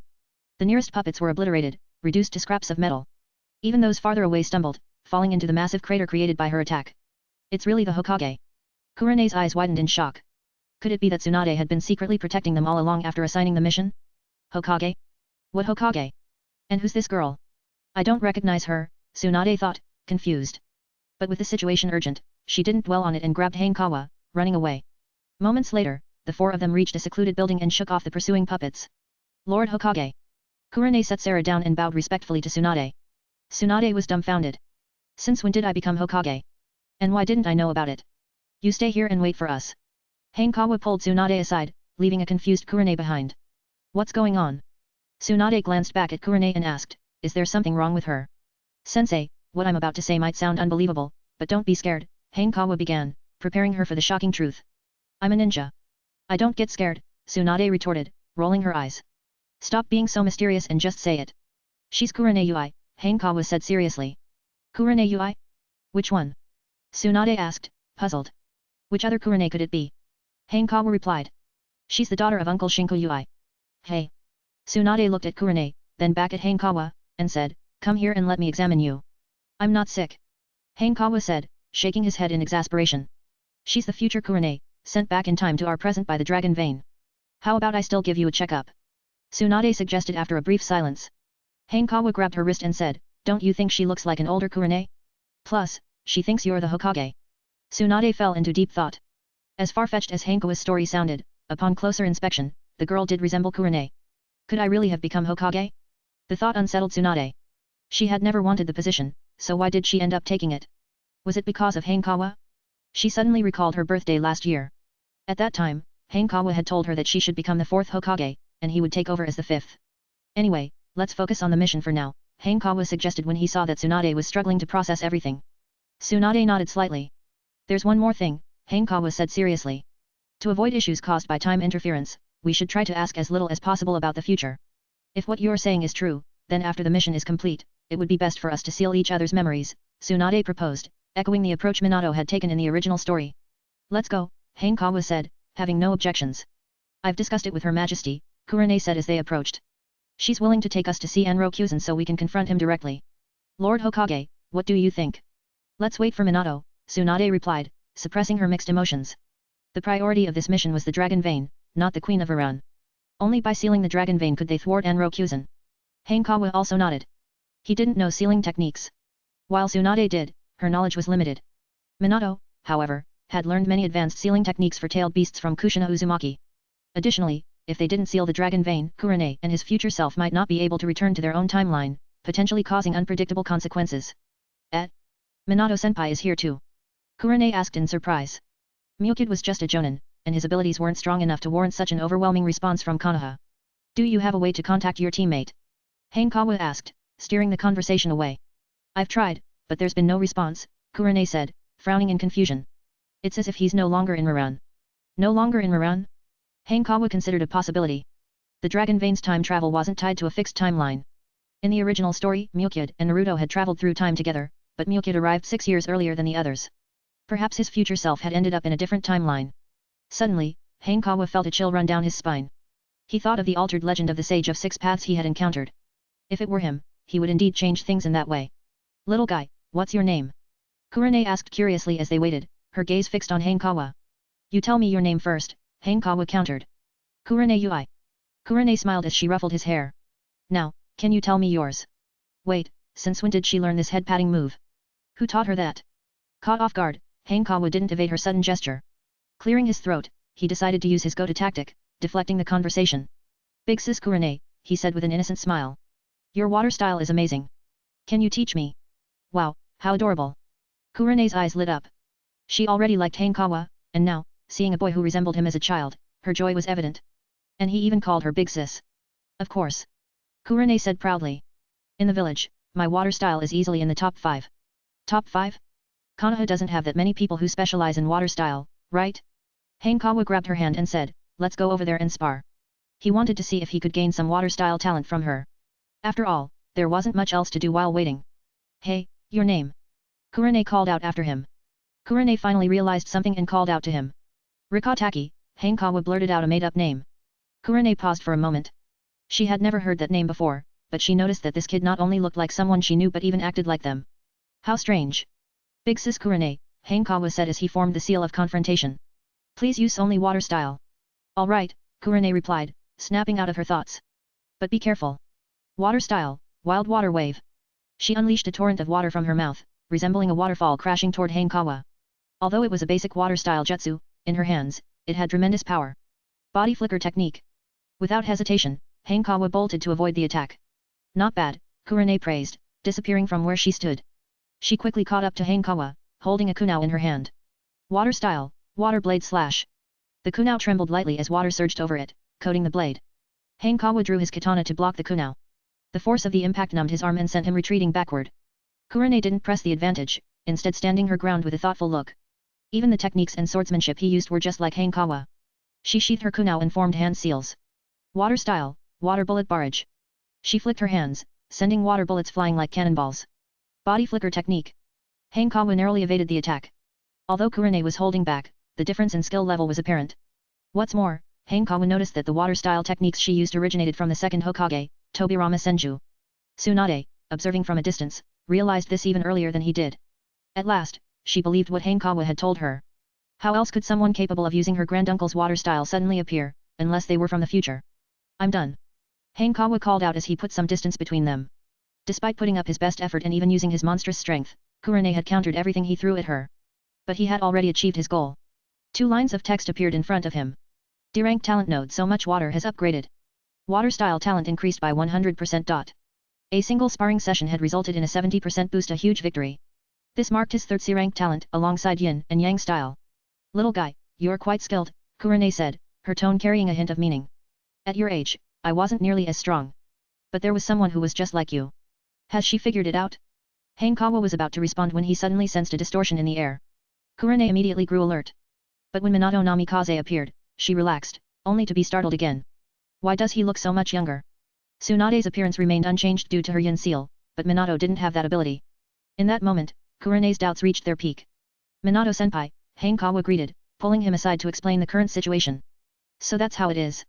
Minato said, quickly regaining his composure, his adaptability far greater than Tsunade's. Minato-senpai, have you located the dragon vein? Hanekawa asked with a sigh of relief. It's beneath Varan, Minato confirmed, hesitating slightly. But I'm missing the central focal point. Sarah, as the queen of Varan, should know where it is, Hanekawa suggested. For now, we're planning to confront Anrokuzen.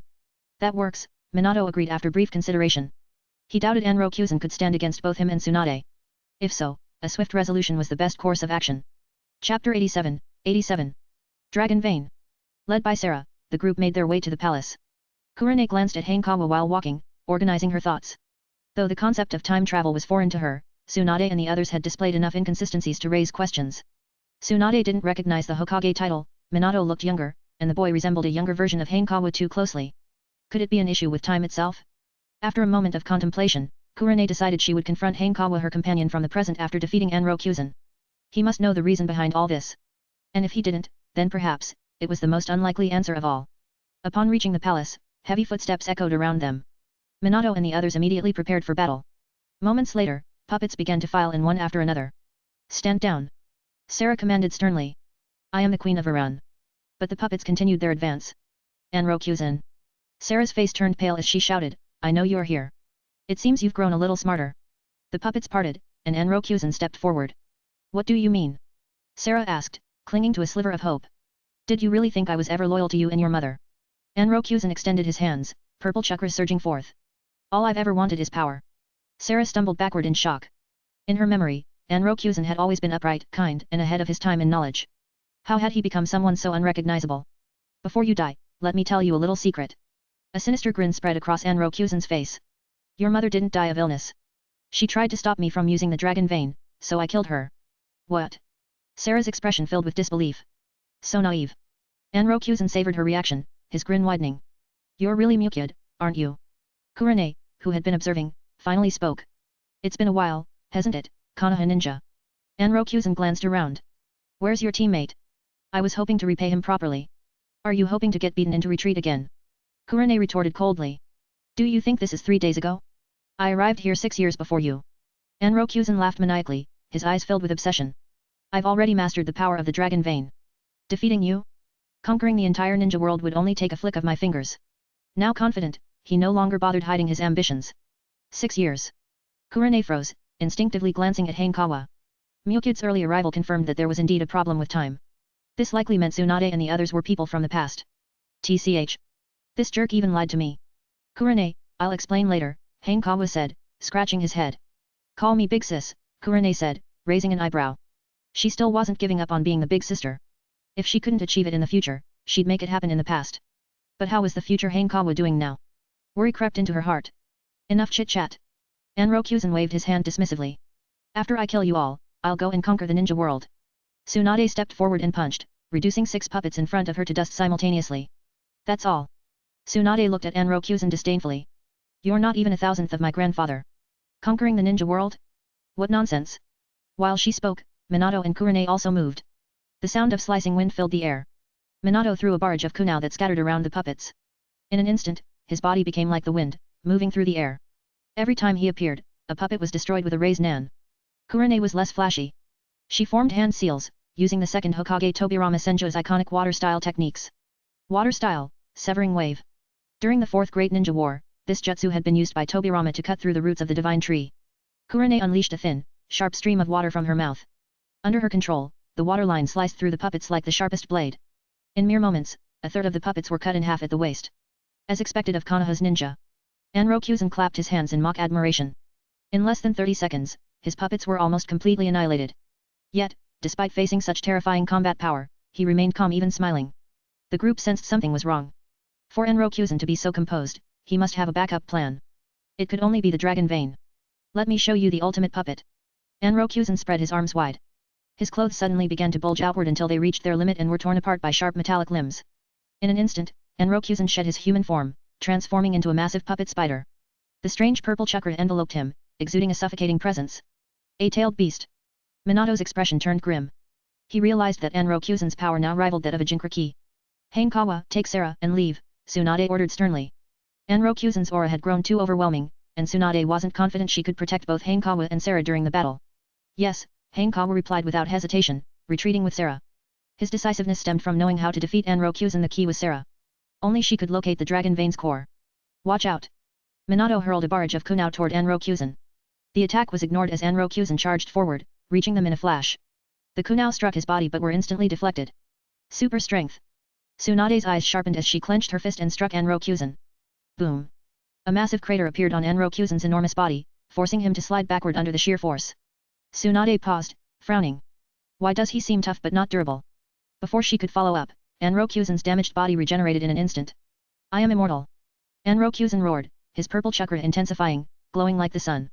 With another burst of speed, he lunged forward, his razor-sharp spider legs aimed at the group. Water style, water wall. Kurane slammed her hands on the ground, summoning a barrier of water.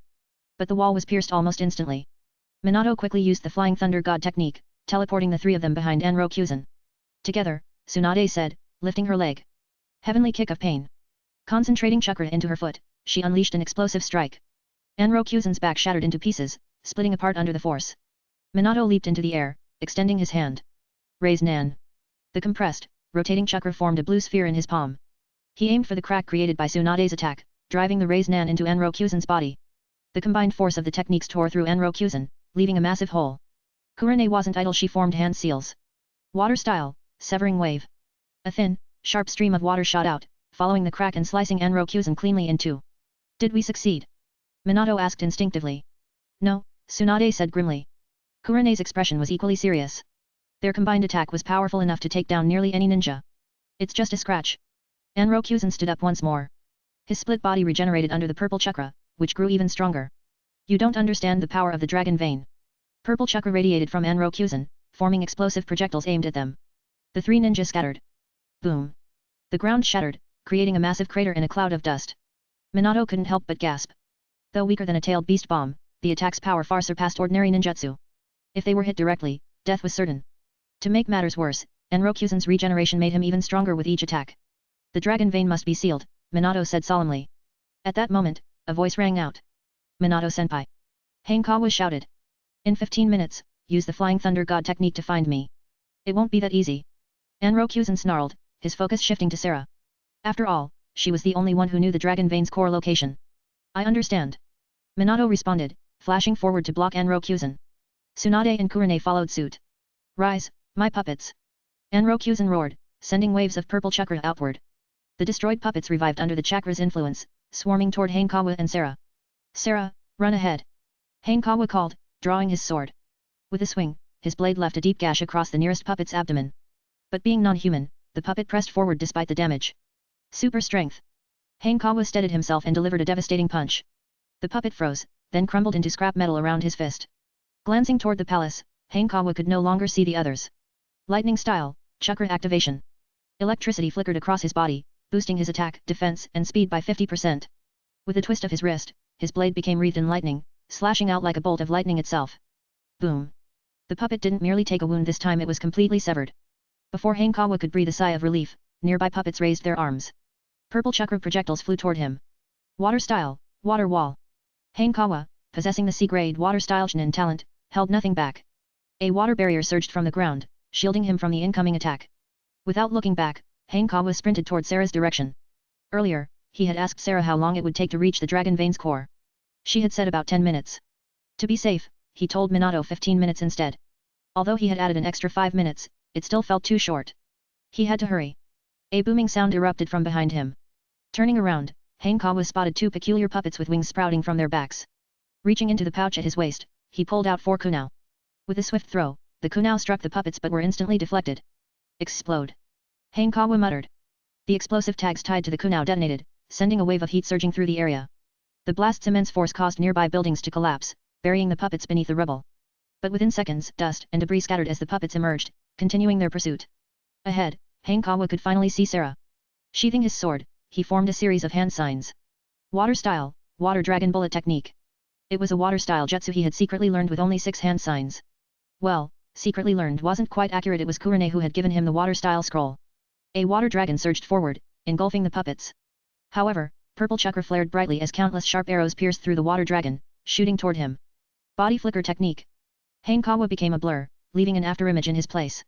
The purple chakra arrows struck the wall behind him, shattering the structure into rubble. The puppets resumed their charge. Suddenly, an idea struck Hanekawa. He stood his ground, gripping his sword tightly. Brilliant lightning crackled along the blade's surface. Leaping into the air, he brought the sword down on the advancing puppets. Thunderclap. A fierce storm of lightning bolts struck the puppets, causing a massive surge of electricity to course through them. As he landed, Hanekawa sheathed his blade and formed another series of hand signs. Water style, wild water wave. He leaned back and spewed a torrent of water. When the water collided with the residual lightning, a violent reaction ensued. The struggling puppets froze instantly. Although they weren't human, their internal mechanisms relied on delicate components. The combined forces of water and lightning had fried their systems, rendering them motionless. The power of science, folks. Come on, get in. Sarah's voice called out. Body flicker technique. In an instant, Hanekawa appeared before her. Up ahead is the dragon vein's core, Sarah said with a sigh of relief. Once the puppets enter here, their chakra will be disrupted by the dragon vein, rendering them immobile. Hanekawa nodded slightly. The two descended further, leaving the passageway behind. Hanekawa's eyes widened in awe. They had arrived in a vast underground hall. Massive streams of chakra, shaped like a dragon, coiled around the room. In the original storyline, the dragon vein Naruto and the others encountered had already been sealed, making it seem far less impressive. But now, in its unsealed, raw form, the dragon vein was truly magnificent. It's so massive. Can you even seal it? Sarah asked, her face filled with worry. It's not as big as it looks, Hanekawa replied, shaking his head. This dragon was comparable to a Shikaku at best, and it wasn't nearly as massive as Kurama or the Divine Tree. Sarah couldn't help but gasp in amazement. Is the world outside Rin really this terrifying? Let's wait for Minato-senpai, Hanekawa said, sitting down to catch his breath. Using so many jutsu in a short time had taken a significant toll on him. A few minutes later, the air rippled. Minato appeared, stepping out of the spatial distortion. His tense expression eased as he saw the dragon vein. Well done. Minato praised sincerely. How's the situation on your side? Hanekawa asked, looking up at him. Not great. Enrokuzen is getting stronger the longer we fight, and the pressure on us is growing, Minato said. After a brief pause, he smiled. But now, it's time to bring this to an end. Chapter 88. Kurane, you tricked me. A flying thunder god kunao was embedded in the ground. As Minato Namikaze formed hand seals, countless sealing patterns spread outward from the kunao as the center. The enormous dragon-shaped chakra shuddered violently, gradually being absorbed until it vanished entirely. Incredible, Sarah murmured in amazement. She wasn't a ninja, she'd only heard stories of their mystical abilities. But witnessing such extraordinary power exceeded anything she'd imagined. Even the dragon vein, which she considered extremely dangerous and terrifying, was subdued with such ease. It's done. Minato wiped the sweat from his forehead. This wasn't his first time using the Uzumaki clan's sealing techniques, but it was his first time sealing something as formidable as the dragon vein, comparable to a tailed beast. The difficulty was immense. Without a Jinkraki to host the sealed energy, he had little confidence in success. However, he improvised by using a flying thunder god Kunao as a medium, sealing the dragon vein into the platform before them. Another advantage was that the dragon vein wasn't sentient like a tailed beast and thus offered no resistance. Suddenly, a massive explosion echoed from a distance. Hanekawa instinctively stood up and used an eightfold scope to survey the scene. It was Enrokuzen's self-destruction. Amidst the thick smoke and collapsing buildings, he couldn't spot Tsunade or Kurane. "I'll go check it out," Minato said before vanishing. Moments later, spatial distortion rippled as Minato reappeared, this time with Tsunade and Kurane in tow. Seeing them, Hanekawa sighed in relief. With the dragon vein sealed, Enrokuzen could no longer benefit from its miraculous regenerative powers. He was no match for Tsunade and Kurane now. However, Hanekawa's expression shifted as he noticed a strange white glow emanating from Kurane. He could faintly sense the power of space-time swirling around her. "It seems the sealing of the dragon vein has restored the normal flow of space-time in your body," Minato mused. "In other words, you'll soon return to your original timeline." "Will the same happen to my teammate?" Kurane asked, startled. "Yes," Minato replied after a moment of thought. As a user of the Flying Thunder God technique, a space-time ninjutsu, Minato had a fair understanding of time and space. In the original Lost Tower storyline, he had immediately deduced that Naruto Uzumaki had traveled through time upon meeting him. "That's good to know," Kurane said, smiling as she turned to Hanekawa. "Little brother, we've still got time. Let's talk." "Who are you calling little brother?" Hanekawa retorted but still walked over. "Kurane, don't reveal anything about the future," Minato warned sternly. "If you do, history could be altered the moment those words leave your mouth." "I understand," Kurane said with a nod. She and Hanekawa moved aside. "Did you keep me in the dark earlier because of what Minato-senpai said?" Kurane asked, her lips pressing into a thin line. "Exactly," Hanekawa chuckled.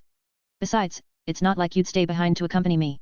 "True," Kurane said with a teasing smile, ruffling his hair. "You're too young boring to play with."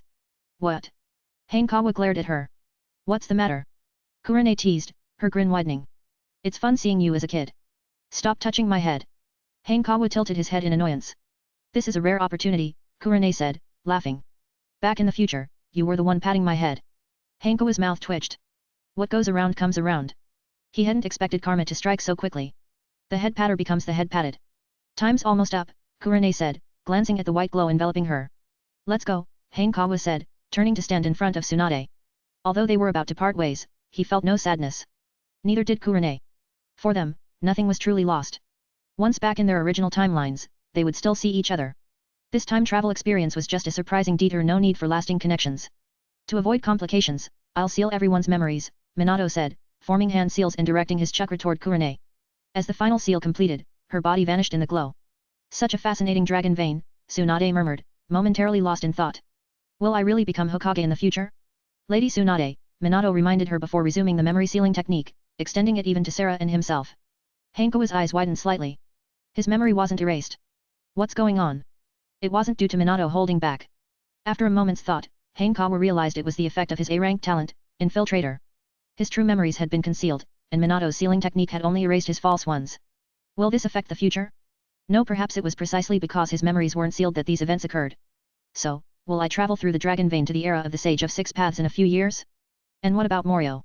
Future Hanekawa would surely defeat Morio. Moreover, according to the timeline, Morio wouldn't target the dragon vein until Naruto grew up.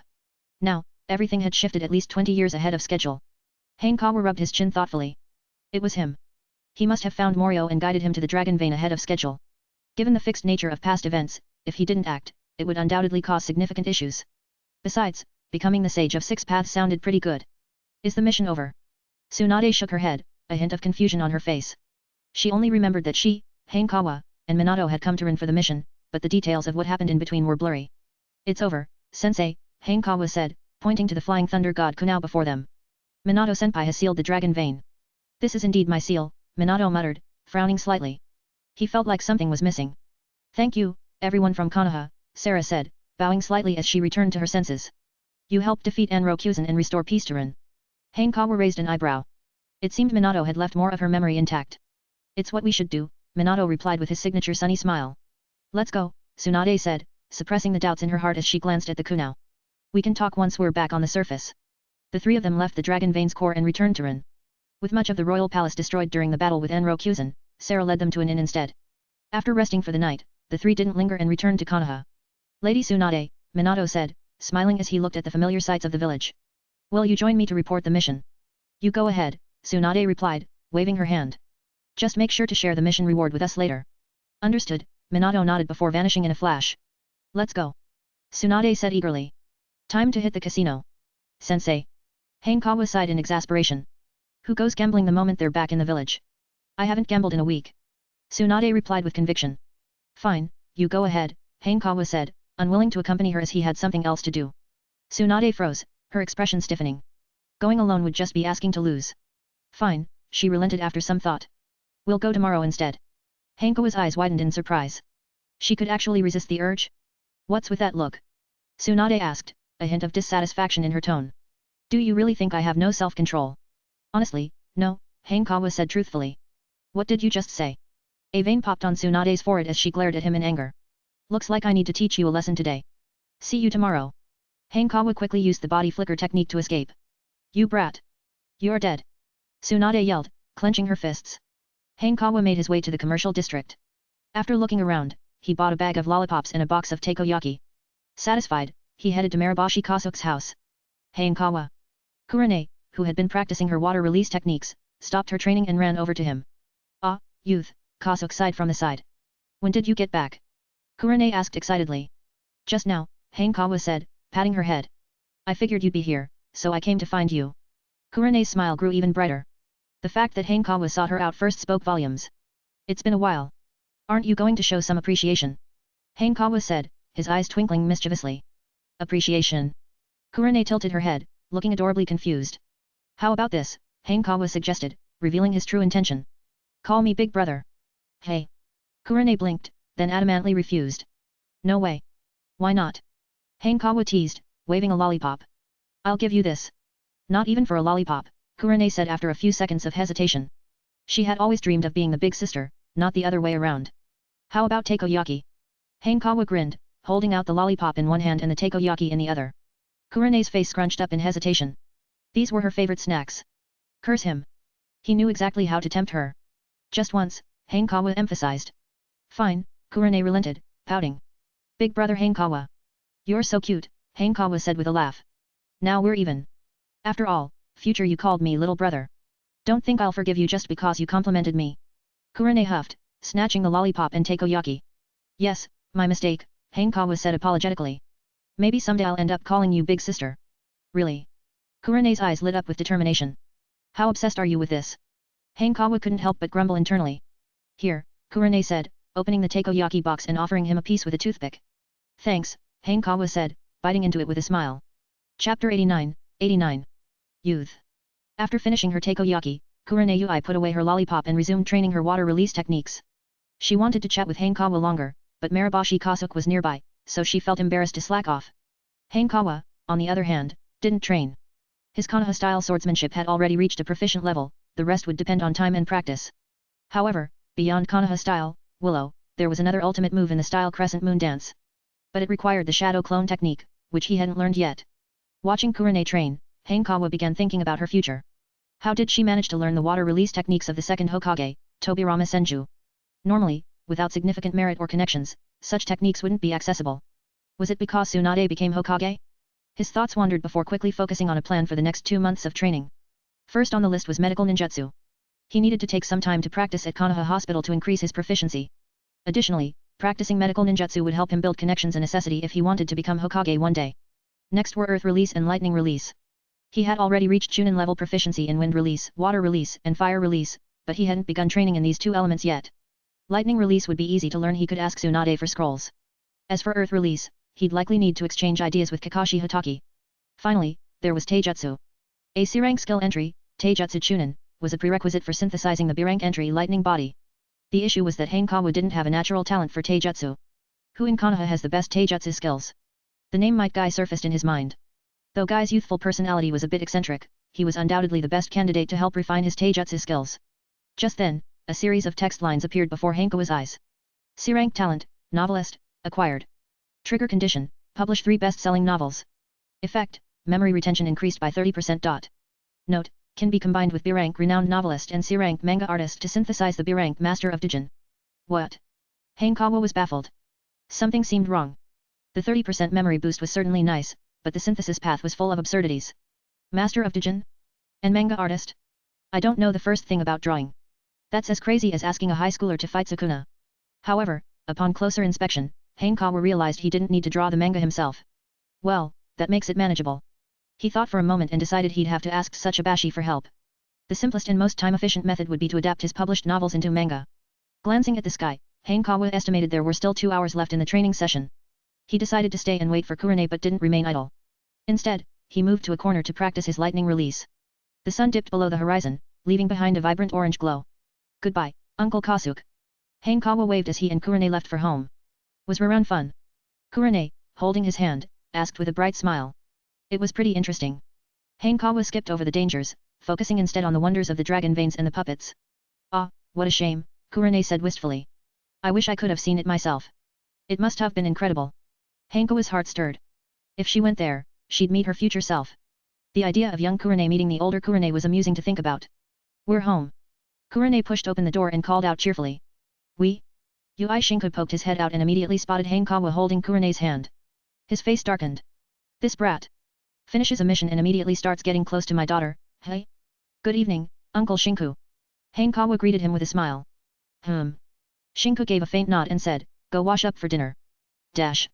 The next morning, Hanekawa woke up early. He got dressed and headed to Konoha's bookstore. As usual, since he arrived early, there were no customers. You're just in time. Tsuchibashi smiled as soon as he saw Hanekawa. Another new book project. Hanekawa chuckled. I was just about to talk to you about something. No, it's not about a new book, Tsuchibashi said, shaking his head. It's an order from the Raikage. What kind of order? Hanekawa's expression turned serious. This is good, he seems loyal, Tsuchibashi thought, nodding inwardly before explaining. We've been tasked with identifying the Nine Tails Jinchuriki.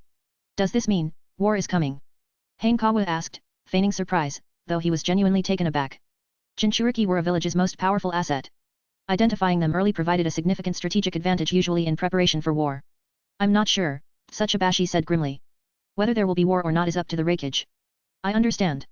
Hanekawa began recalling the events of the original series. He couldn't remember the exact timeline but knew that Kurone and Asuma Sarutobi would become Chunin before the Third Shinobi War. That means I have 2 or 3 years left.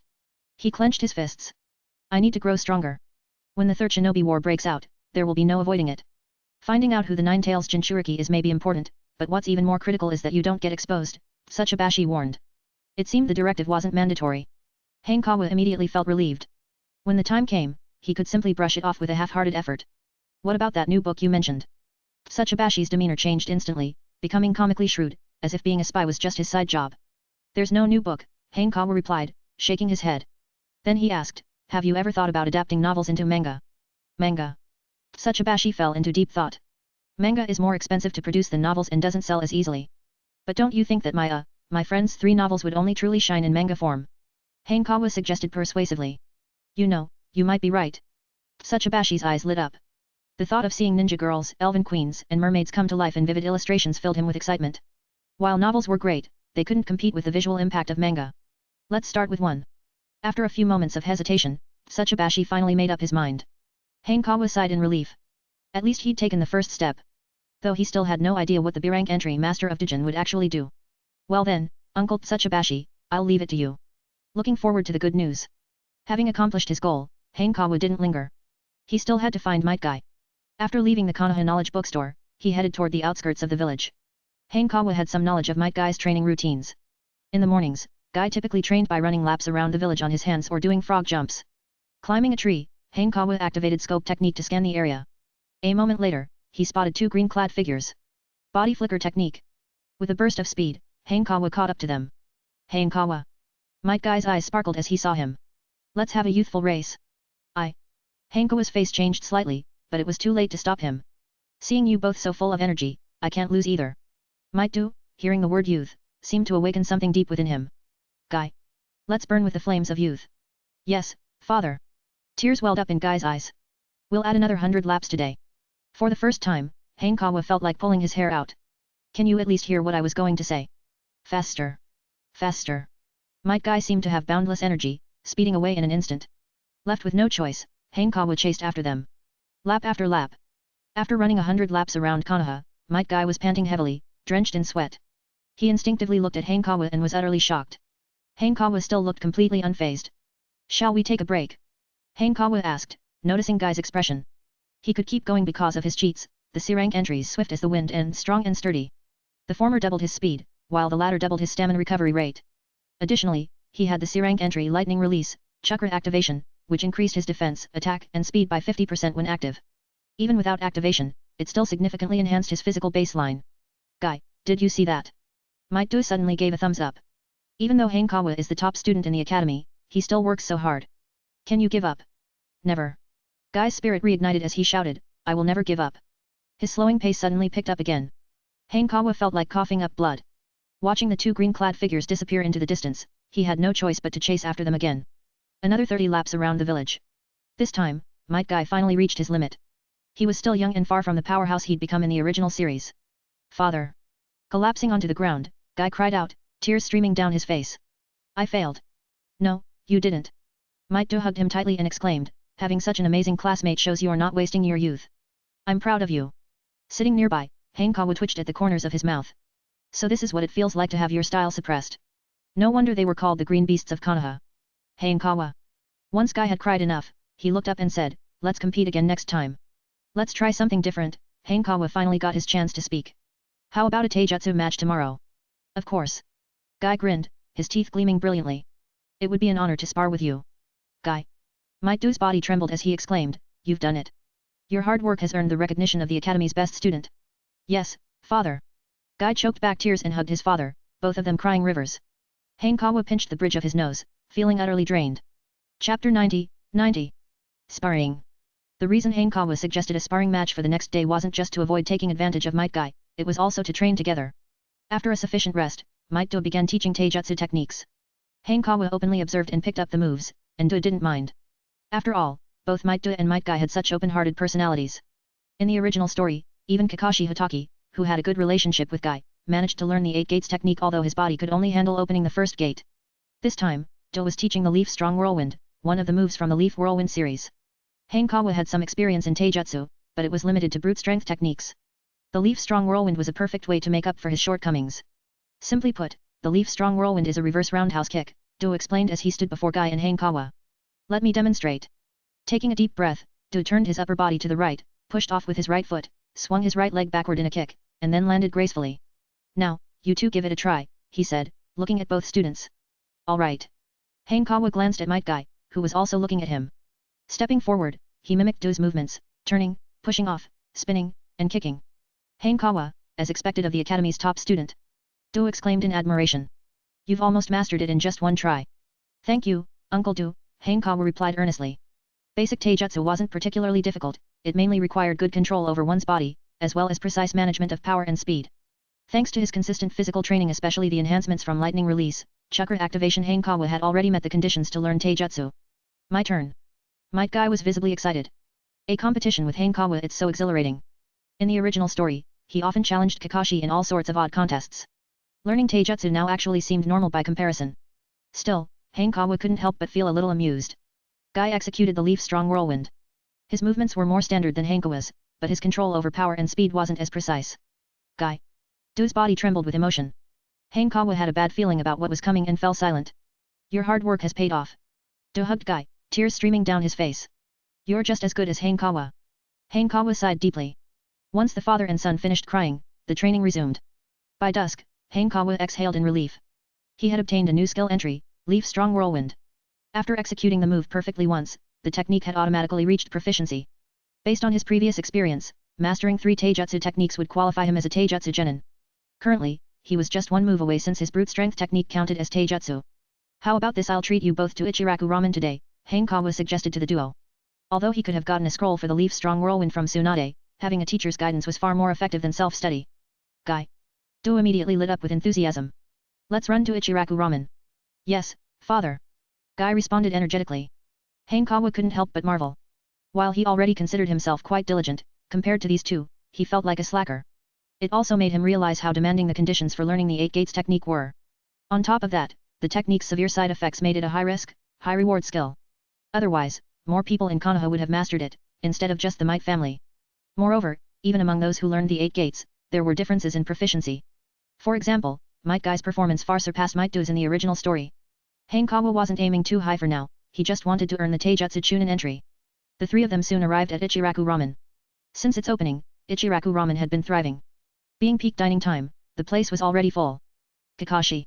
Might Guy suddenly spotted a familiar figure and shouted. Kakashi Hatake felt an urge to turn and run but hesitated when he noticed Hanekawa was there. Kakashi, Hanekawa greeted, walking over. Just then, a group of customers finished their meal and left, freeing up some seats.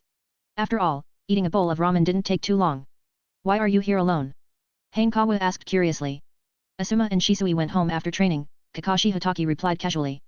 My father is away on a mission, so I came to Ichiraku Ramen. I see, Hanekawa nodded slightly. Why are you with them? Kakashi glanced at Might Guy and asked. I'm training with them, Hanekawa explained. Impressive. Kakashi couldn't help but give a thumbs up. Considering the unique style of Might Guy and his father, anyone who could endure training with them was remarkable. Even Kakashi himself sometimes found it hard to keep up, so he genuinely admired Hanekawa for managing it. Hanekawa was at a loss for words. The Might duo were undeniably kind-hearted and worth befriending, but their eccentricity was hard to overlook. Hanekawa suspected the reason Might duo had remained a genin for so long was that no one wanted to team up with him. After all, genin couldn't take missions alone, and participating in the Chunin exams required a team and a certain number of missions completed. Dash. The next day. Third training ground. Hanekawa and Might Guy stood facing each other. Might duo watched eagerly from the sidelines as the sparring match was about to begin. Leaf Whirlwind. Might Guy couldn't hold back, or rather, didn't even try to. After forming the seal of confrontation, he immediately charged at Hanekawa. It was the first time Hanekawa had seen someone shout the name of a technique while performing it. In the anime, characters shouted their moves for the audience's benefit, but in the real ninja world, who would yell out their technique during a fight? That would just alert the enemy. No wonder Might Guy was denied entry into the Anbu and Root divisions. Even Denzo Shimura would be at a loss dealing with such theatrics.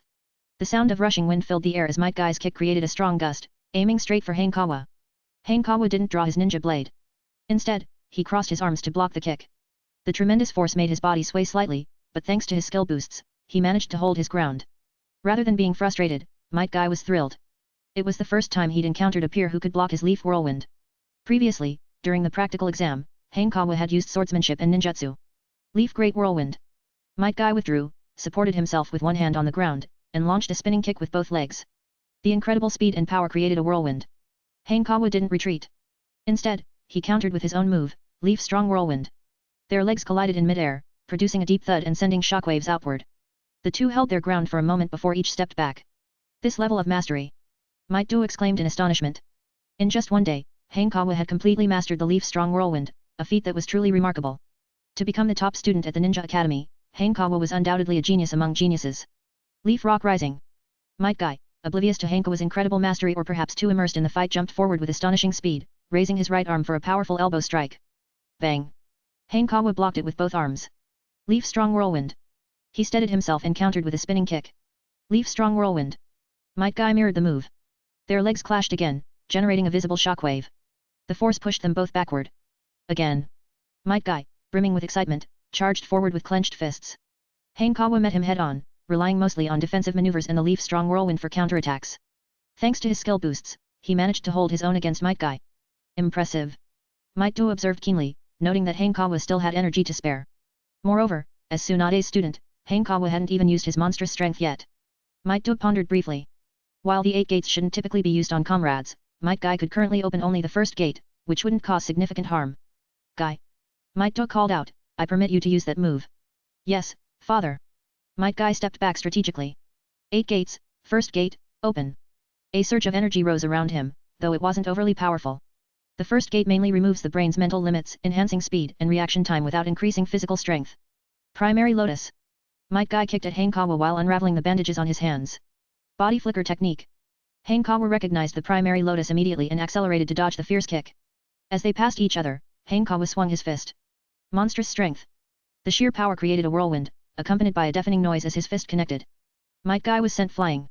Don't move, Hanekawa approached and said, this sparring match is over. Let me heal you. He had held back, so the damage from his monstrous strength wasn't severe. Healing Jutsu. Green chakra enveloped Hanekawa's hand as he treated Might Guy.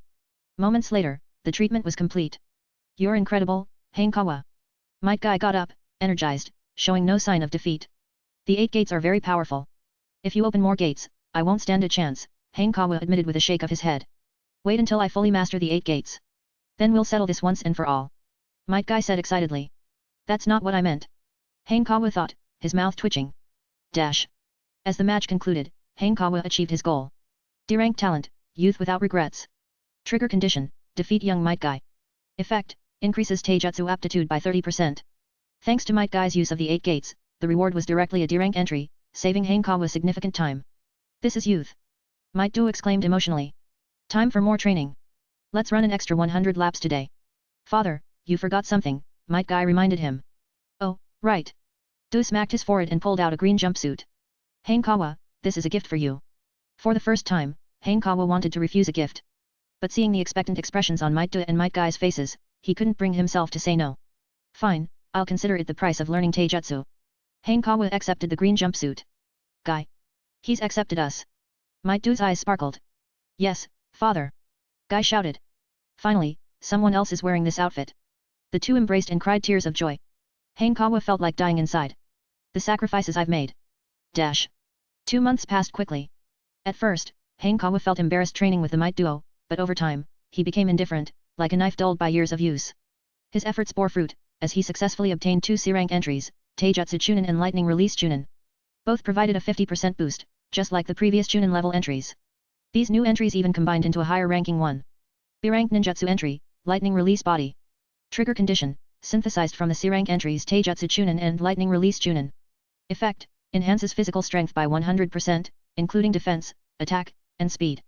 It's worth mentioning that both Lightning Release Body and Lightning Release Chakra activation are classified as ninjutsu entries. However, what puzzled Hanekawa was that this entry had no visible synthesis or upgrade path. After some thought, he understood why. It wasn't that the path didn't exist, it was that he hadn't unlocked it yet. Since it's a ninjutsu entry, its upgrade path would naturally involve mastering the 4th Raikage signature technique, Lightning Release Chakra mode.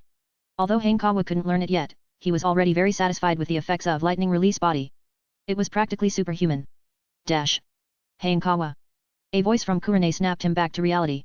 He instinctively looked up and saw her. Look. Am I amazing or what? Kurane stood in front of a small pool of water. With her chakra control, she had created a humanoid figure out of water, one that resembled Hanekawa by about 50 to 60%.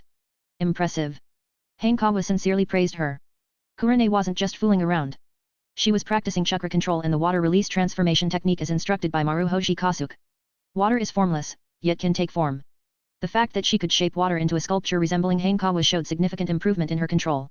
Of course, she was still a beginner, as the figure didn't fully capture Hanekawa's features and expressions. Let's stop here. We need to head to the academy. Today is registration day, we don't want to be late, Hanekawa said as he walked over. Got it, Kurane replied, dispersing the water figure. Let's go. I haven't seen Rin and the others in ages. Chapter 91, 91. Massage. Ninja Academy. Today was registration day, making the school exceptionally lively. In addition to the students, many parents accompanied their children.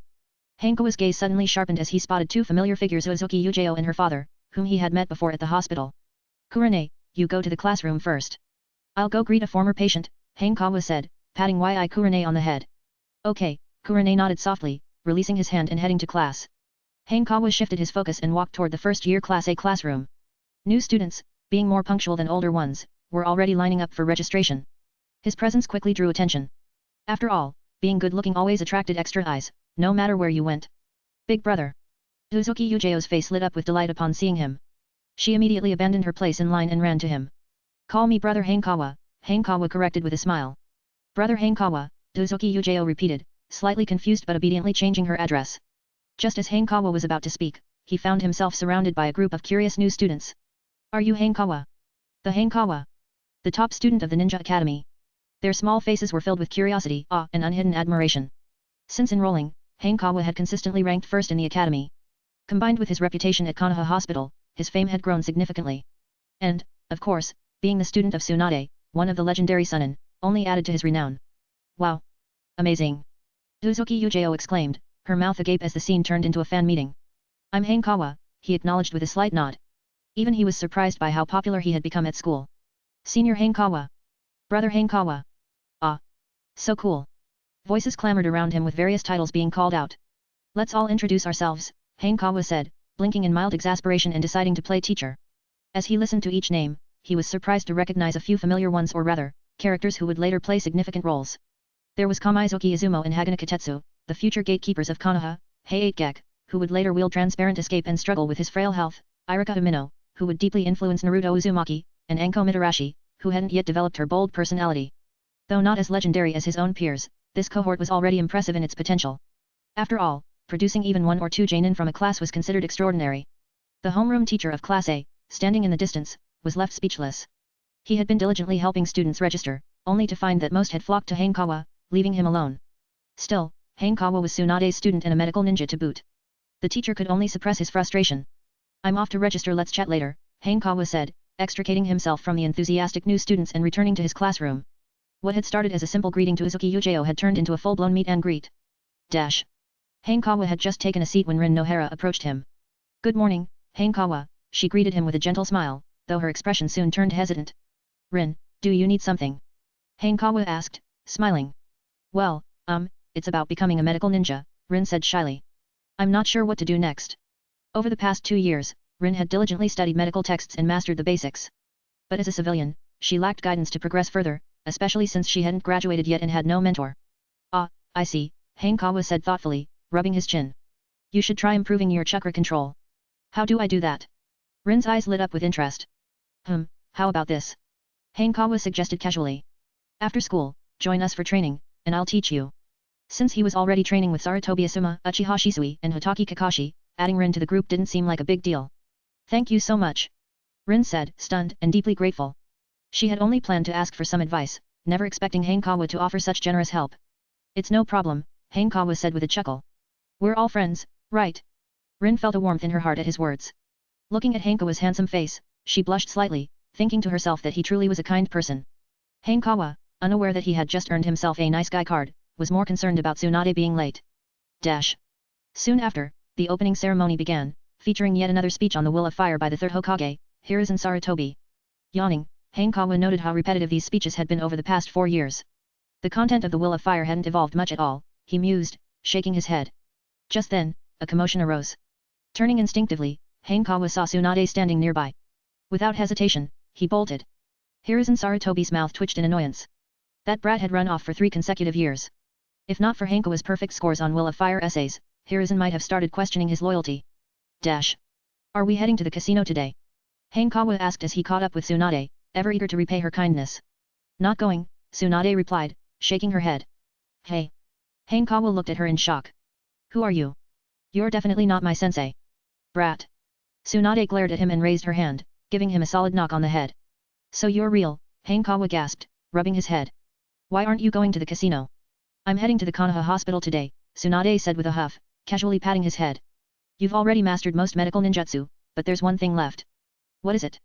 Hanekawa asked curiously. "As a medical ninja, you not only need to cure poisons, but you must also know how to create them," Tsunade said seriously. "While I don't recommend using poison, in life or death situations, you can't afford to hesitate." Hanekawa raised an eyebrow.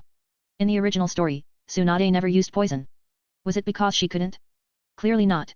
The fact that she could counter Chiyo's poisons proved her skills were on par, if not better. She simply chose not to use poison. But her restraint didn't mean Hanekawa had to follow suit. Poison usage among ninjas was common, such as coating senbon with toxins to enhance their lethality. The two arrived at Konoha Hospital. "We're skipping the casino today because an urgent surgery came up," Tsunade explained as they headed to the operating room. The patient was poisoned by a Sunagakure puppet master. "Lady Tsunade," greeted Non-Yakushi, stepping forward. "Let's begin the surgery," Tsunade instructed briskly, slipping on gloves as the other medics prepared. Hanekawa glanced at the patient on the operating table. It was an ANBU member. Nearby, the standard-issue ANBU uniform and mask lay neatly folded. To preserve the anonymity of ANBU personnel, only the highest-ranking medics were present in the operating room, aside from Hanekawa. "Hanekawa," Tsunade called. "Use delicate illness extraction technique to remove the poison and collect it in a test tube." "Yes, ma'am." Hanekawa stepped forward and formed a series of hand seals. 2 hours later, the surgery was complete. "Hanekawa, come with me," Tsunade said, briefly informing Non-Yakushi before leaving the operating room. Hanekawa quickly followed. Moments later, they arrived in a laboratory filled with various instruments and equipment. "To neutralize or create poisons, you must first understand their composition," Tsunade explained, coming to a stop. "Take out the poison sample you extracted earlier." Hanekawa immediately understood her intent. This feels more like science than ninja work, he thought wryly. By the end of the day, Hanekawa had gained significant knowledge and even triggered a new skill entry. B-rank talent entry, Breaking Bad, locked. Trigger condition, master poison making techniques. Current progress, 0%. Hanekawa pondered the implications. The fact that it was a B-rank entry suggested the difficulty of unlocking it. Moreover, it might not be upgradable or combinable, similar to the A-rank entry infiltrator he received as a starting reward. Dash. Ah. Tsunade sighed heavily, collapsing onto a couch. The force of her landing caused her clothes to shift, emphasizing her extraordinary curves. Hanekawa snapped out of his thoughts and glanced at her. Since she was lying face down, her back and shapely figure were especially prominent. Sensei, you didn't take off your shoes, Hanekawa remarked, his gaze dropping to her feet. After teaching you all day, shouldn't you do something for me? Tsunade replied, rolling over and lifting her legs. Her toes flexed nimbly in her high-heeled sandals, making her intentions clear. All right. Hanekawa stepped forward and removed her shoes, revealing a pair of delicate, fair feet. Glancing at the tired Tsunade, he asked, do you want me to give you a massage? Tsunade murmured, closing her eyes without objection. Hanekawa sat on the couch, lifting her legs onto his lap. He took her left foot in his hands and began to gently massage the sole. That tickles, Tsunade said with a slight shiver, her toes curling instinctively. Hanekawa eased his grip, allowing her to adjust before resuming. A few moments later, he noticed her breathing had become steady. He paused, turning to find that Tsunade had fallen asleep. Her chest rose and fell rhythmically with her breaths. After some consideration, Hanekawa decided to continue. His hands moved upward, massaging her calves. He couldn't help but glance at her thighs, which were out of reach. Hanekawa had always been curious purely for professional reasons, of course about their texture and firmness. Go make dinner, Tsunade said with a yawn half an hour later, breaking the silence. Understood, Hanekawa replied, setting her legs down and heading to the kitchen. Chapter 92, 92. Thanks to him. A new day had begun. Ichiro stood at the podium, passionately teaching about the will of fire. Hanekawa was at a loss for words. He never imagined that the first lesson of the 4th grade would be about the will of fire. If it weren't for the class schedule, he would have suspected it was Hiruzen Sarutobi's way of retaliating against him for sneaking out yesterday. But on second thought, a Hokage wouldn't bother targeting a single student like him. Tuning out Ichiro, Hanekawa took out a scroll on lightning release techniques. As he read, Kakashi Hataki's Chidori suddenly came to mind. It was said that Chidori was a technique Kakashi created during his youth. Was this his youth now? In the original story, two jutsu stood out as lasting until the final arc, Raise Nan and Chidori. Hanekawa was particularly interested in learning them. Chidori wasn't an option for now, but Raise Nan might be within reach. Like Tsunade's monster strength, Raise Nan was a seal-less jutsu, ideal for catching opponents off guard. Furthermore, it could incorporate chakra of any nature, making it extremely versatile. Dash. Before long, the school day ended. As Ichiro left, the classroom buzzed with chatter. Rin. Uchiha Obito approached her with a wide grin. I made a contract with a ninja cat over the break. Want to see it? The Uchiha clan had a strong relationship with the ninja cat clan, making cats their primary summoning choice, followed by crows. Sorry, Rin replied, shaking her head. I'm training today. What kind of training? Obito asked, surprised. I'm not sure yet, she explained. I'm training with Hanekawa. No way. Obito exclaimed the moment Hanekawa's name was mentioned. What could he possibly teach you? Hanekawa is Lady Tsunade's student. He can guide me in my medical ninja training. Rin said, pausing before adding, Kakashi will be there too. Do you want to come? No. Obito refused immediately but quickly regretted it. He didn't want to train with Hanekawa, but if he wasn't there and something happened to Rin, he couldn't bear the thought. I'll go with you, he said awkwardly, his face flushed. Let's go, Kakashi said, standing up and ending the conversation. Hanekawa is waiting for us. I'll ask him, Rin said, walking over to Hanekawa. Hanekawa, can Obito join us? Sure, Hanekawa replied, unsurprised. Wherever Rin went, Obito was sure to follow. Dash. The group arrived at Tsunade's house. Kurenei wasn't present, as she was off learning water release techniques from Maribashi Kasuke. In the outdoor training ground, Uchiha Shisui had already arrived. After exchanging greetings, everyone began their training. Shisui and Kakashi moved to a nearby clearing to spar in Kenjutsu.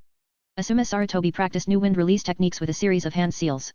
Only Obito seemed unsure of what to do. Though he trained occasionally, he wasn't particularly diligent. Rin. Hanekawa stood by a tree, waving her over. Obito followed, determined to keep an eye on Hanekawa. To become a medical ninja, you must have exceptional chakra control, Hanekawa explained as he demonstrated. Focus chakra on the soles of your feet and walk up the tree. It's the simplest and most effective training method. I understand. Rin said enthusiastically as she watched him climb the tree. Start training, Hanekawa said with a smile. Once you master tree climbing, you can move to the next stage. Thank you. Rin mimicked Hanekawa, slowly walking up the tree. Rin, I'll do it with you. Ah. Obito barely took 2 steps before falling with a scream. Rin hesitated but continued climbing. Halfway up, she lost her balance and jumped down. Rin, you're so much better than me. Obito exclaimed, wincing as he stood up. Rin finally understood why Obito always struggled with fire release jutsu. It was his chakra control. Ignoring them, Hanekawa moved to an open area to begin his own training. Today, he was focusing on lightning release techniques. He planned to return to Konoha Hospital tomorrow for more medical ninjutsu and poison-making practice. Dash. From a window nearby, Tsunade watched the scene, arms crossed. This kid really does have the makings of a Hokage, she mused. A Hokage couldn't be a lone wolf, they had to be a leader among leaders, someone others respected and rallied behind. Hanekawa already exhibited such qualities. Every ninja who interacted with him had nothing but praise for him, and his peers willingly trained alongside him. In 10 years perhaps even less geniuses like Kakashi and Shisui would make their names known. If they supported Hanekawa, it would significantly boost his chances of becoming Hokage. Unfortunately, he's too young, Tsunade sighed. As Hanekawa himself had said, if he were to become Hokage, it would likely be as the 5th Hokage. As for the 4th Hokage, Tsunade fell into deep thought. If she wanted to compete, she had a chance. Why have I been thinking about becoming Hokage so much lately, she muttered, rubbing her temples. It's all that kid's fault. Ever since the deaths of Hashirama Senju and Noeki, she had lost interest in the position. But Hanekawa's occasional remarks had subtly influenced her thoughts. As night fell, the training continued. The group finished their training, leaving only Hanekawa behind, as he still had to cook dinner for Tsunade. Have they left? Tsunade asked lazily from the sofa, holding a cup of tea. Yes. Hanekawa nodded slightly. He stepped closer and glanced at the tea, finding it odd it was the first time he had seen Tsunade drink tea. Want some? Tsunade extended the cup toward him. Thanks. Without hesitation, Hanekawa bent down and took a sip. Before I knew it, you've grown so tall, Tsunade said with a sigh, as if noticing it for the first time. What's with you today? Hanekawa rolled his eyes and asked, why so sentimental? It's nothing, Tsunade replied, setting the cup down. Her mind was preoccupied with whether or not to vie for the Hokage position. Hanekawa observed her delicate face and remarked, if you're feeling restless, go gamble a little. Losing some money will keep you from overthinking. Can't you say something nice for once, you brat? Tsunade raised her eyebrows in dissatisfaction. If I lose money tomorrow, you'd better watch out. Hey. Hanekawa couldn't help but retort, that's just bullying an honest person. Honest? You. Tsunade chuckled and wiggled her bare toes. There's not a shred of honesty in you. That's slander. Hanekawa said indignantly. I'm your teacher. Tsunade narrowed her eyes, emphasizing her authority. Even teachers can't just make baseless claims, Hanekawa replied with a serious expression. You little brat. Tsunade raised her leg to kick him. Hanekawa leaned back just in time, barely avoiding her toes by a few centimeters. I'm off to make dinner, he said, turning and dashing away. Tsunade watched his figure disappear and shook her head. That kid was really sharp. She closed her eyes, letting go of her thoughts about the Hokage position. The road will reveal itself when the time comes, she muttered. Dash. The next day, Hanekawa arrived at the classroom to find Nohara Rin sitting in his seat. Hanekawa, Rin quickly stood up and said, I have some questions to ask you. Go ahead. Hanekawa sat beside her, catching a faint whiff of her fragrance. Instinctively, he glanced at her and wondered why she always painted those 2 purple markings on her cheeks. It's about tree climbing, Rin said with a troubled expression. I only got halfway up yesterday before I couldn't continue. How are you gathering your chakra? Hanekawa asked after a moment of thought. Tree climbing didn't require a large amount of chakra but demanded precise control. If there were issues, it was likely due to improper chakra distribution. Let me show you, Rin said. Unsure how to explain, she rolled up her pant leg, removed her shoe, and revealed her smooth, pale foot. Taking a deep breath, she focused her chakra, gathering it at the sole of her foot. Hanekawa's eyes narrowed slightly. Although he didn't have the Byakugan, he could vaguely sense the flow of her chakra. Well, how is it? Rin asked nervously, her face flushing as she noticed his focused gaze. I think I know the problem, Hanekawa said calmly, reaching out to touch the top of her foot. Rin trembled slightly but suppressed the odd sensation, listening attentively as he explained. Got it? Hanekawa asked after finishing his explanation. Yes, Rin said, hurriedly putting her shoe back on, her face red like an apple. Thank you. It's nothing. Hanekawa instinctively patted her head. Rin's heart skipped a beat. Her lips moved, but she didn't avoid his hand. Ah, sorry, force of habit, Hanekawa said, quickly withdrawing his hand. He often patted Kurenayui's head during their interactions and had done it without thinking. It's okay, Rin murmured, her head lowered. I don't mind. After school, try climbing the tree again, Hanekawa said with a slight nod. If you run into any problems, come find me. Okay. Rin stood up and said, I'll head back to my seat now. Dash. The school bell rang, and the group once again headed to Tsunade's house. This time, however, Hanekawa was absent, as he had gone to Konoha Hospital. Rin stood before the same tree from the previous day, taking a deep breath. Following Hanekawa's instructions, she gathered chakra at her feet and climbed step by step. This time, she successfully reached the top of the tree. A smile spread across Rin's face. Rin. That's amazing. Obito exclaimed, unable to hold back his admiration. In comparison, he was far behind, barely making it a third of the way up. It's all thanks to Hanekawa, Rin said cheerfully. Obito froze, as if struck by lightning. Chapter 93, 93. Hanekawa and Tsunade's birthdays. August had arrived, and the summer heat in Konoha village was in full swing. I'm heading to the hospital. See you all tomorrow, Hanekawa said, waving goodbye to Asuma Sarutobi and the others at the intersection. After he left, Kurane Yui, who had initially gone to Maribashi Kasuke's house, reappeared. Kurane, are you sure today is Hanekawa's birthday? Asuma asked. Of course. Kurane lifted her chin proudly and said, no one knows Hanekawa better than me. Asuma instantly felt like he had been force-fed a mouthful of affection and regretted asking the question. What a tough pill to swallow. Obito Uchiha wore an expression that suggested he wanted to escape but couldn't. He didn't particularly want to stay for Hanekawa's birthday celebration, but for Rin Nohara's sake, he had no choice. Let's get going, Rin said, glancing at Kurane before suppressing her envy and heading toward Konoha's commercial district. What are you all planning to give him? Might Guy scratched his head and said, I have no idea what to get. He had considered a green bodysuit but dismissed the idea since he'd already gifted one before. A book, Kakashi Hatake said, having already decided. Hanekawa enjoys reading during class. Then I'll give a book too. Might Guy's eyes lit up. Giving the same gift isn't great, Kakashi said, shaking his head. Really? Is that a problem? Might Guy looked confused. Don't worry, we'll figure it out when we get there, Kakashi suggested, noticing Guy's indecision. Rin, what are you planning to get? Obito suddenly had an idea. I could pay for it if you'd like. If he paid for it, it would count as his gift too. No way. Rin refused without hesitation. How could I let you pay? Then let's go to a gift shop and pick something, Obito suggested quickly. A birthday only comes once a year. We can't be careless about it, Rin said seriously. And Hanekawa has helped us a lot. Obito nodded reluctantly, knowing Rin would be upset if he argued further. Kurane, what are you planning to buy? Shisui Uchiha interjected, breaking up the conversation. Clothes. Kurane said with a smile. I saw a kimono recently that would look amazing on Hanekawa. It was clear how close they were. Rin bit her lip. Even if she wanted to buy clothes, she didn't know Hanekawa's size. I'm thinking of getting some medical ninja tools. Do you think he'd like them? Shisui asked for advice. He'll love them, Kurane said after some thought. He goes to the hospital often, so he'll definitely use them. Good to hear. Shisui looked around and said, I'll head to the ninja tools shop first. Let's meet outside Lady Tsunade's house in an hour. Everyone nodded and watched him leave. We're at the bookstore, Kakashi pointed out, noticing the Konoha Knowledge bookstore up ahead. See you later. He went straight inside and was immediately caught off guard. A large poster at the entrance read. The best-selling author Black Beast will be adapted into a manga next month. Pre-order now. Beside the text were two elf-like women with pointed ears.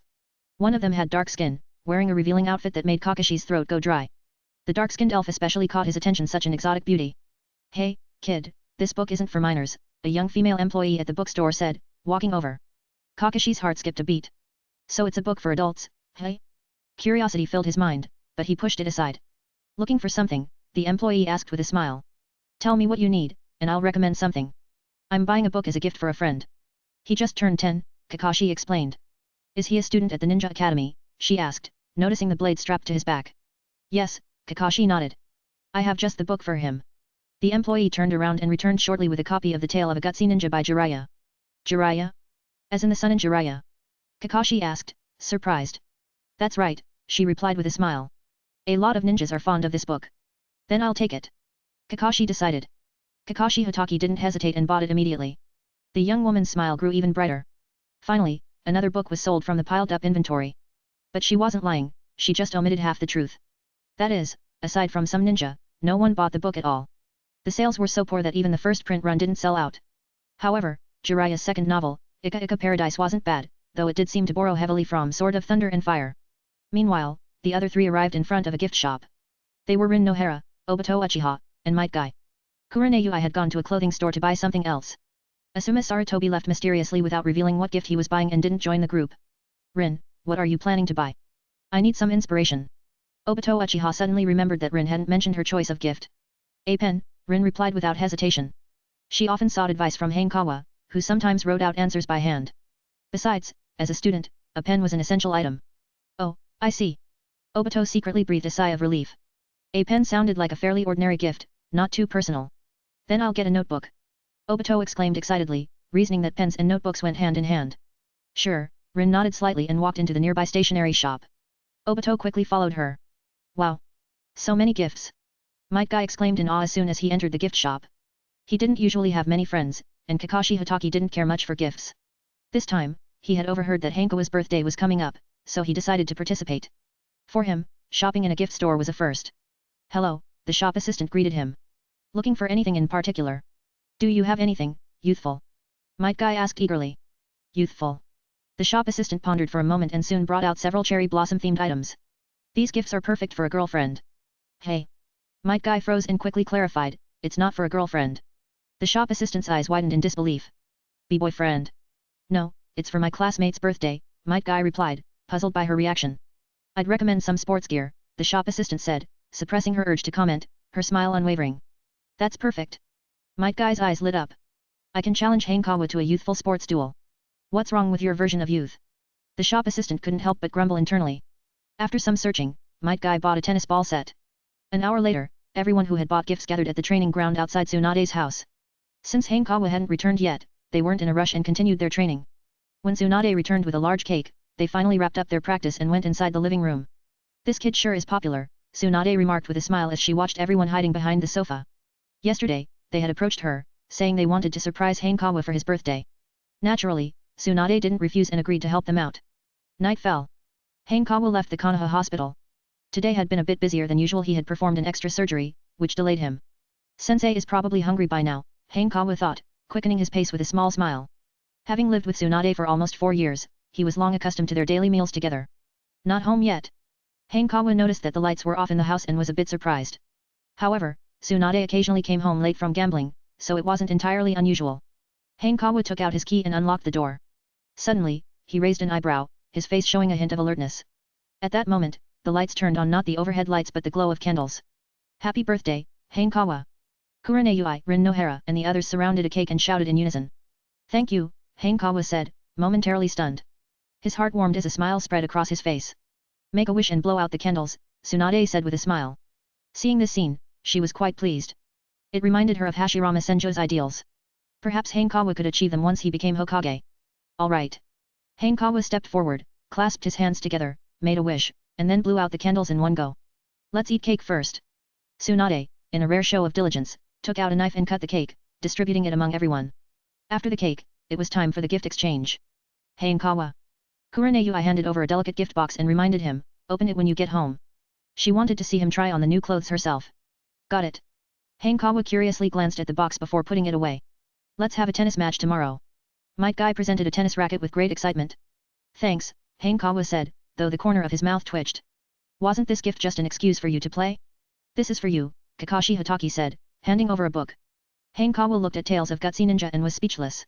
This novel by Jiraiya was something he had schemed through long ago, but from a modern perspective, it was hard to praise. Hanekawa, thank you for all your guidance, Rin Nohara said earnestly. And here's my gift. Obito Uchiha interrupted before Hanekawa could respond, quickly handing over his present. Finally, it was Asuma Sarutobi's turn. He didn't say much, only stating, you'll definitely like it. Since most of the gifts were wrapped in boxes, Hanekawa didn't know what they were yet. Shisui Uchiha, however, skipped the wrapping and gave him a set of medical ninja tools. See you tomorrow. An hour later, the birthday party ended, and everyone said their goodbyes. You've got some pretty great friends, Tsunade said with a smile. They really are. Hanekawa agreed as he cleaned up the table. What wish did you make this year? Tsunade crossed her arms and teased, don't tell me it's the same as last year. You guessed right, but there's no prize.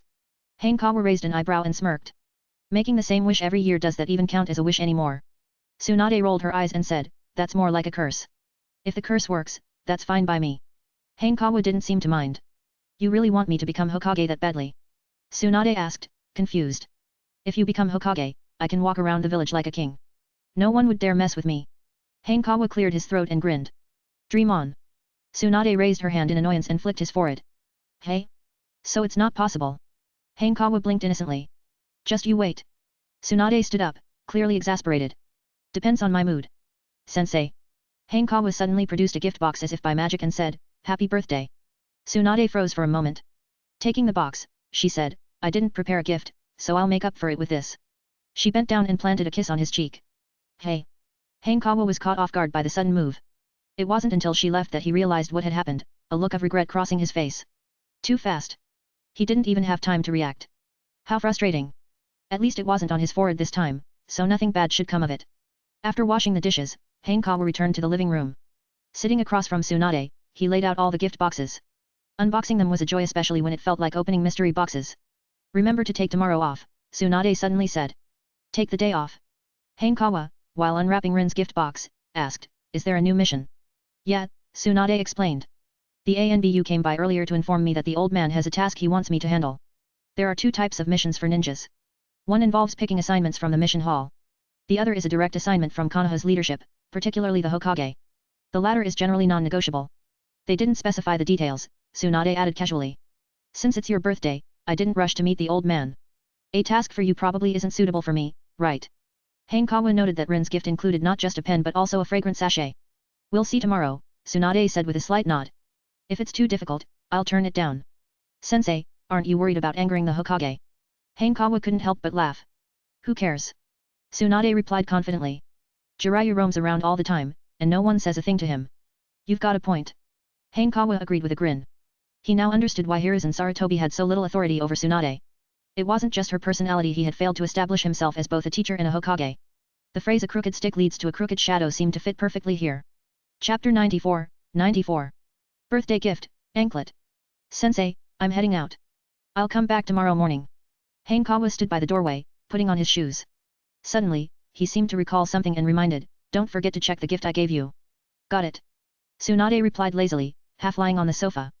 With a thud, the door closed, and the living room returned to its quiet state. The smile on Tsunade's face gradually faded. Having grown accustomed to Hanekawa's presence, the sudden silence left her feeling a bit unsettled. She sat up and retrieved the birthday gift Hanekawa had given her earlier. When she opened it, she found a necklace, or more accurately, an anklet. What kind of random gift is this kid buying? Tsunade shook her head, though the corners of her lips curled slightly into a smile. She picked up the anklet. It was entirely silver, simple and unadorned, without any excessive decoration. Hanekawa had clearly considered her role as a ninja when choosing the gift, nothing flashy, and definitely no bells attached. Looking around, Tsunade lifted her left leg and rested it on the edge of the sofa. Leaning forward, her clothes stretched tightly across her figure, accentuating her curves as they pressed outward. Tsunade revealed her smooth, evenly toned leg and fastened the anklet around her ankle. She stood up, walking barefoot across the floor for a few steps. There was no sound, and it didn't affect her movements. Not bad. Seeing that it worked well, Tsunade decided to leave it on. Meanwhile, Hanekawa had returned home. As soon as he opened the door, Kurane came running over, her bare feet pattering against the floor. Come on, into the room with me. Kurane grabbed his hand and pulled him toward her room. What are you doing? Shinku's voice sounded suspicious, his expression shifting slightly. I'm getting him to try on the clothes I bought for him, Kurane replied, stopping at her bedroom door. You've never bought me clothes. Shinku's lips twitched, his face betraying a hint of exasperation. Inside the room, Hanekawa opened Kurane's gift. It was a grey and black kimono. The shinobi world retained many traditional Japanese features, and kimonos were one of them. However, Hanekawa had never worn one before, as they were cumbersome and impractical for combat.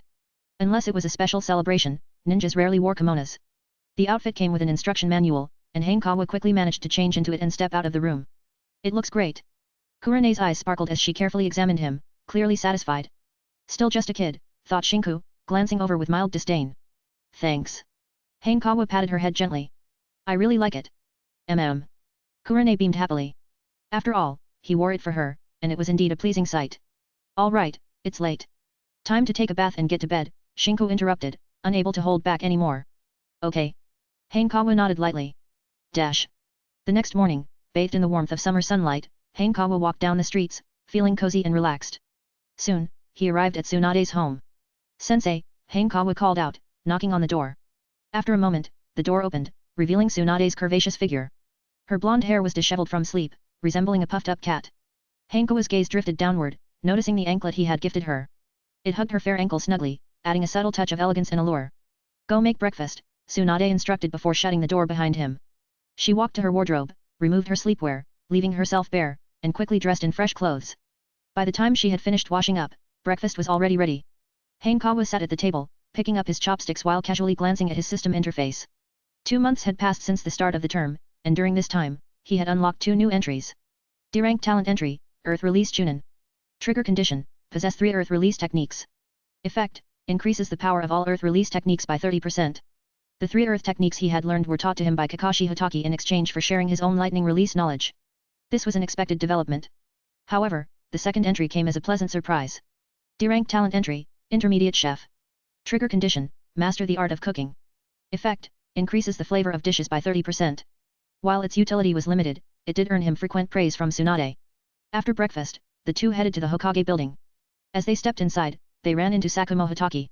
Uncle Sakumo, Hanekawa greeted him warmly. It's you two. Sakumo smiled broadly. Long time no see. Are you here to see the old man? Tsunade raised an eyebrow and asked. Yes, Sakumo Hitaki nodded and replied, the Hokage said there's a mission for me. Hanekawa immediately felt uneasy.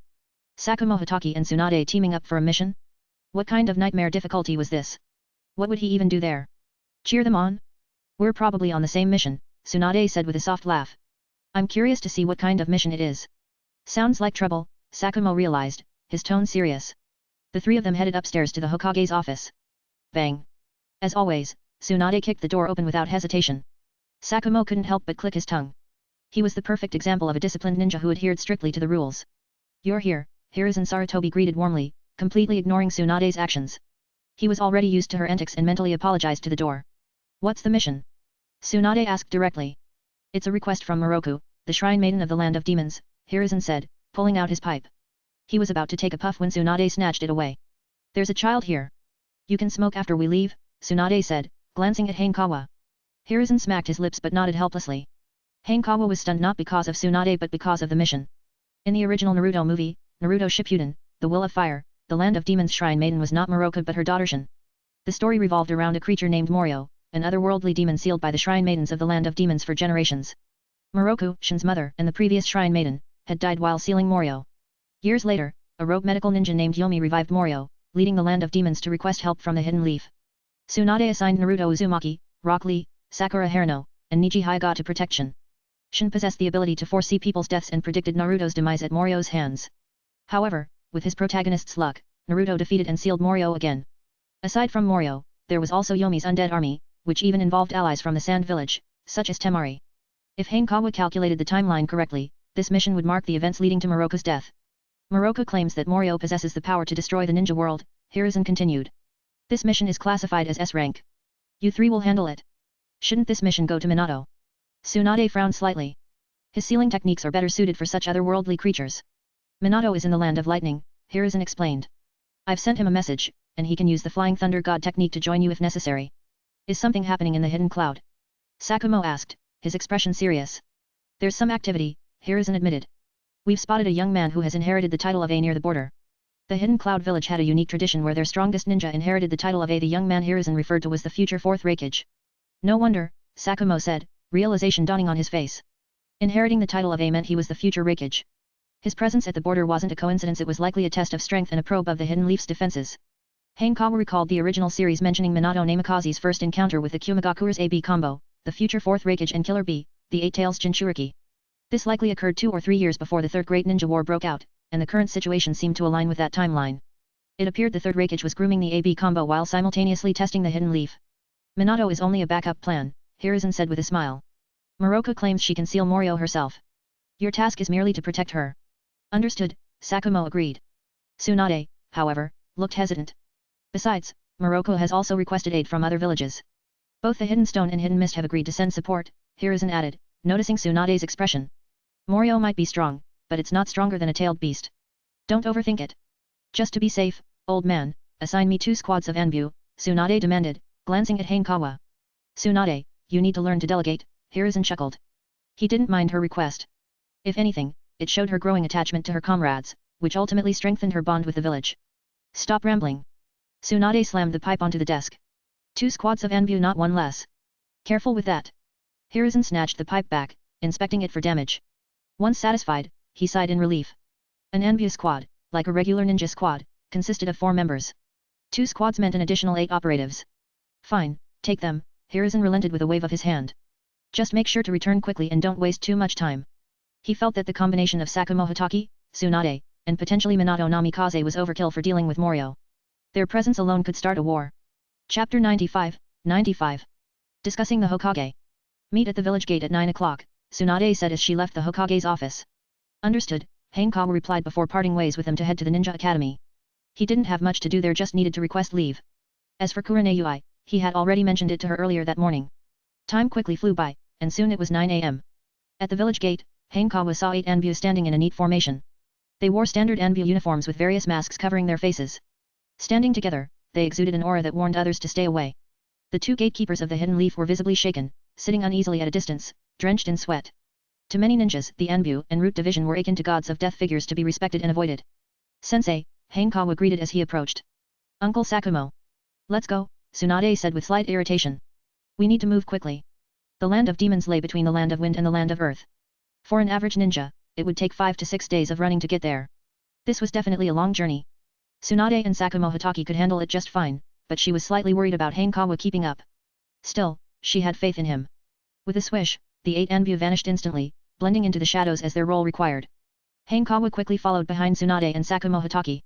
To save time, we'll pass through the land of rain to enter the land of wind, then head to the land of demons, Tsunade explained while running. The land of rain is constantly rainy, so make sure to put on your raincoats ahead of time. Passing through the land of rain, won't that alert Hanzo? Sakumo asked, frowning slightly. Our relationship with him has always been strained. During the Second Great Ninja War, the Hidden Leaf and the Hidden Rain clashed directly.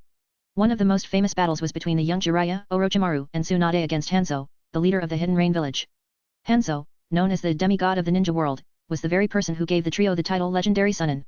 As for the title God of the Ninja World, that naturally belonged to Hashirama Senju. He won't, Tsunade replied, shaking her head. He's been preoccupied with eliminating opposing factions within the Land of Rain. He won't risk provoking the Hidden Leaf unnecessarily. Hanekawa's mind raced.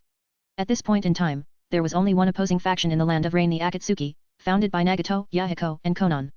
Back then, they were still young and driven by pure dreams of achieving peace in the ninja world. It wasn't until Yahiko's death and Nagato's descent into darkness that the Akatsuki turned into the villainous organization depicted in the original story. Notably, Danzo Shimura had a hand in these events, as he sent root operatives to aid Hanzo in eliminating Yahiko. This made Nagato's eventual attack on the Hidden Leaf seem all the more justified, given that his parents had also been killed by leaf ninjas.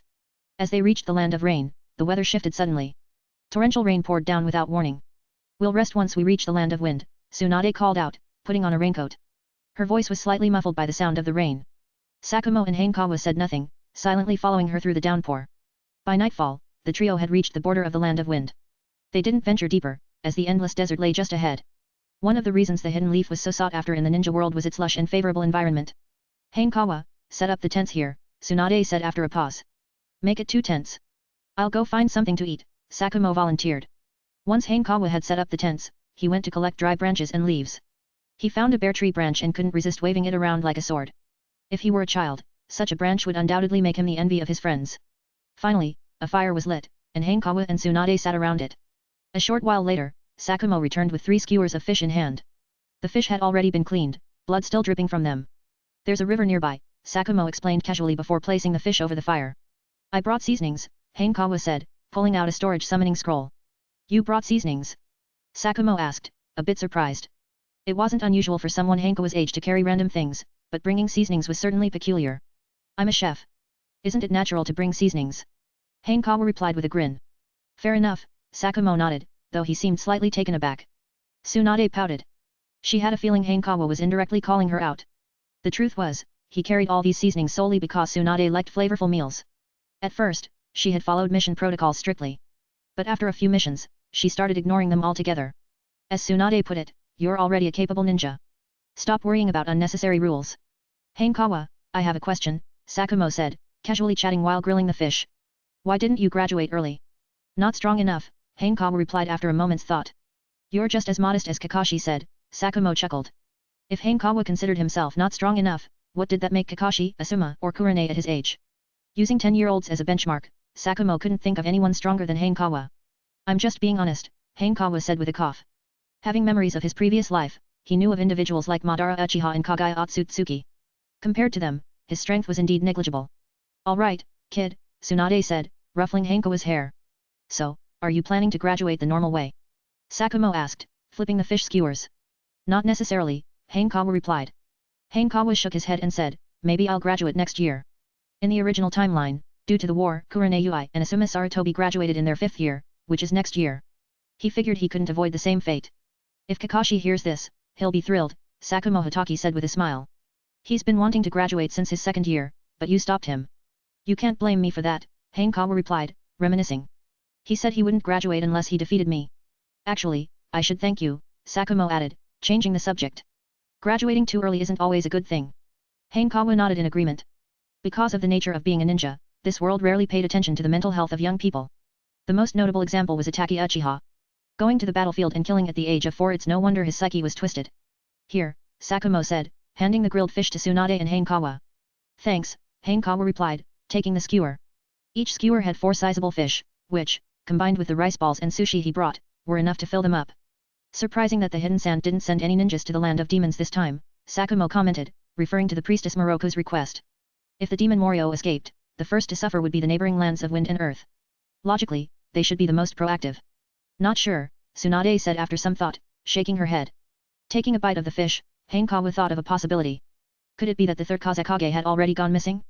With the village in disarray and power struggles erupting, the hidden sand naturally wouldn't prioritize the land of demons. Maybe something's happened, Sakumo speculated, stroking his chin. We should have the Hokage investigate when we return, there might be some unexpected findings. The 3 chatted as they finished their meal. It would be nice to have some hot tea right now, Sakumo suddenly remarked. I've got tea, Hanekawa said with a blink. You have everything, don't you? Sakumo asked in astonishment. I'm a chef. Hanekawa began, but was quickly interrupted. I get it, Sakumo cut him off, nodding seriously. That makes sense. Hanekawa couldn't help but chuckle. Although the ninja world portrayed the white fang of the leaf as cold and ruthless, Sakumo Hatake was actually a textbook example of the will of fire, a ninja loyal to the leaf, caring for his comrades, and nurturing the next generation. You two enjoy the tea. I'm going for a walk, Tsunade said as she stood, not being much of a tea drinker. Sensei, no sneaking off to drink, Hanekawa suddenly reminded her, seemingly catching on to her intentions. You're so annoying. Tsunade shot him a glare. In truth, she remembered Sakumo mentioning a nearby river and planned to take a bath there. With her shadow clones keeping watch, she wasn't worried about being discovered. You and your teacher have an interesting dynamic, Sakumo said enviously after Tsunade left. Uncle Sakumo, why don't you become a team leader? Hanekawa asked while brewing tea over the fire. The missions I take are too dangerous. It's hard for genin to survive alongside me, Sakumo explained. I don't want to put them in harm's way. As the fire boiled the tea, its fragrance wafted through the air. Great tea! Sakumo exclaimed. Here, Hanekawa said, handing him a cup. Thanks, Sakumo replied, taking a sip. His eyes lit up. This tea isn't cheap, is it? It's Asuma's stolen stash, Hanekawa said with a mysterious smile. You mean, this is the Hokage's tea? Sakumo choked, coughing violently. Most likely, Hanekawa nodded with a grin. Incredible, Sakumo said, not holding back as he asked for another cup. Uncle Sakumo, Hanekawa poured him another cup and hesitated before asking, I have a question, but I'm not sure if I should ask. Ask away, Sakumo said, blowing on the tea. No need to hold back. Do you want to become Hokage? Hanekawa asked directly. Once again, Sakumo choked on his tea and started coughing. After a moment, he regained his composure and asked, Did your teacher put you up to this? No, Hanekawa replied honestly. My teacher isn't interested in being Hokage right now. I'm just personally curious. Sakumo nodded slightly. He didn't doubt it, children in the ninja world matured early. Take Itachi Uchiha, for instance. In the original story, Hiruzen Sarutobi described Itachi as a boy who, at the age of 7, could think like a Hokage. My childhood dream was indeed to become Hokage, Sakumo said with a sigh. But dreams are just dreams. As I grew up, I realized I wasn't suited for it. Especially after his failed mission last year and the wave of criticism that followed, he became fully aware of his limitations. He was good at missions but couldn't handle matters beyond them. If your teacher wants to become Hokage, I'd support her, Sakumo added, expressing his gratitude. Not only had Tsunade and Hanekawa helped him, but she was also a better candidate for Hokage than he was. Chapter 96, 96. Reunion with Mei Terumi. After finishing their tea, Hanekawa and Sakumo Hatake returned to their tents. A moment later, Tsunade lifted the tent flap and walked in. Sensei, Hanekawa greeted, noticing her damp hair and realizing what she had just been doing. Tsunade replied, sitting on the carpet. She pulled out a towel and prepared to dry her hair. I have a better way, Hanekawa said, standing up and approaching her. Under the light, he could faintly see the moisture on her fair skin. What? Did you bring a hairdryer? Tsunade asked, slightly amused. I did, but without electricity, it's useless, Hanekawa replied, extending his hands as chakra surged. He transformed it into fire release energy. In an instant, the temperature rose, and his hands seemed to become heat lamps. When did you learn fire release? Tsunade raised an eyebrow in curiosity. Had some free time, so I learned it from Shisui, Hanekawa casually replied. Since he had a fire attribute, it wouldn't give him away. This is the first time I've seen someone study so broadly. No, the second, Tsunade mused, then asked, do you know who the first was? The Hokage, Hanekawa answered after some thought. Senjo Hashirama was famous for his wood release, Senjo Tobirama for his water release and forbidden techniques, and Hiruzen Sarutobi for mastering all 5 elemental releases. Correct, Tsunade nodded slightly, smiling. You seem more suited to be the old man's student. Then, should I leave? Hanekawa tilted his head and asked. Not a chance, Tsunade said confidently. If you leave, who'll cook for me? So you didn't want a disciple, you just wanted a chef. Hanekawa teased. Exactly, kid, Tsunade admitted with a laugh, unable to hold it in. Hanekawa's eyelids twitched. As Tsunade laughed, her body trembled, and he noticed droplets of water sliding down her delicate neck into a perilous depth. Before long, her damp golden hair had dried. Feeling inspired, Hanekawa reached out and patted her head, saying earnestly, all done. Thanks, Tsunade said, brushing her hair back over her shoulders. Time to sleep, we've got a long journey tomorrow. Hanekawa replied, happily pulling back his hand. She thanked me for patting her head. A win-win. No, I won twice. Hanekawa climbed into his sleeping bag and quickly drifted off to sleep. Tsunade glanced at him, a faint smile on her lips, before closing her eyes. The next 3 days were spent traveling, with the group only coming together to chat at night. By the 4th morning, they finally reached the land of demons. The meeting point is the priestess's temple in the land of demons, Tsunade said, checking a scroll. We'll be working with ninjas from other villages on this mission, so avoid conflict as much as possible. With you and Uncle Sakumo here, they wouldn't dare cause trouble, Hanekawa said with a grin. You sure know how to talk, Tsunade said, flicking his forehead before continuing ahead. What Hanekawa said was true. After 2 ninja wars, the 5 great villages had accumulated significant grudges. However, despite the animosity, they typically maintained restraint. With Tsunade and Sakumo's reputations, no one would be foolish enough to provoke them. The land of demons was a unique country without a ninja village, relying instead on its priestess. In the original story, the priestess possessed immense power, essentially functioning as a ceiling ninja. Half an hour later, Hanekawa saw the priestess's temple nestled in a valley. At the temple gates, a group of armored samurai patrolled. However, samurai had become outdated in the ninja world. Except for the samurai of the Land of Iron, who could use chakra, most were just physically strong ordinary people. We're Konoha ninjas, invited to assist, Tsunade said, presenting the commission scroll from the priestess, Moroku. Please follow me, the samurai who stopped them said, bowing slightly. I'll take you to see Her Highness the priestess. He turned and began leading them toward the temple. Hey! Thief! As Hanekawa ascended the steps, a familiar voice suddenly called out. Turning his head, he saw a stunning young woman, though her delicate face was full of anger. First of all, I'm not Hanekawa said, shaking his head. Second, I'm not a thief. You stole my wallet, how are you not a thief? Mei Terumi demanded, her face dark with fury. That wasn't theft, it was spoils of war, Hanekawa corrected.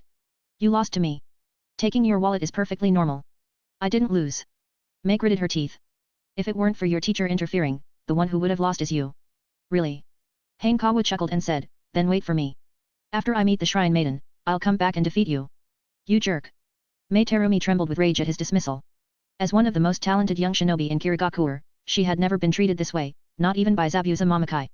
Hanekawa glanced at her briefly, unimpressed, and then followed Tsunade and Sakumo Hatake into the shrine. Is that Hanekawa? A young man appeared behind Mei Terumi. Konoha seems to take this mission very seriously, sending both Sakumo Hatake and Tsunade. Senior Ao, Mei Terumi took a deep breath and confirmed, it's him. Ao, later known in the series as the White Eye Killer, was a powerful Kirigakure shinobi who obtained a Byakugan during the Third Shinobi War. At this point, however, he was a skilled jonin with no such reputation yet. During the mission, keep it professional, Ao reminded her. I know, Mei said, clenching her fists. It'll just be a fair sparring match. Konoha won't have any reason to object. Good. Ao was confident in her judgment. Mei, chosen by the elders as a potential Mizukage, had been trained not only in combat but also in diplomacy. Inside the shrine hall. Welcome, representatives of Konoha. The Shrine Maiden, Moroku, greeted them warmly. Lady Moroku, Tsunade stepped forward. What's the current situation? Moroku sighed and began explaining. The previous Shrine Maiden had sealed the demon spirit Morio and its undead army, but a group of rogue ninja known as the Cult of Rika had released it. Morio remains incomplete. For its full freedom, it must kill me, Moroku explained gravely. Meanwhile, it's gathering its undead army. Hanekawa recalled the original series, where the Shrine Maiden's power was linked to Morio's. Their fates were intertwined in a deadly balance.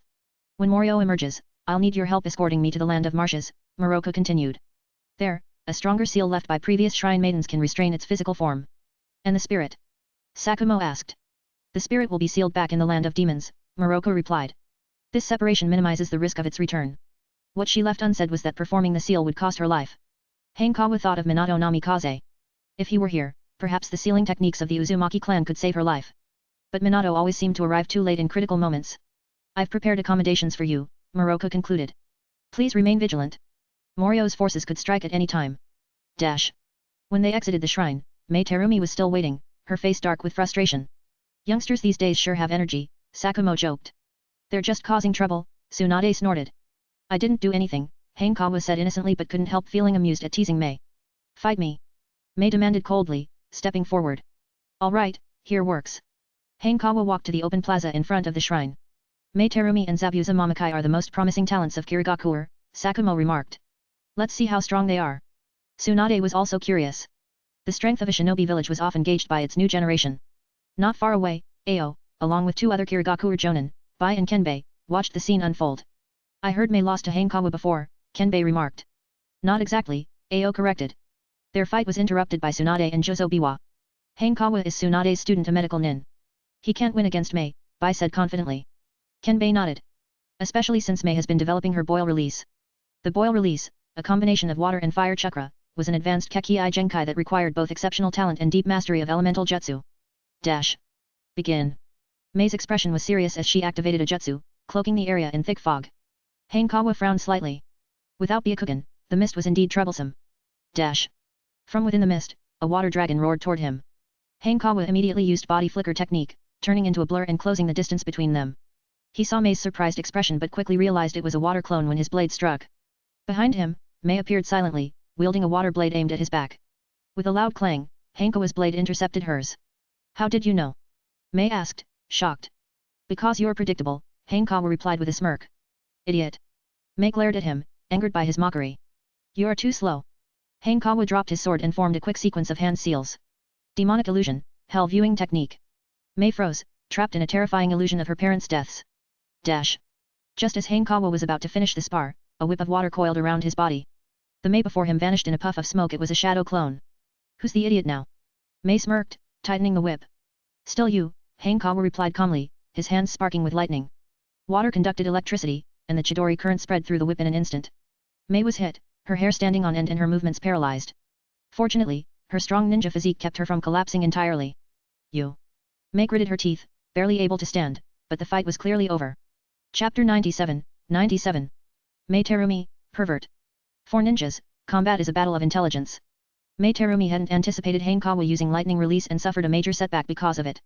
Her entire body went numb for an instant. By the time she regained her senses, she had already let go of the water whip. Hanekawa seized the opportunity to free himself from the restraint. Mei Terumi wasn't one to give up easily, though. She gritted her teeth, enduring the paralysis coursing through her body, and quickly retreated. However, Hanekawa wasn't about to give her the chance to recover. He stepped forward, raising his katana high. The sharp glint of the blade sent a chilling premonition down Mei Terumi's spine. Body flicker technique, mist flicker. Mei Terumi's body accelerated suddenly, dodging the katana strike. At this moment, she was extremely grateful she had deployed the hidden mist technique earlier. Without it, she would have already lost. Water release, water formation wall. Without a second thought, Mei Terumi pressed her hands to the ground, summoning a wall of water before her. Hanekawa's katana sliced halfway through the water wall and got stuck. Then came a flash of lightning. The blade of the katana suddenly emitted a blinding burst of lightning. Mei Terumi shuddered. Not again. She hastily stepped back, dreading another paralyzing shock. The lightning intertwined with the blade tore through the water wall in an instant. Hanekawa charged at her with an impassive expression. Fire release, explosive flame flower. Mei Terumi, realizing that water techniques would only backfire against lightning, switched to fire release instead. Leaning back, she exhaled a massive fireball. Though it resembled the fire release, great fireball technique, its power was far superior. Hanekawa raised an eyebrow. Seeing Mei Terumi use fire release surprised him. After all, in the original storyline, she predominantly used water release. On further thought, though, it made sense. Her boil release was a combination of water and fire release, she had to have mastered both. Hanekawa glanced at her briefly, then charged forward without hesitation. Superhuman strength. He clenched his left fist, gathering chakra. A sharp, jarring sound filled the air. The massive fireball shattered upon impact with his punch. Mei Terumi couldn't help but gasp in astonishment. This was her first time encountering someone this overwhelmingly strong. The next moment, she felt a chill run down her spine. Konoha style, willow. Hanekawa's figure blurred in the mist, his katana creating countless after-images as it danced in the wind. Just as Mei Terumi attempted to evade, she found her body immobilized. Genjutsu? When did he cast it? Before she could dispel it, a cold glint appeared before her eyes. Hanekawa's katana tip pressed against her pale neck, its icy touch sending shivers through her. Mei Terumi opened her mouth, wanting to speak, but no words came out. She couldn't deny it this time, she had lost completely. Why so quiet? Hanekawa sheathed his katana. Konoha style, willow was a fusion of genjutsu and swordsmanship. The genjutsu element was a binding technique but didn't silence its target. You jerk. Mei Terumi glared at him furiously. I was going to let you off, but since you insulted me, you'll have to pay the price. Hanekawa reached toward her waist. pervert. Mei Terumi's face turned beet red. Hanekawa twitched his lips. No way, and it would be the classic Sundara trio line. But her reaction only intrigued motivated him further to make her pay the price. Stop touching me. Mei Terumi, now humiliated and furious, stammered, I'll give it to you. No need. I already have it. Hanekawa extended his hand, revealing her wallet. Go to hell. At that moment, Mei Terumi broke free from the genjutsu and swung a punch at him. Ninjutsu suits you, but taijutsu? Not so much.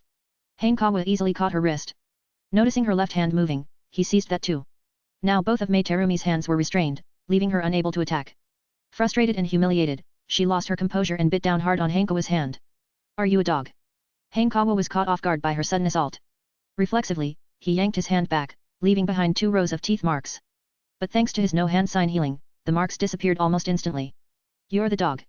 Mei Terumi stood her ground, spitting angrily. Her earlier impulsive action embarrassed her further, causing her face to redden all the way to her ears. She looked like a walking steam engine. Not worth the trouble. Here. Hanekawa tossed her wallet back nonchalantly. As a best-selling author, he didn't care for her small change. You. Mei Terumi caught the wallet, momentarily stunned. Hanekawa, meanwhile, sheathed his katana and walked away. Well done. Kakashi Sakumo praised. You brought great honor to Konoha. The duel itself wasn't remarkable, but considering Hanekawa and Mei Terumi's statuses, it carried weight. Especially since Mist Village's elite Ao, by Kenbei had witnessed it. That was equivalent to giving them a serious blow to their confidence. Not bad, Tsunade said with a faint smile as she ruffled Hanekawa's hair. You didn't disappoint me. She had been worried when she saw the hidden mist technique being used earlier. Fortunately, Hanekawa handled it well, defeating Mei Terumi decisively. To be precise, his strength had grown significantly, especially in using lightning release. Tsunade noticed that his timing with lightning release was impeccable, perfectly countering Mei Terumi's water release. When she initially agreed to teach him lightning release, she didn't expect him to use it so effectively. She had assumed he was just learning it out of curiosity, but his skill with it was on par with his swordsmanship and genjutsu. Let's go, Tsunade said as she glanced at the priestess standing nearby. Please lead the way. Of course. The priestess bowed slightly and led them to their assigned rooms, 3 in total. After they left, the 3 jonin from Mist Village exchanged uneasy glances as they finally processed what had happened. She actually lost. Kenbei muttered, feeling utterly humiliated. He had just been brimming with confidence in Mei Terumi, only for her to suffer a crushing defeat moments later. You can't blame Mei Terumi, Ao sighed. If it were us at her age, we likely wouldn't be able to defeat Hanekawa either. Bai wanted to argue but found himself unable to refute the point.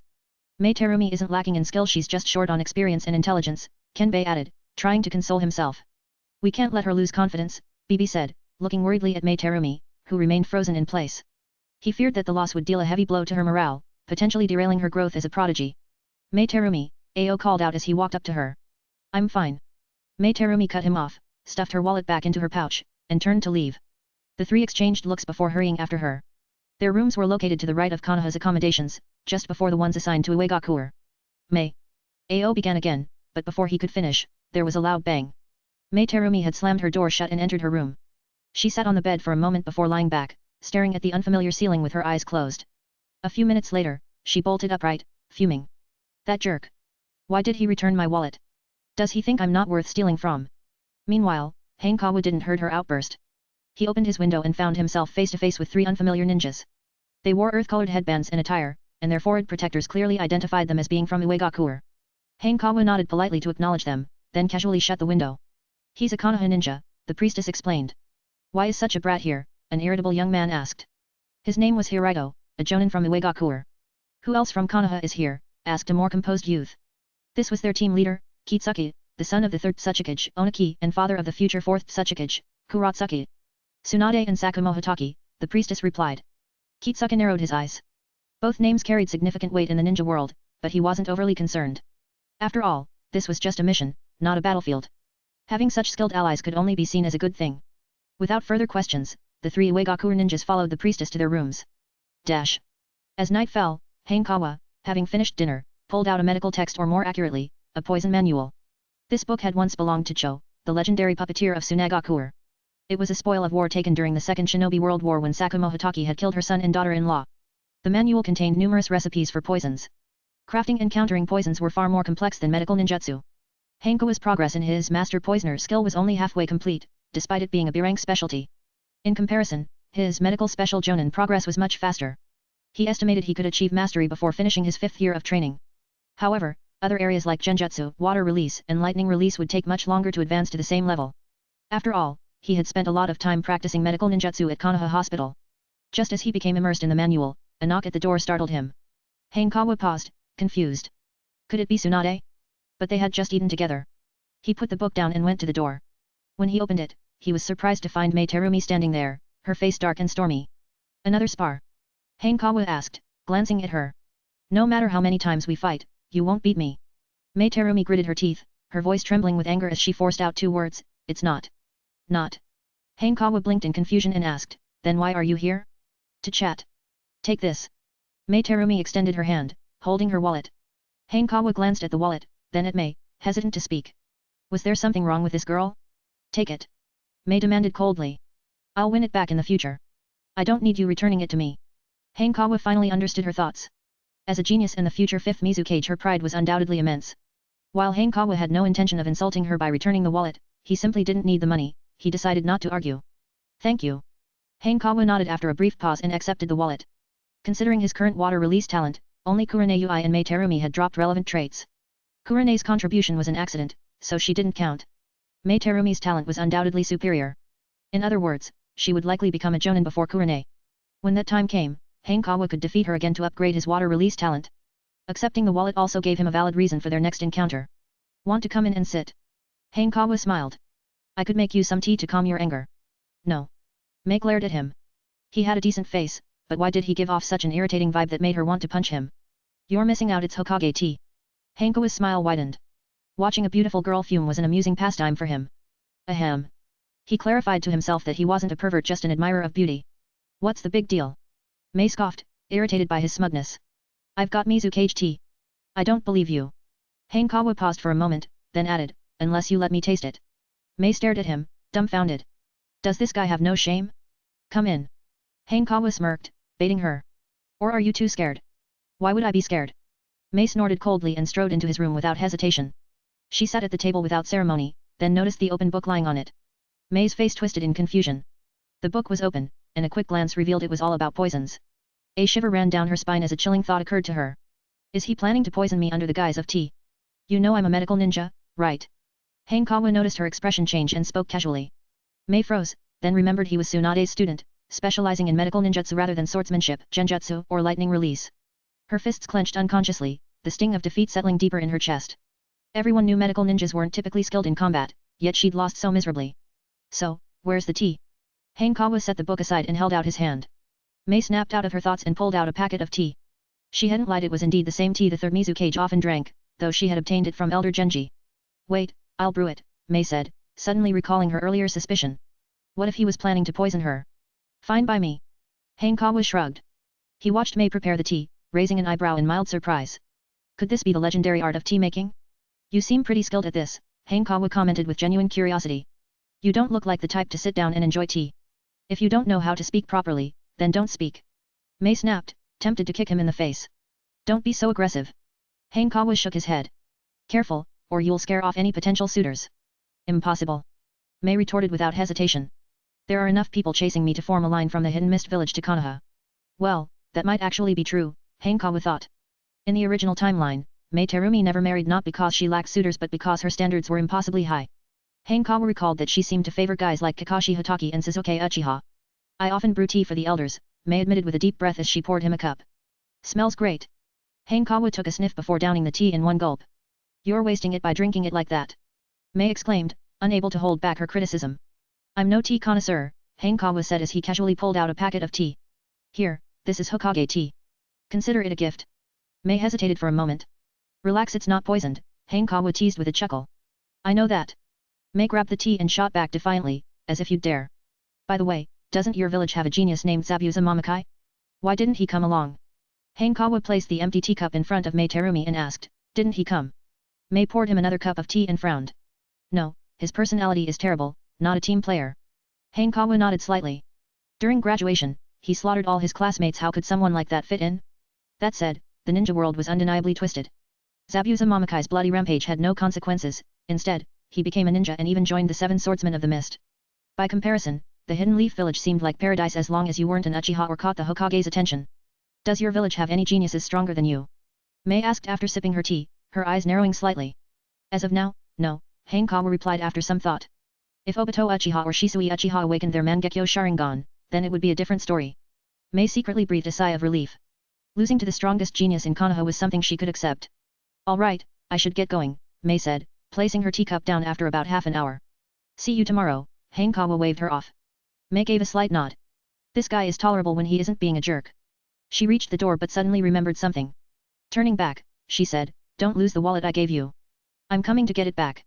Of course. Hanekawa smiled. I'll keep it close to me at all times. Mei froze, her face reddening slightly before she snapped, pervert. Hanekawa looked confused. Weren't you the one who said to keep it safe? Sigh. Women. With a loud bang, Mei slammed the door shut. Hanekawa shook his head, tidied the table, and returned to his book. The tea had refreshed him, so he felt energetic enough to read. Time passed, and it was soon midnight. In the valley outside the shrine of the priestess, under the moonlight, a horde of puppets appeared, stacked densely like a terracotta army. Moments later, a young man stepped forward. Yomi. In the original story, he excelled at dark medical ninjutsu. Everyone knows anything labeled Yomi, underworld, tends to be unusual like the Yomi, cough never mind. Yomi's dark medical ninjutsu was more akin to a stimulant, capable of drawing out a ninja's hidden potential to unleash power far beyond their natural limits. Of course, the side effects were severe. Yomi stared at the shrine and raised his hand. The puppets immediately moved, swarming toward the building in a flood. Enemy attack. The patrolling samurai quickly noticed the approaching horde and shouted in alarm. But their cries were quickly replaced by screams. The sheer number of puppets overwhelmed them in an instant. While the battle was brief, it was enough time for the ninjas to react. Earth release, Earth-style rampart. Ao dashed to the shrine's forefront and slammed his hands onto the ground. Chakra surged, and the earth rose to form a towering wall nearly 8 meters high, blocking the puppets outside. At that moment, Bai, Kenbei and Mei Terumi swiftly climbed to the top of the wall. The three simultaneously formed hand signs, unleashing torrents of water like a torrential downpour upon the puppets below. Hundreds of puppets collapsed in mere seconds. Something's wrong, Bai said grimly. The fallen puppets quickly stood back up, even those shattered into pieces somehow reassembled themselves. Finally, Bai understood why High Priestess Morocco had referred to them as an undying army. Chapter 98. Cooperation. Hanekawa heard a scream and immediately got up, threw on some clothes, and rushed out. As soon as he opened the door, he saw Tsunade and Sakumo Hitaki standing in the hallway. Not far away, a towering earth wall suddenly rose with a rumble. Hanekawa instinctively glanced at it and suddenly had a sense of déjà vu, as if he were in a zombie siege. We're going to see the priestess. Sakumo Hitaki stepped forward and said in a deep voice. As for his two teammates, they had already rushed off to join the battle. There's a group of puppets attacking the priestess's shrine. They're undead and regenerate from any injury, Ao reported as he appeared before them, bringing intelligence from the outside. Let's go, Tsunade decisively commanded and quickly headed toward the main hall of the shrine. The others followed closely behind. I've sensed Morio's location. It's 1,000 meters to the left, said Priestess Morocco, who had been waiting. Upon seeing them, she got straight to the point. It's trying to use its undead army to wear us down, Ao frowned and remarked. Correct, Morocco said calmly as she stood up. We can't sit back and wait. Use me as bait and lure it to the land of swamps for sealing. She had long anticipated such a day and was prepared to sacrifice herself. The only thing weighing on her heart was her daughter, Shin. Fortunately, she had entrusted Shin to a trustworthy guardian, Taraho. In the original story, Taraho sacrificed himself to protect Shin. Then we'll split into two teams, Sakumo Hitaki proposed. One group will hold off the undead army, while the other escorts the priestess and deals with Morio. How should we divide the teams? Ao turned to Tsunade and Sakumo Hitaki. Although the 5 great nations didn't see eye to eye, during this cooperation, it was best to defer to the most respected ninjas present. The group consisted of jonin, but none could rival Tsunade and Sakumo in prestige. The undead army is numerous. Let the ninjas skilled in earth and water style handle them, Tsunade thought for a moment and suggested. In that case, let Bai and Kenbei, who are already fighting, stay behind, Sakumo Hitaki agreed. We'll escort the priestess. Among the 5 present, aside from Hanekawa, all were elite jonin from the 3 villages. Agreed, Tsunade nodded slightly, then turned to Hanekawa. You stay and deal with the undead army. While Hanekawa was strong, his abilities wouldn't significantly impact a confrontation with Morio, whose power was comparable to a tailed beast. Understood, Hanekawa replied without objection. Be careful. Tsunade reached out and gently patted his head before she and 3 others escorted Morocco away. Hanekawa withdrew his gaze and quickly headed toward the front of the priestess's shrine. At that moment, with a loud crash, the earth wall that had stood for so long suddenly collapsed. A massive ring of fire blasted through. Hanekawa raised an eyebrow. He recognized it immediately. It was a composite ninjutsu used by 4 of Yomi's subordinates. In simple terms, it was fire style combined with wind style. However, it wasn't the advanced bloodline limit type of fusion but merely an overlapping of the two. Move. Mei Terumi's voice rang out. Water style, great waterfall jutsu. Standing not far away, she gathered chakra in her mouth and unleashed an immense torrent of water, resembling a waterfall, toward the fire ring. If the fire ring wasn't stopped, it would endanger the shrine and the priestess, as well as the warriors inside. You're biting the hand that feeds you.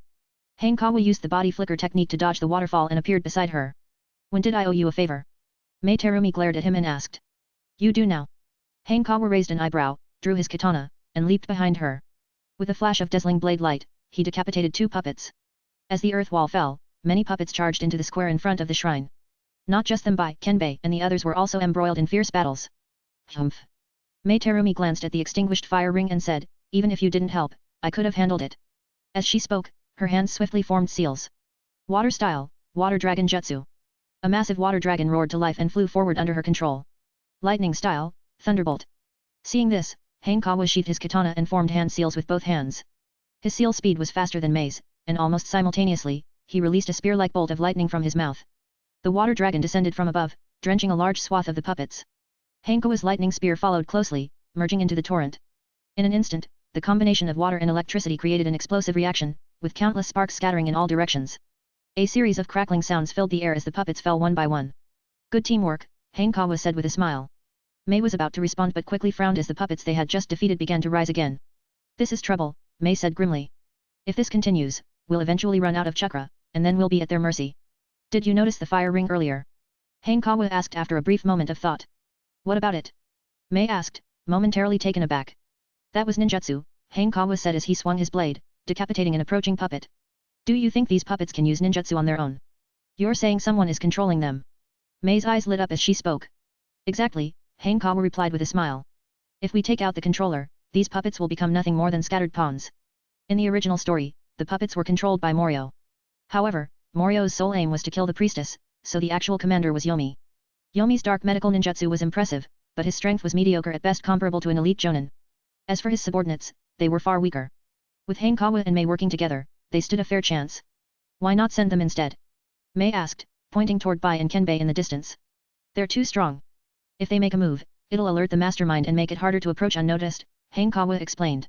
They should provide support and draw attention while we act at the right moment. Fine, we'll do it your way, Mei said after a moment's thought. I'll go inform them. She leaped over the heads of the puppets and quickly approached Bai and Kenbei. All of them understood that fighting the immortal puppets head-on was pointless, so they agreed without hesitation. Let's use Earth style, open Earth rising excavation, Hirohito suggested to Kitsuki. In Earth style, there were many collaborative techniques, such as the Earth style, multiple Earth flow walls used during the Fourth Great Ninja War by Uegakure ninjas to counter the reincarnated Third Raikage. The only drawback was the massive chakra consumption. Got it. Kitsuki formed seals in sync with Hirohito, and the two pressed their hands to the ground simultaneously. The ground trembled, and a volcano erupted from beneath, spewing lava in all directions. Meanwhile, Bai and Kenbei didn't use a combined jutsu but acted similarly. They transformed large amounts of chakra into seawater, conjuring massive waves out of thin air. The swarm of puppets was instantly caught between fire and water, thrown into chaos. Let's go. Mei called out and prepared to charge forward, only to be stopped by Hanekawa. I have an idea, Hanekawa said, a sudden thought crossing his mind. Use the water clone jutsu, and I'll disguise myself as one of your clones with the transformation jutsu. You're really good at finding shortcuts, Mei said, rolling her eyes. Why don't you use the water clone jutsu instead? Because I can't, Hanekawa replied matter-of-factly. Mei was so frustrated that she nearly ground her teeth but had no time to argue. She formed hand seals and created 5 water clones. Fortunately, the seawater generated by Bai and Kenbei helped her conserve a significant amount of chakra. After all, water-style ninjas gain a boost when near rivers, lakes, or oceans. Transformation jutsu. Hanekawa's body shifted and transformed into Mei Terumi. The 7 of them moved swiftly across the water. These ninjas from the 5 great villages aren't bad, Yomi muttered as he retreated to a safe distance. Though the puppets were overwhelming their enemies, he remained calm. After all, the puppets were immortal, while the ninjas had limited stamina. With enough time, the ninjas would be worn down and defeated. Lord Yomi, a ninja is approaching, one of his 4 subordinates warned him. It's just a girl. Take care of her, Yomi said dismissively after glancing at the approaching Mei Terumi. Yes. The 4 immediately disappeared using the body flicker technique. Careful. Hanekawa, using his enhanced perception, spotted them in advance. I know. Mei instinctively responded. I'll use genjutsu, you back me up, Hanekawa said, stepping forward while disguised as Mei. Mei felt a flicker of understanding and aligned her 5 water clones with him in a straight line. I'll blow them all away. One of Yomi's subordinates sneered and clapped his hands together. Wind style, divine wind. A powerful storm swept across the water, heading straight for Mei and her clones. Water style, water wall. Mei reacted swiftly, erecting a wall of water to block the oncoming wind. At that moment, Hanekawa leapt into the air. The four subordinates instinctively looked up at him. Fox Heart Technique. Hanekawa unleashed a genjutsu instantly. His seal speed was so fast that, to Mei, it looked as if he had simply clapped his hands. The four were immediately entranced, their movements frozen. Mei wasted no time and released her prepared ninjutsu. Water Style, Water Column. A massive water sphere, like a meteor, plummeted from above, engulfing the four trapped in the genjutsu. Boom. Water splashed in all directions, drowning the four as blood gushed out. Seeing this, Hanekawa flung four kunai, each precisely striking their hearts. The blades, coated in poison, delivered an instant kill. Hanekawa stepped back and blended seamlessly into Mei's water clones. The deed was done, and he disappeared into anonymity. Useless fools. Yomi cursed furiously as his four subordinates were killed by what appeared to be a single kunoichi. Hanekawa, maintaining his distance, remained unnoticed. Kill her! Yomi roared, waving his hand. The puppets protecting him surged forward like a tide. This is bad. Mei's face turned pale. With so many puppets, there was no way to get close to Yomi. ANBU. Hanekawa suddenly shouted. He knew Tsunade wouldn't have deployed all the ANBU forces elsewhere. In the next moment, 4 ANBU operatives appeared, intercepting the puppets. 4? That's enough, Hanekawa said, exhaling in relief. What? Yomi frowned, sensing the tide turning. Quickly, he made a decision. He manipulated his own body with hand seals, unleashing the full potential of his dark medical ninjutsu. In an instant, a powerful and oppressive aura erupted from him. What kind of jutsu is that? Mei's expression hardened, feeling the immense pressure. It's a boosting jutsu, Hanekawa explained. But it won't last long. Hanekawa cautioned, noting that under these circumstances, his genjutsu was ineffective. The essence of genjutsu is disrupting the chakra flow within an enemy's body, but Yomi's chakra was already in chaos. It was similar to Might Guy in the Eight Gates formation. Genjutsu had no effect because he couldn't control his own chakra. You're courting death. Yomi snarled, disappearing in an instant. Water Style, Water Wall. Sensing imminent danger, Mei instinctively formed hand seals. Sure enough, Yomi appeared directly in front of her. With a single punch, water splashed everywhere as his fist shattered the wall of water. What? Mei had no time to evade. At that moment, a crackle of thunder echoed. A bolt of lightning raced along the remnants of the water wall, aiming straight for Yomi. Reacting quickly, Yomi pulled back his hand and retreated. Mei let out a silent sigh of relief. Water Style, Hidden Mist Jutsu. She made the most logical choice in an instant. Thick mist spewed from her mouth, enveloping her and Hanekawa in a dense shroud. Although Yomi lacked wind-style techniques, his overwhelming power allowed him to expel chakra in surges. The resulting airflow dispersed much of the mist. Hey! Yomi narrowed his eyes. Within the fading mist, Mei and her water clones had vanished. The next moment, the water surface beneath Yomi exploded as a water dragon surged up, attempting to engulf him. However, Yomi stood unfazed, surrounded by an impenetrable barrier of chakra. The water dragon crashed against it, failing to inflict any damage. So there you are. Yomi sneered as he spotted Mei. She was swimming rapidly through the sea created by Kenbei and the others, resembling a graceful mermaid. Yomi raised his hands and clapped forcefully. Massive bursts of chakra, like cannonballs, rained down into the water. Body Flicker, Water Flicker Technique. Mei's body dissolved into water, narrowly evading the attack. Yomi smirked coldly and clapped his hands again. His chakra, sharp like countless blades, pierced into the water. Suddenly, a streak of red appeared in the water. Mei reappeared, her body bleeding as she floated in the water. So that's all you've got? Yomi shook his head in disappointment. As he prepared to deliver the final blow, a sudden gust of air arose from nowhere. Yomi paused, momentarily stunned. Turning instinctively, he saw Hanekawa charging at him. Another one? Hidden so well, only to emerge now? But, just a mere kid. Yomi's hands surged with chakra, his speed increasing as he caught the oncoming katana between his palms. In the next moment, the water behind him splashed violently. A lightning-clad Hanekawa appeared. It was his real body. Using his immense speed, Hanekawa launched a punch. Superhuman strength. The blow landed squarely on Yomi. The sheer force of it made Hanekawa's arm seem like a spear. Even without a sharpened tip, it pierced straight through Yomi's torso. How is this possible? Yomi gasped, looking down to see Hanekawa's bloodied fist protruding from his chest. It was his own blood. Hanekawa gave him no time to react. He withdrew his hand, drew a kunai, and slashed at Yomi's neck. Blood sprayed everywhere. Yomi collapsed, lifeless. Hanekawa immediately deactivated his lightning cloak. Although he had already used lightning-style techniques, the lightning cloak was powered by activating lightning-style chakra. To be cautious, he had added an additional layer of lightning around his body. Yomi's death was no accident. Hanekawa's superhuman strength alone was immensely destructive, and the lightning cloak further amplified his attack, defense, and speed by 100%. Water splashed everywhere as Mei Terumi emerged from beneath the water. Her entire body was soaked, her auburn hair spread out in the water, and with the blood staining her, she resembled a blooming rose. Don't look. Mei glared at Hanekawa and immediately leapt to a nearby tree. She quickly pulled out a piece of clothing and put it on, her cheeks flushed red from the recent events. You're injured. Let me treat you, Hanekawa called out, standing at the base of the tree. After a few seconds, Mei reappeared in front of him, still blushing and avoiding his gaze with her head lowered. Where's the injury? Hanekawa asked with a slight smile. Mei hesitated, her expression showing reluctance. I'm a medical ninja, what are you afraid of? Hanekawa said firmly, noticing her unease. Pervert. Mei snapped angrily, embarrassed. But after a few moments of hesitation, she lifted her clothes slightly, revealing her slim waist.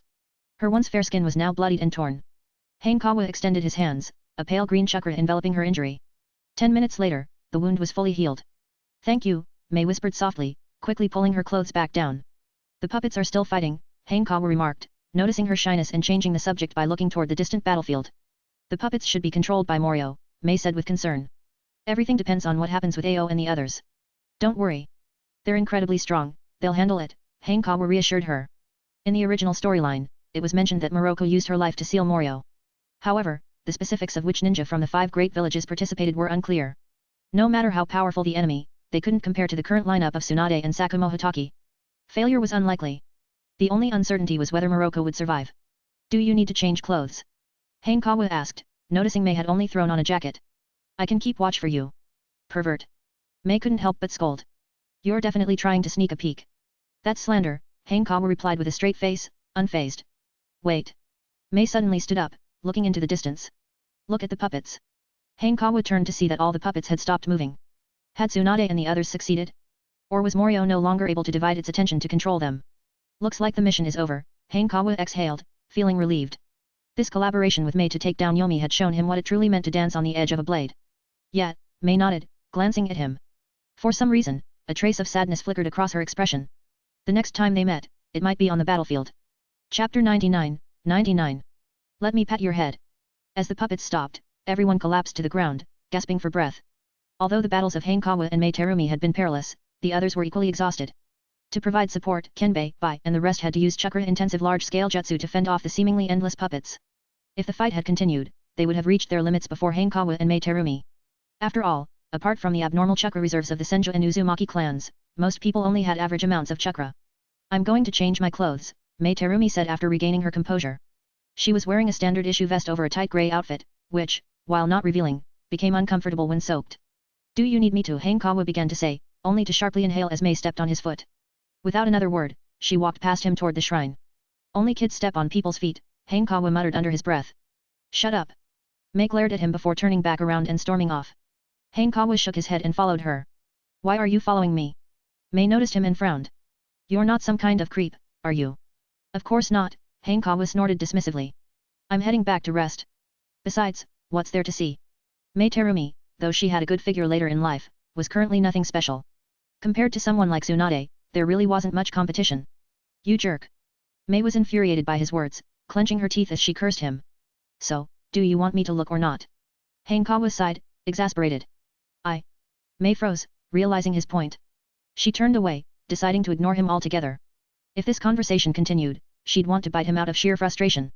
Mei silently entered her room, exhaling as she began removing her clothes. Am I really that bad? She wondered, glancing at herself in the mirror. Her skin was fair, her proportions perfect, with long legs and a slender waist. Meanwhile, Hanekawa returned to his own room. He had been arguing with Mei without any real intention of peeking. After all, he prided himself on being a person of integrity. Lying on his bed, Hanekawa began to think about when Tsunade and the others would return. It shouldn't take much longer. The land of Marsh was close, bordering the land of demons. Besides, except for the 5 great nations, most countries in the ninja world were small and compact. Traveling from Konoha to Tsunade took about 3 to 4 days, reaching the land of Marsh would take at most half a day. Hanekawa closed his eyes, his exhaustion from the battle against Yomi catching up to him. It hadn't just drained his chakra but also taxed his mind. Still, the feeling of victory was exhilarating, reminiscent of beating a Souls-like game. As the moon set and the sun rose, a knock on his door woke him. Hanekawa's eyes snapped open. Looking outside, he realized it was already the next day. He dressed and opened the door to find Minato Namikaze standing there. Hanekawa was momentarily surprised. Did you make it in time? Or not? Hanekawa, Minato said, walking alongside him, we need to go to the shrine. He began explaining the events that had transpired. Minato had arrived in the land of Marsh just as Morocco sealed Morio. However, she had only sealed Morio's body, not its soul. Using the flying Raijin technique, Minato had quickly brought Morocco back to the land of demons to help her seal Morio's soul. Hanekawa raised an eyebrow. So, Morocco survived? The priestess is in poor condition, Minato said, explaining his purpose.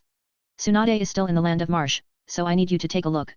Minato's chakra was nearly depleted from using Uzumaki sealing techniques. Returning to fetch Tsunade would waste too much time, so Hanekawa was the best option. Alright, Hanekawa replied, thinking this outcome was already far better than the original storyline. The two quickly arrived at the shrine.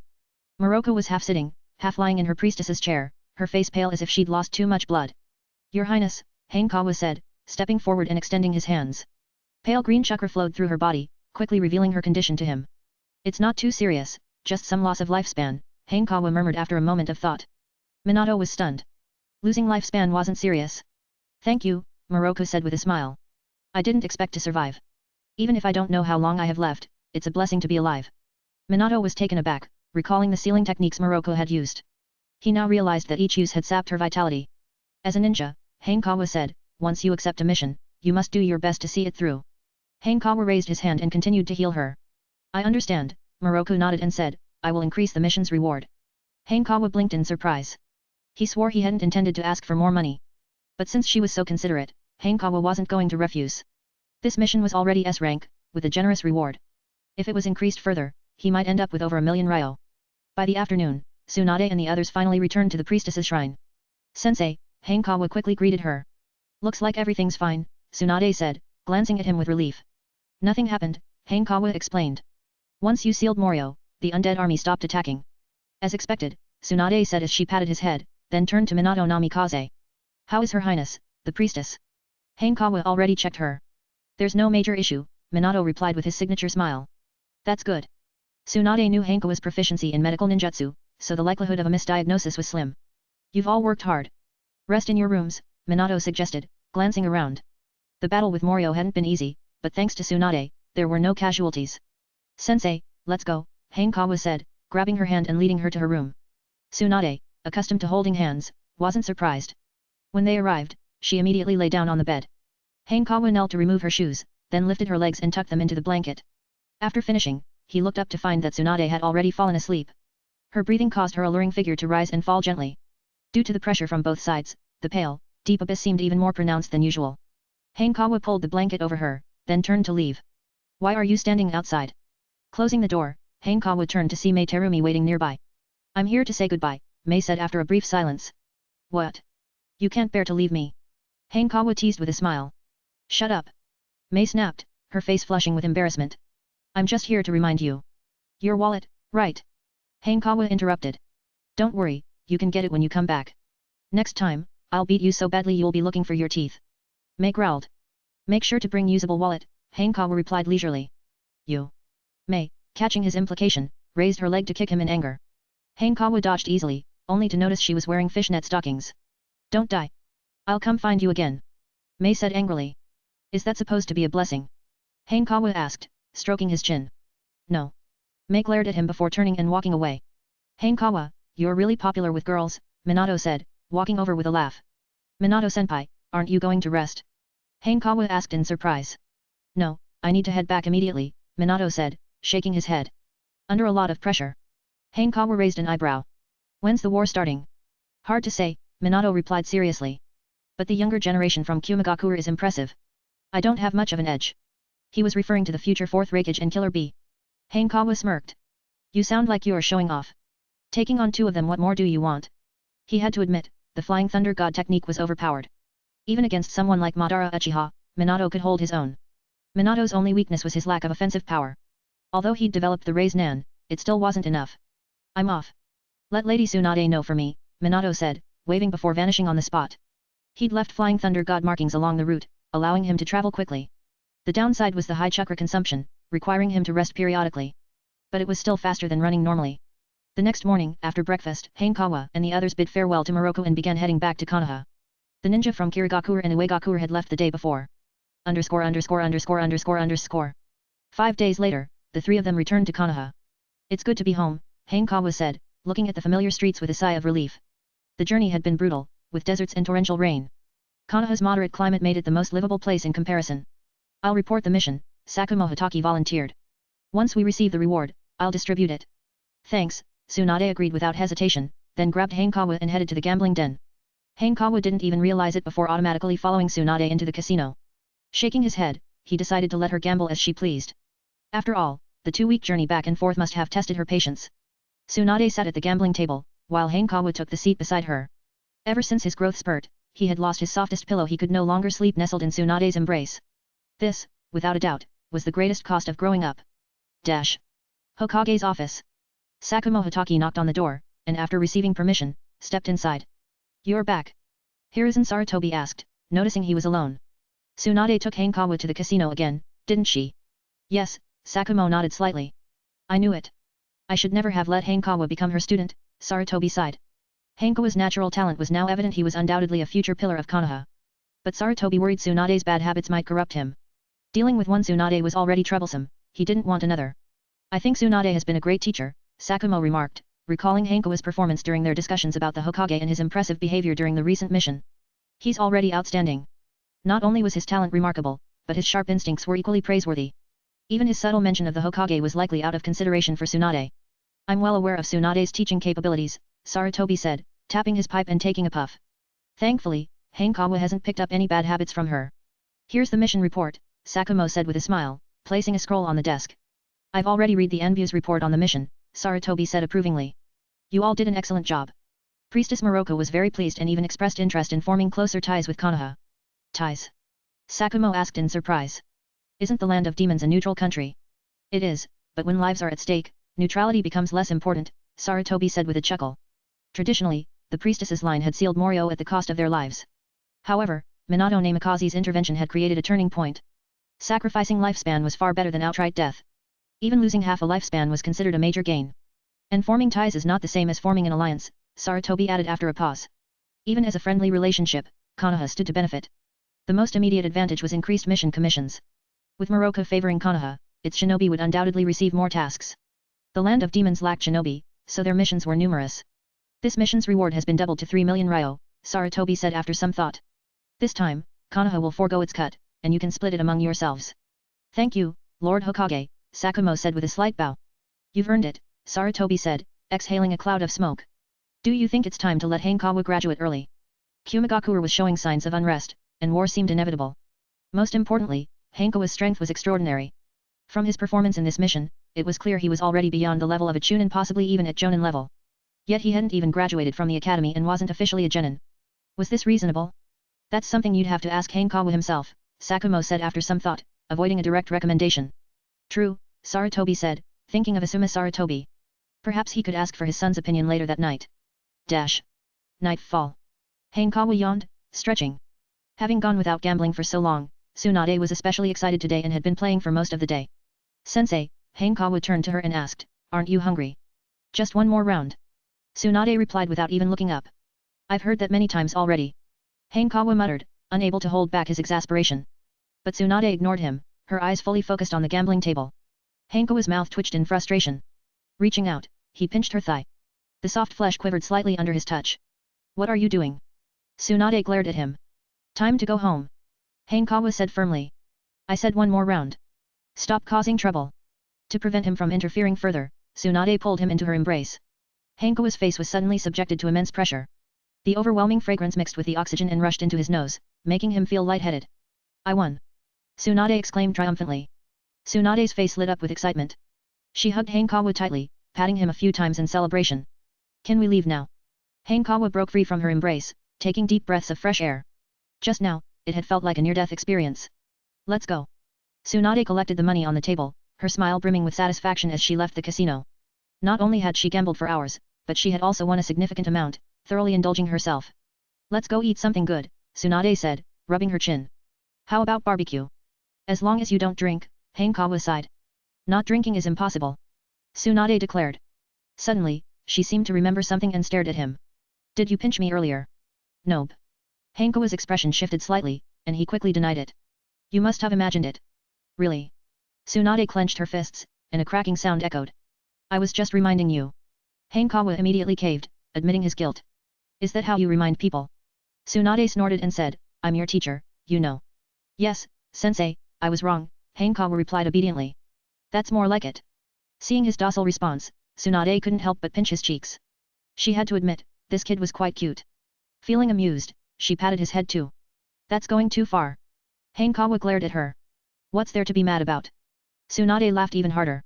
What's wrong with your teacher patting your head? What the heck? Hanekawa took a step back and said, I'm hungry. Let's eat. Tsunade stopped teasing him, flipping her golden ponytail as she said, fine, your sensei's treating. The two of them arrived at a barbecue restaurant. Tsunade expertly ordered beef, pork belly, and steak. Meanwhile, Hanekawa instinctively started grilling the meat for her. Not bad, Tsunade said, taking a bite of the grilled meat. Your grilling skills are getting better. That's because you are too lazy, Hanekawa replied as he poured her a cup of steak. Students are supposed to be useful like this, Tsunade said, licking the oil from her lips with her pink tongue, smiling mischievously. Hanekawa silently picked up a piece of beef for himself. I heard from the Enview about your performance during this mission, Tsunade said, taking a sip of steak. Very impressive. It's all thanks to you, sensei, Hanekawa replied casually.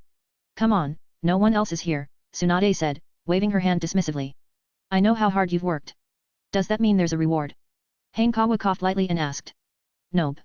Tsunade spread her hands with a carefree grin. Besides, I've already given you the most precious reward. Hanekawa looked at her with a face full of question marks. Don't say weird things. Wait a minute. Hanekawa lifted the first Hokage's necklace and asked, you mean this? Exactly. Tsunade gazed at it, her expression distant. Make sure you take good care of it. I know. Hanekawa sighed, shaking his head. If he thought about it, Tsunade was really broke. Aside from 2 large boxes of ES, her house had absolutely nothing valuable. Chapter 100, 100. Leaving so quick. After finishing the barbecue, Tsunade ended up drunk again. Watching her wobble as she walked, Hanekawa stepped forward and held out his hand. Tsunade tilted her head and looked at him with a dazed and adorable expression. Don't fall, Hanekawa reminded her. Tsunade understood and draped her arm over his shoulder. A heavy, soft pressure settled against him. Seeing that she had nothing to hold onto, Hanekawa instead supported her by holding her waist. You did pretty well today, Tsunade said with a smile, ruffling his hair. Yes, Hanekawa replied nonchalantly. You've got such a cute face, but you're so not cute. Tsunade poked his cheek with her finger.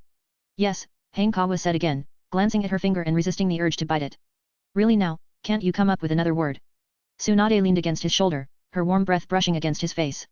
Let's get you home to rest, sensei. Hanekawa said, his eyes subtly shifting to the faint sheen of oil on her lips. Okay, Tsunade mumbled, closing her eyes. With Hanekawa's help, she slowly made her way home. Thud.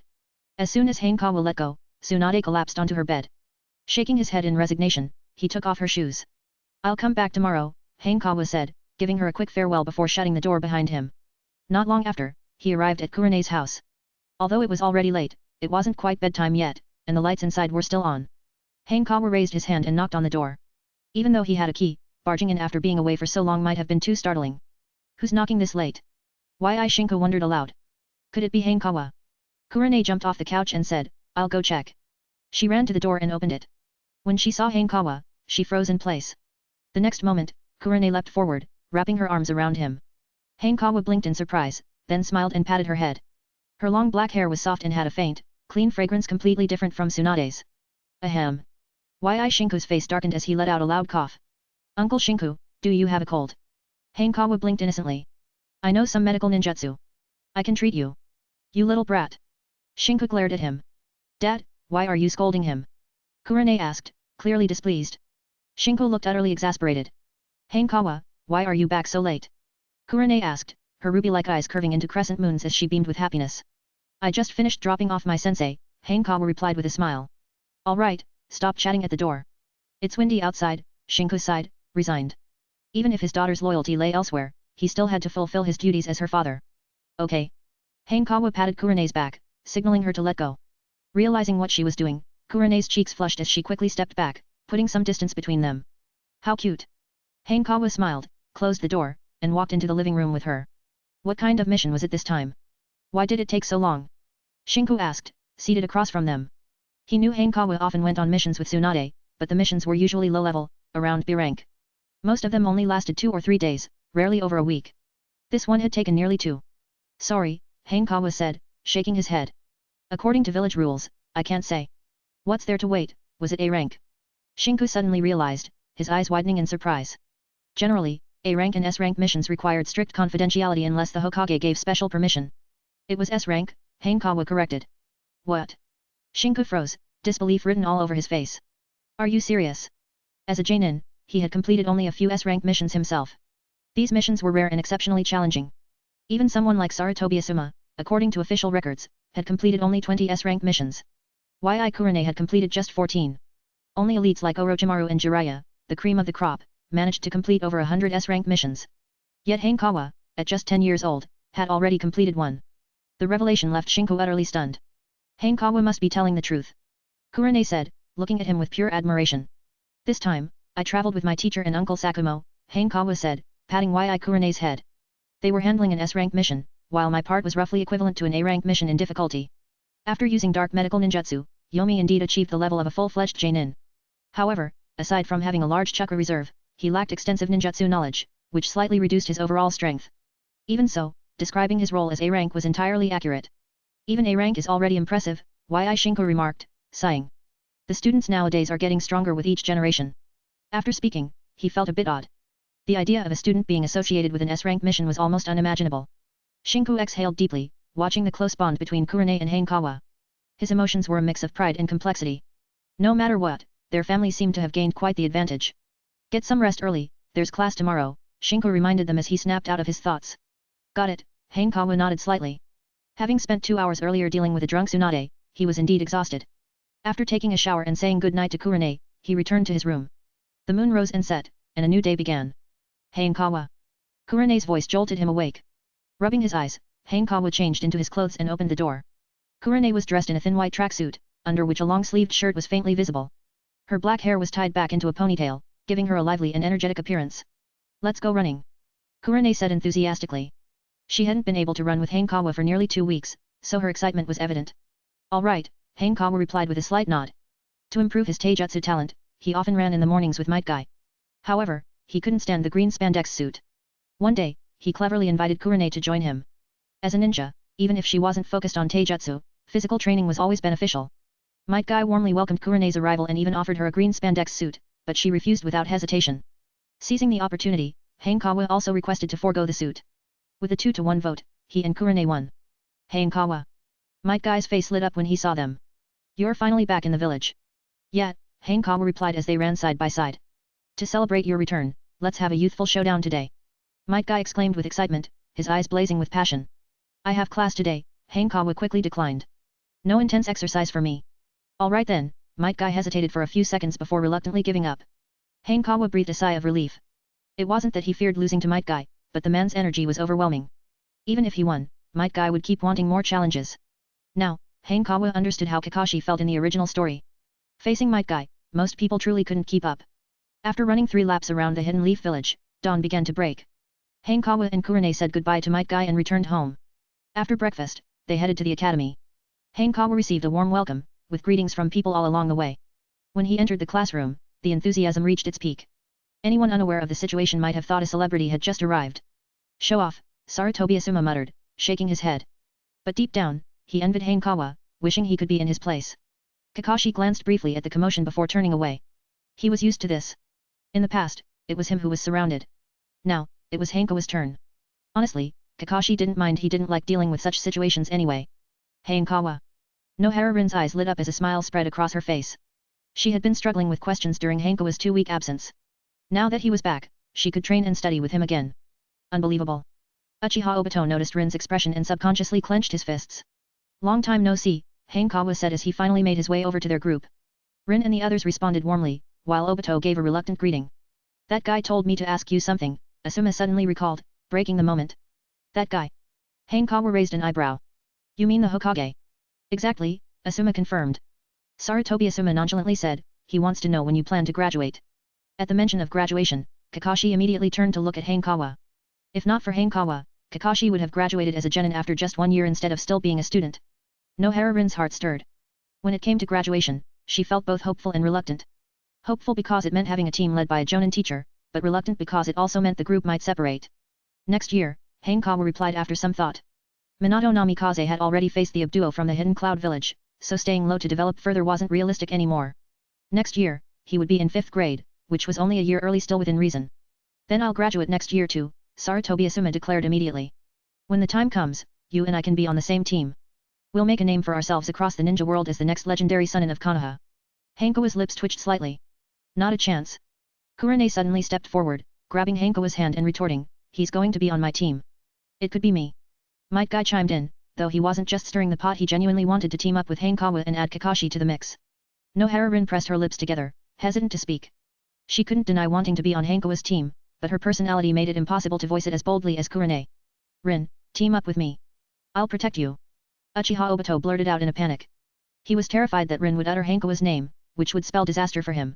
According to Konoha's rules, ninja squads were assigned for the long haul usually until the members became specialized jonin or full-fledged jonin. Obito didn't even want to imagine what could happen during all that time. Rin blinked, momentarily stunned. Seeing Obito's hopeful expression, she didn't want to reject him outright, so she replied, the teams will depend on the assignments. I believe in the power of our bond. Obito said confidently. Enough. Hanekawa quickly stepped in, stopping the growing argument. It's too early to discuss team assignments now, and besides, team members aren't something we can decide ourselves. Of course, the second half of that statement was a lie. But since they were all still kids, most didn't know the inner workings and accepted his words at face value. Hanekawa. Kurane started to ask something but stopped when she saw his signal with his eyes. Reassured by his silent promise, she didn't press the matter. After chatting with them briefly, Hanekawa returned to his seat, stroking his chin in thought. Since his teacher was Tsunade, he actually had some say in his team composition. He had already decided on Kurane, but he still needed to pick the final member. Kakashi, Might Guy, and Asuma were all strong candidates. Nohara Rin and Uchiha Obito were slightly weaker, but they had potential to grow into formidable ninjas. Hanekawa quickly ruled out Obito. Not only was their relationship average, but if Obito caught Madara's attention, Hanekawa could end up as a sacrificial tool to awaken his Sharingan. Then there was Rin. If she teamed up with Obito, as in the original story, her death probability would be 99%. A different team setup might just save her life. The class bell rang. Ichiro entered the classroom just in time. He glanced around, noticed Hanekawa lost in thought, and paused for a moment before choosing to ignore it. Take out today's textbook, Ichiro instructed from the podium, beginning the lecture. Hanekawa snapped out of his thoughts, setting aside the matter of his future team to focus on his training plan. If he was aiming to graduate in 5th grade, he had roughly a year and a half left. Since his learning was all over the place, he needed to prioritize. After some thought, he wrote down medical ninjutsu, genjutsu, and lightning release in his notebook. Medical ninjutsu was a must. As Tsunade's student, he needed to master it. Plus, an excellent medical ninja could influence the tide of battle, so it wasn't something to neglect. Genjutsu, while less effective against the Uchiha clan, was a devastating weapon against most other ninja. In fact, during his previous battle with Ao and the others, he had taken down 4 of Yomi's subordinates using genjutsu alone. As for lightning release, it was his natural chakra affinity. Using it wouldn't raise suspicion. There was also the issue of Hidden Cloud Village's involvement, making lightning release even more relevant. The B-rank entry body of lightning release was already incredibly powerful, let alone the 4th Raikage lightning release chakra mode. The only pity was that he couldn't obtain the training method for now. There was no way he could send back the information about Uzumaki Kushina being the Nine Tails Jinchuriki, right? Hanekawa frowned slightly. Was there information of equal value? He couldn't think of anything for the moment. Speaking of Uzumaki Kushina, Hanekawa suddenly thought of the Raise Nan. He figured it would be worth learning, as it would significantly enhance his current abilities. Like superhuman strength, the Raise Nan didn't require hand seals, making it incredibly convenient in battle. Although Jiraiya and Minato Namikaze were both currently absent from Konoha, they had undoubtedly submitted the Raise Nan technique. According to Konoha's rules, any jutsu created must be submitted to the village in exchange for appropriate rewards. Others might not comply, but Minato, being a model of the will of fire, definitely would. Time quickly passed, and it was the end of the school day. Let's go train. Sarutobi Asuma said excitedly. When Hanekawa was away, training just didn't feel the same. Now that he was back, Asuma felt motivated again. Kakashi suddenly looked up and saw an unexpected figure, Sakumo Hitaki. Kakashi, Sakumo noticed his gaze and approached. Father, Kakashi said, a little confused. Are you here for me? No, I'm here for Hanekawa, Sakumo replied with a shake of his head. He had gone to find Tsunade earlier, but she wasn't home, so he came to the school instead. You guys go ahead, Hanekawa said, knowing why Sakumo had come. He waved off Kurane and the others. Make it quick, Kurane said reluctantly, waving to him as she left. Here, Sakumo handed him 2 bank books. The reward from the mission in the Land of Demons. Thanks, Hanekawa said as he took the bank books, a bit surprised. 2 million RY. An additional 1 million RY is for your teacher. She's not home, so I'm leaving it to you to pass it on, Sakumo explained. Got it. Thanks, Uncle Sakumo, Hanekawa said. He paused, then asked, is there anything else? If not, I'll go join Kakashi and the others for training. Go ahead, Sakumo said with a smile and a nod. After saying goodbye, Hanekawa didn't immediately join Kakashi and the others. Instead, he went to the casino. Konoha had several casinos, but Tsunade favored the largest one. As soon as Hanekawa entered the casino, he spotted her. Perfect timing! Tsunade exclaimed, her face lighting up when she saw him. She immediately pulled him closer. I need to talk to you, Hanekawa said quickly. Not now, after I finish gambling, Tsunade said, her eyes glued to the table. I need you to get me the raised nan, Hanekawa said bluntly. The raised nan. Tsunade paused, surprised. You mean the technique Minato created? She had heard about it before from Kushina, as they often visited her home together. Yes, Hanekawa explained. It's a seal-less jutsu, and I think it'll be quite useful. Alright, Tsunade agreed without hesitation. I'm off to train. See you later, Hanekawa said as he turned and bolted out of the casino. Wait. Tsunade instinctively reached out to grab him, but he was too quick. She pursed her lips in slight annoyance.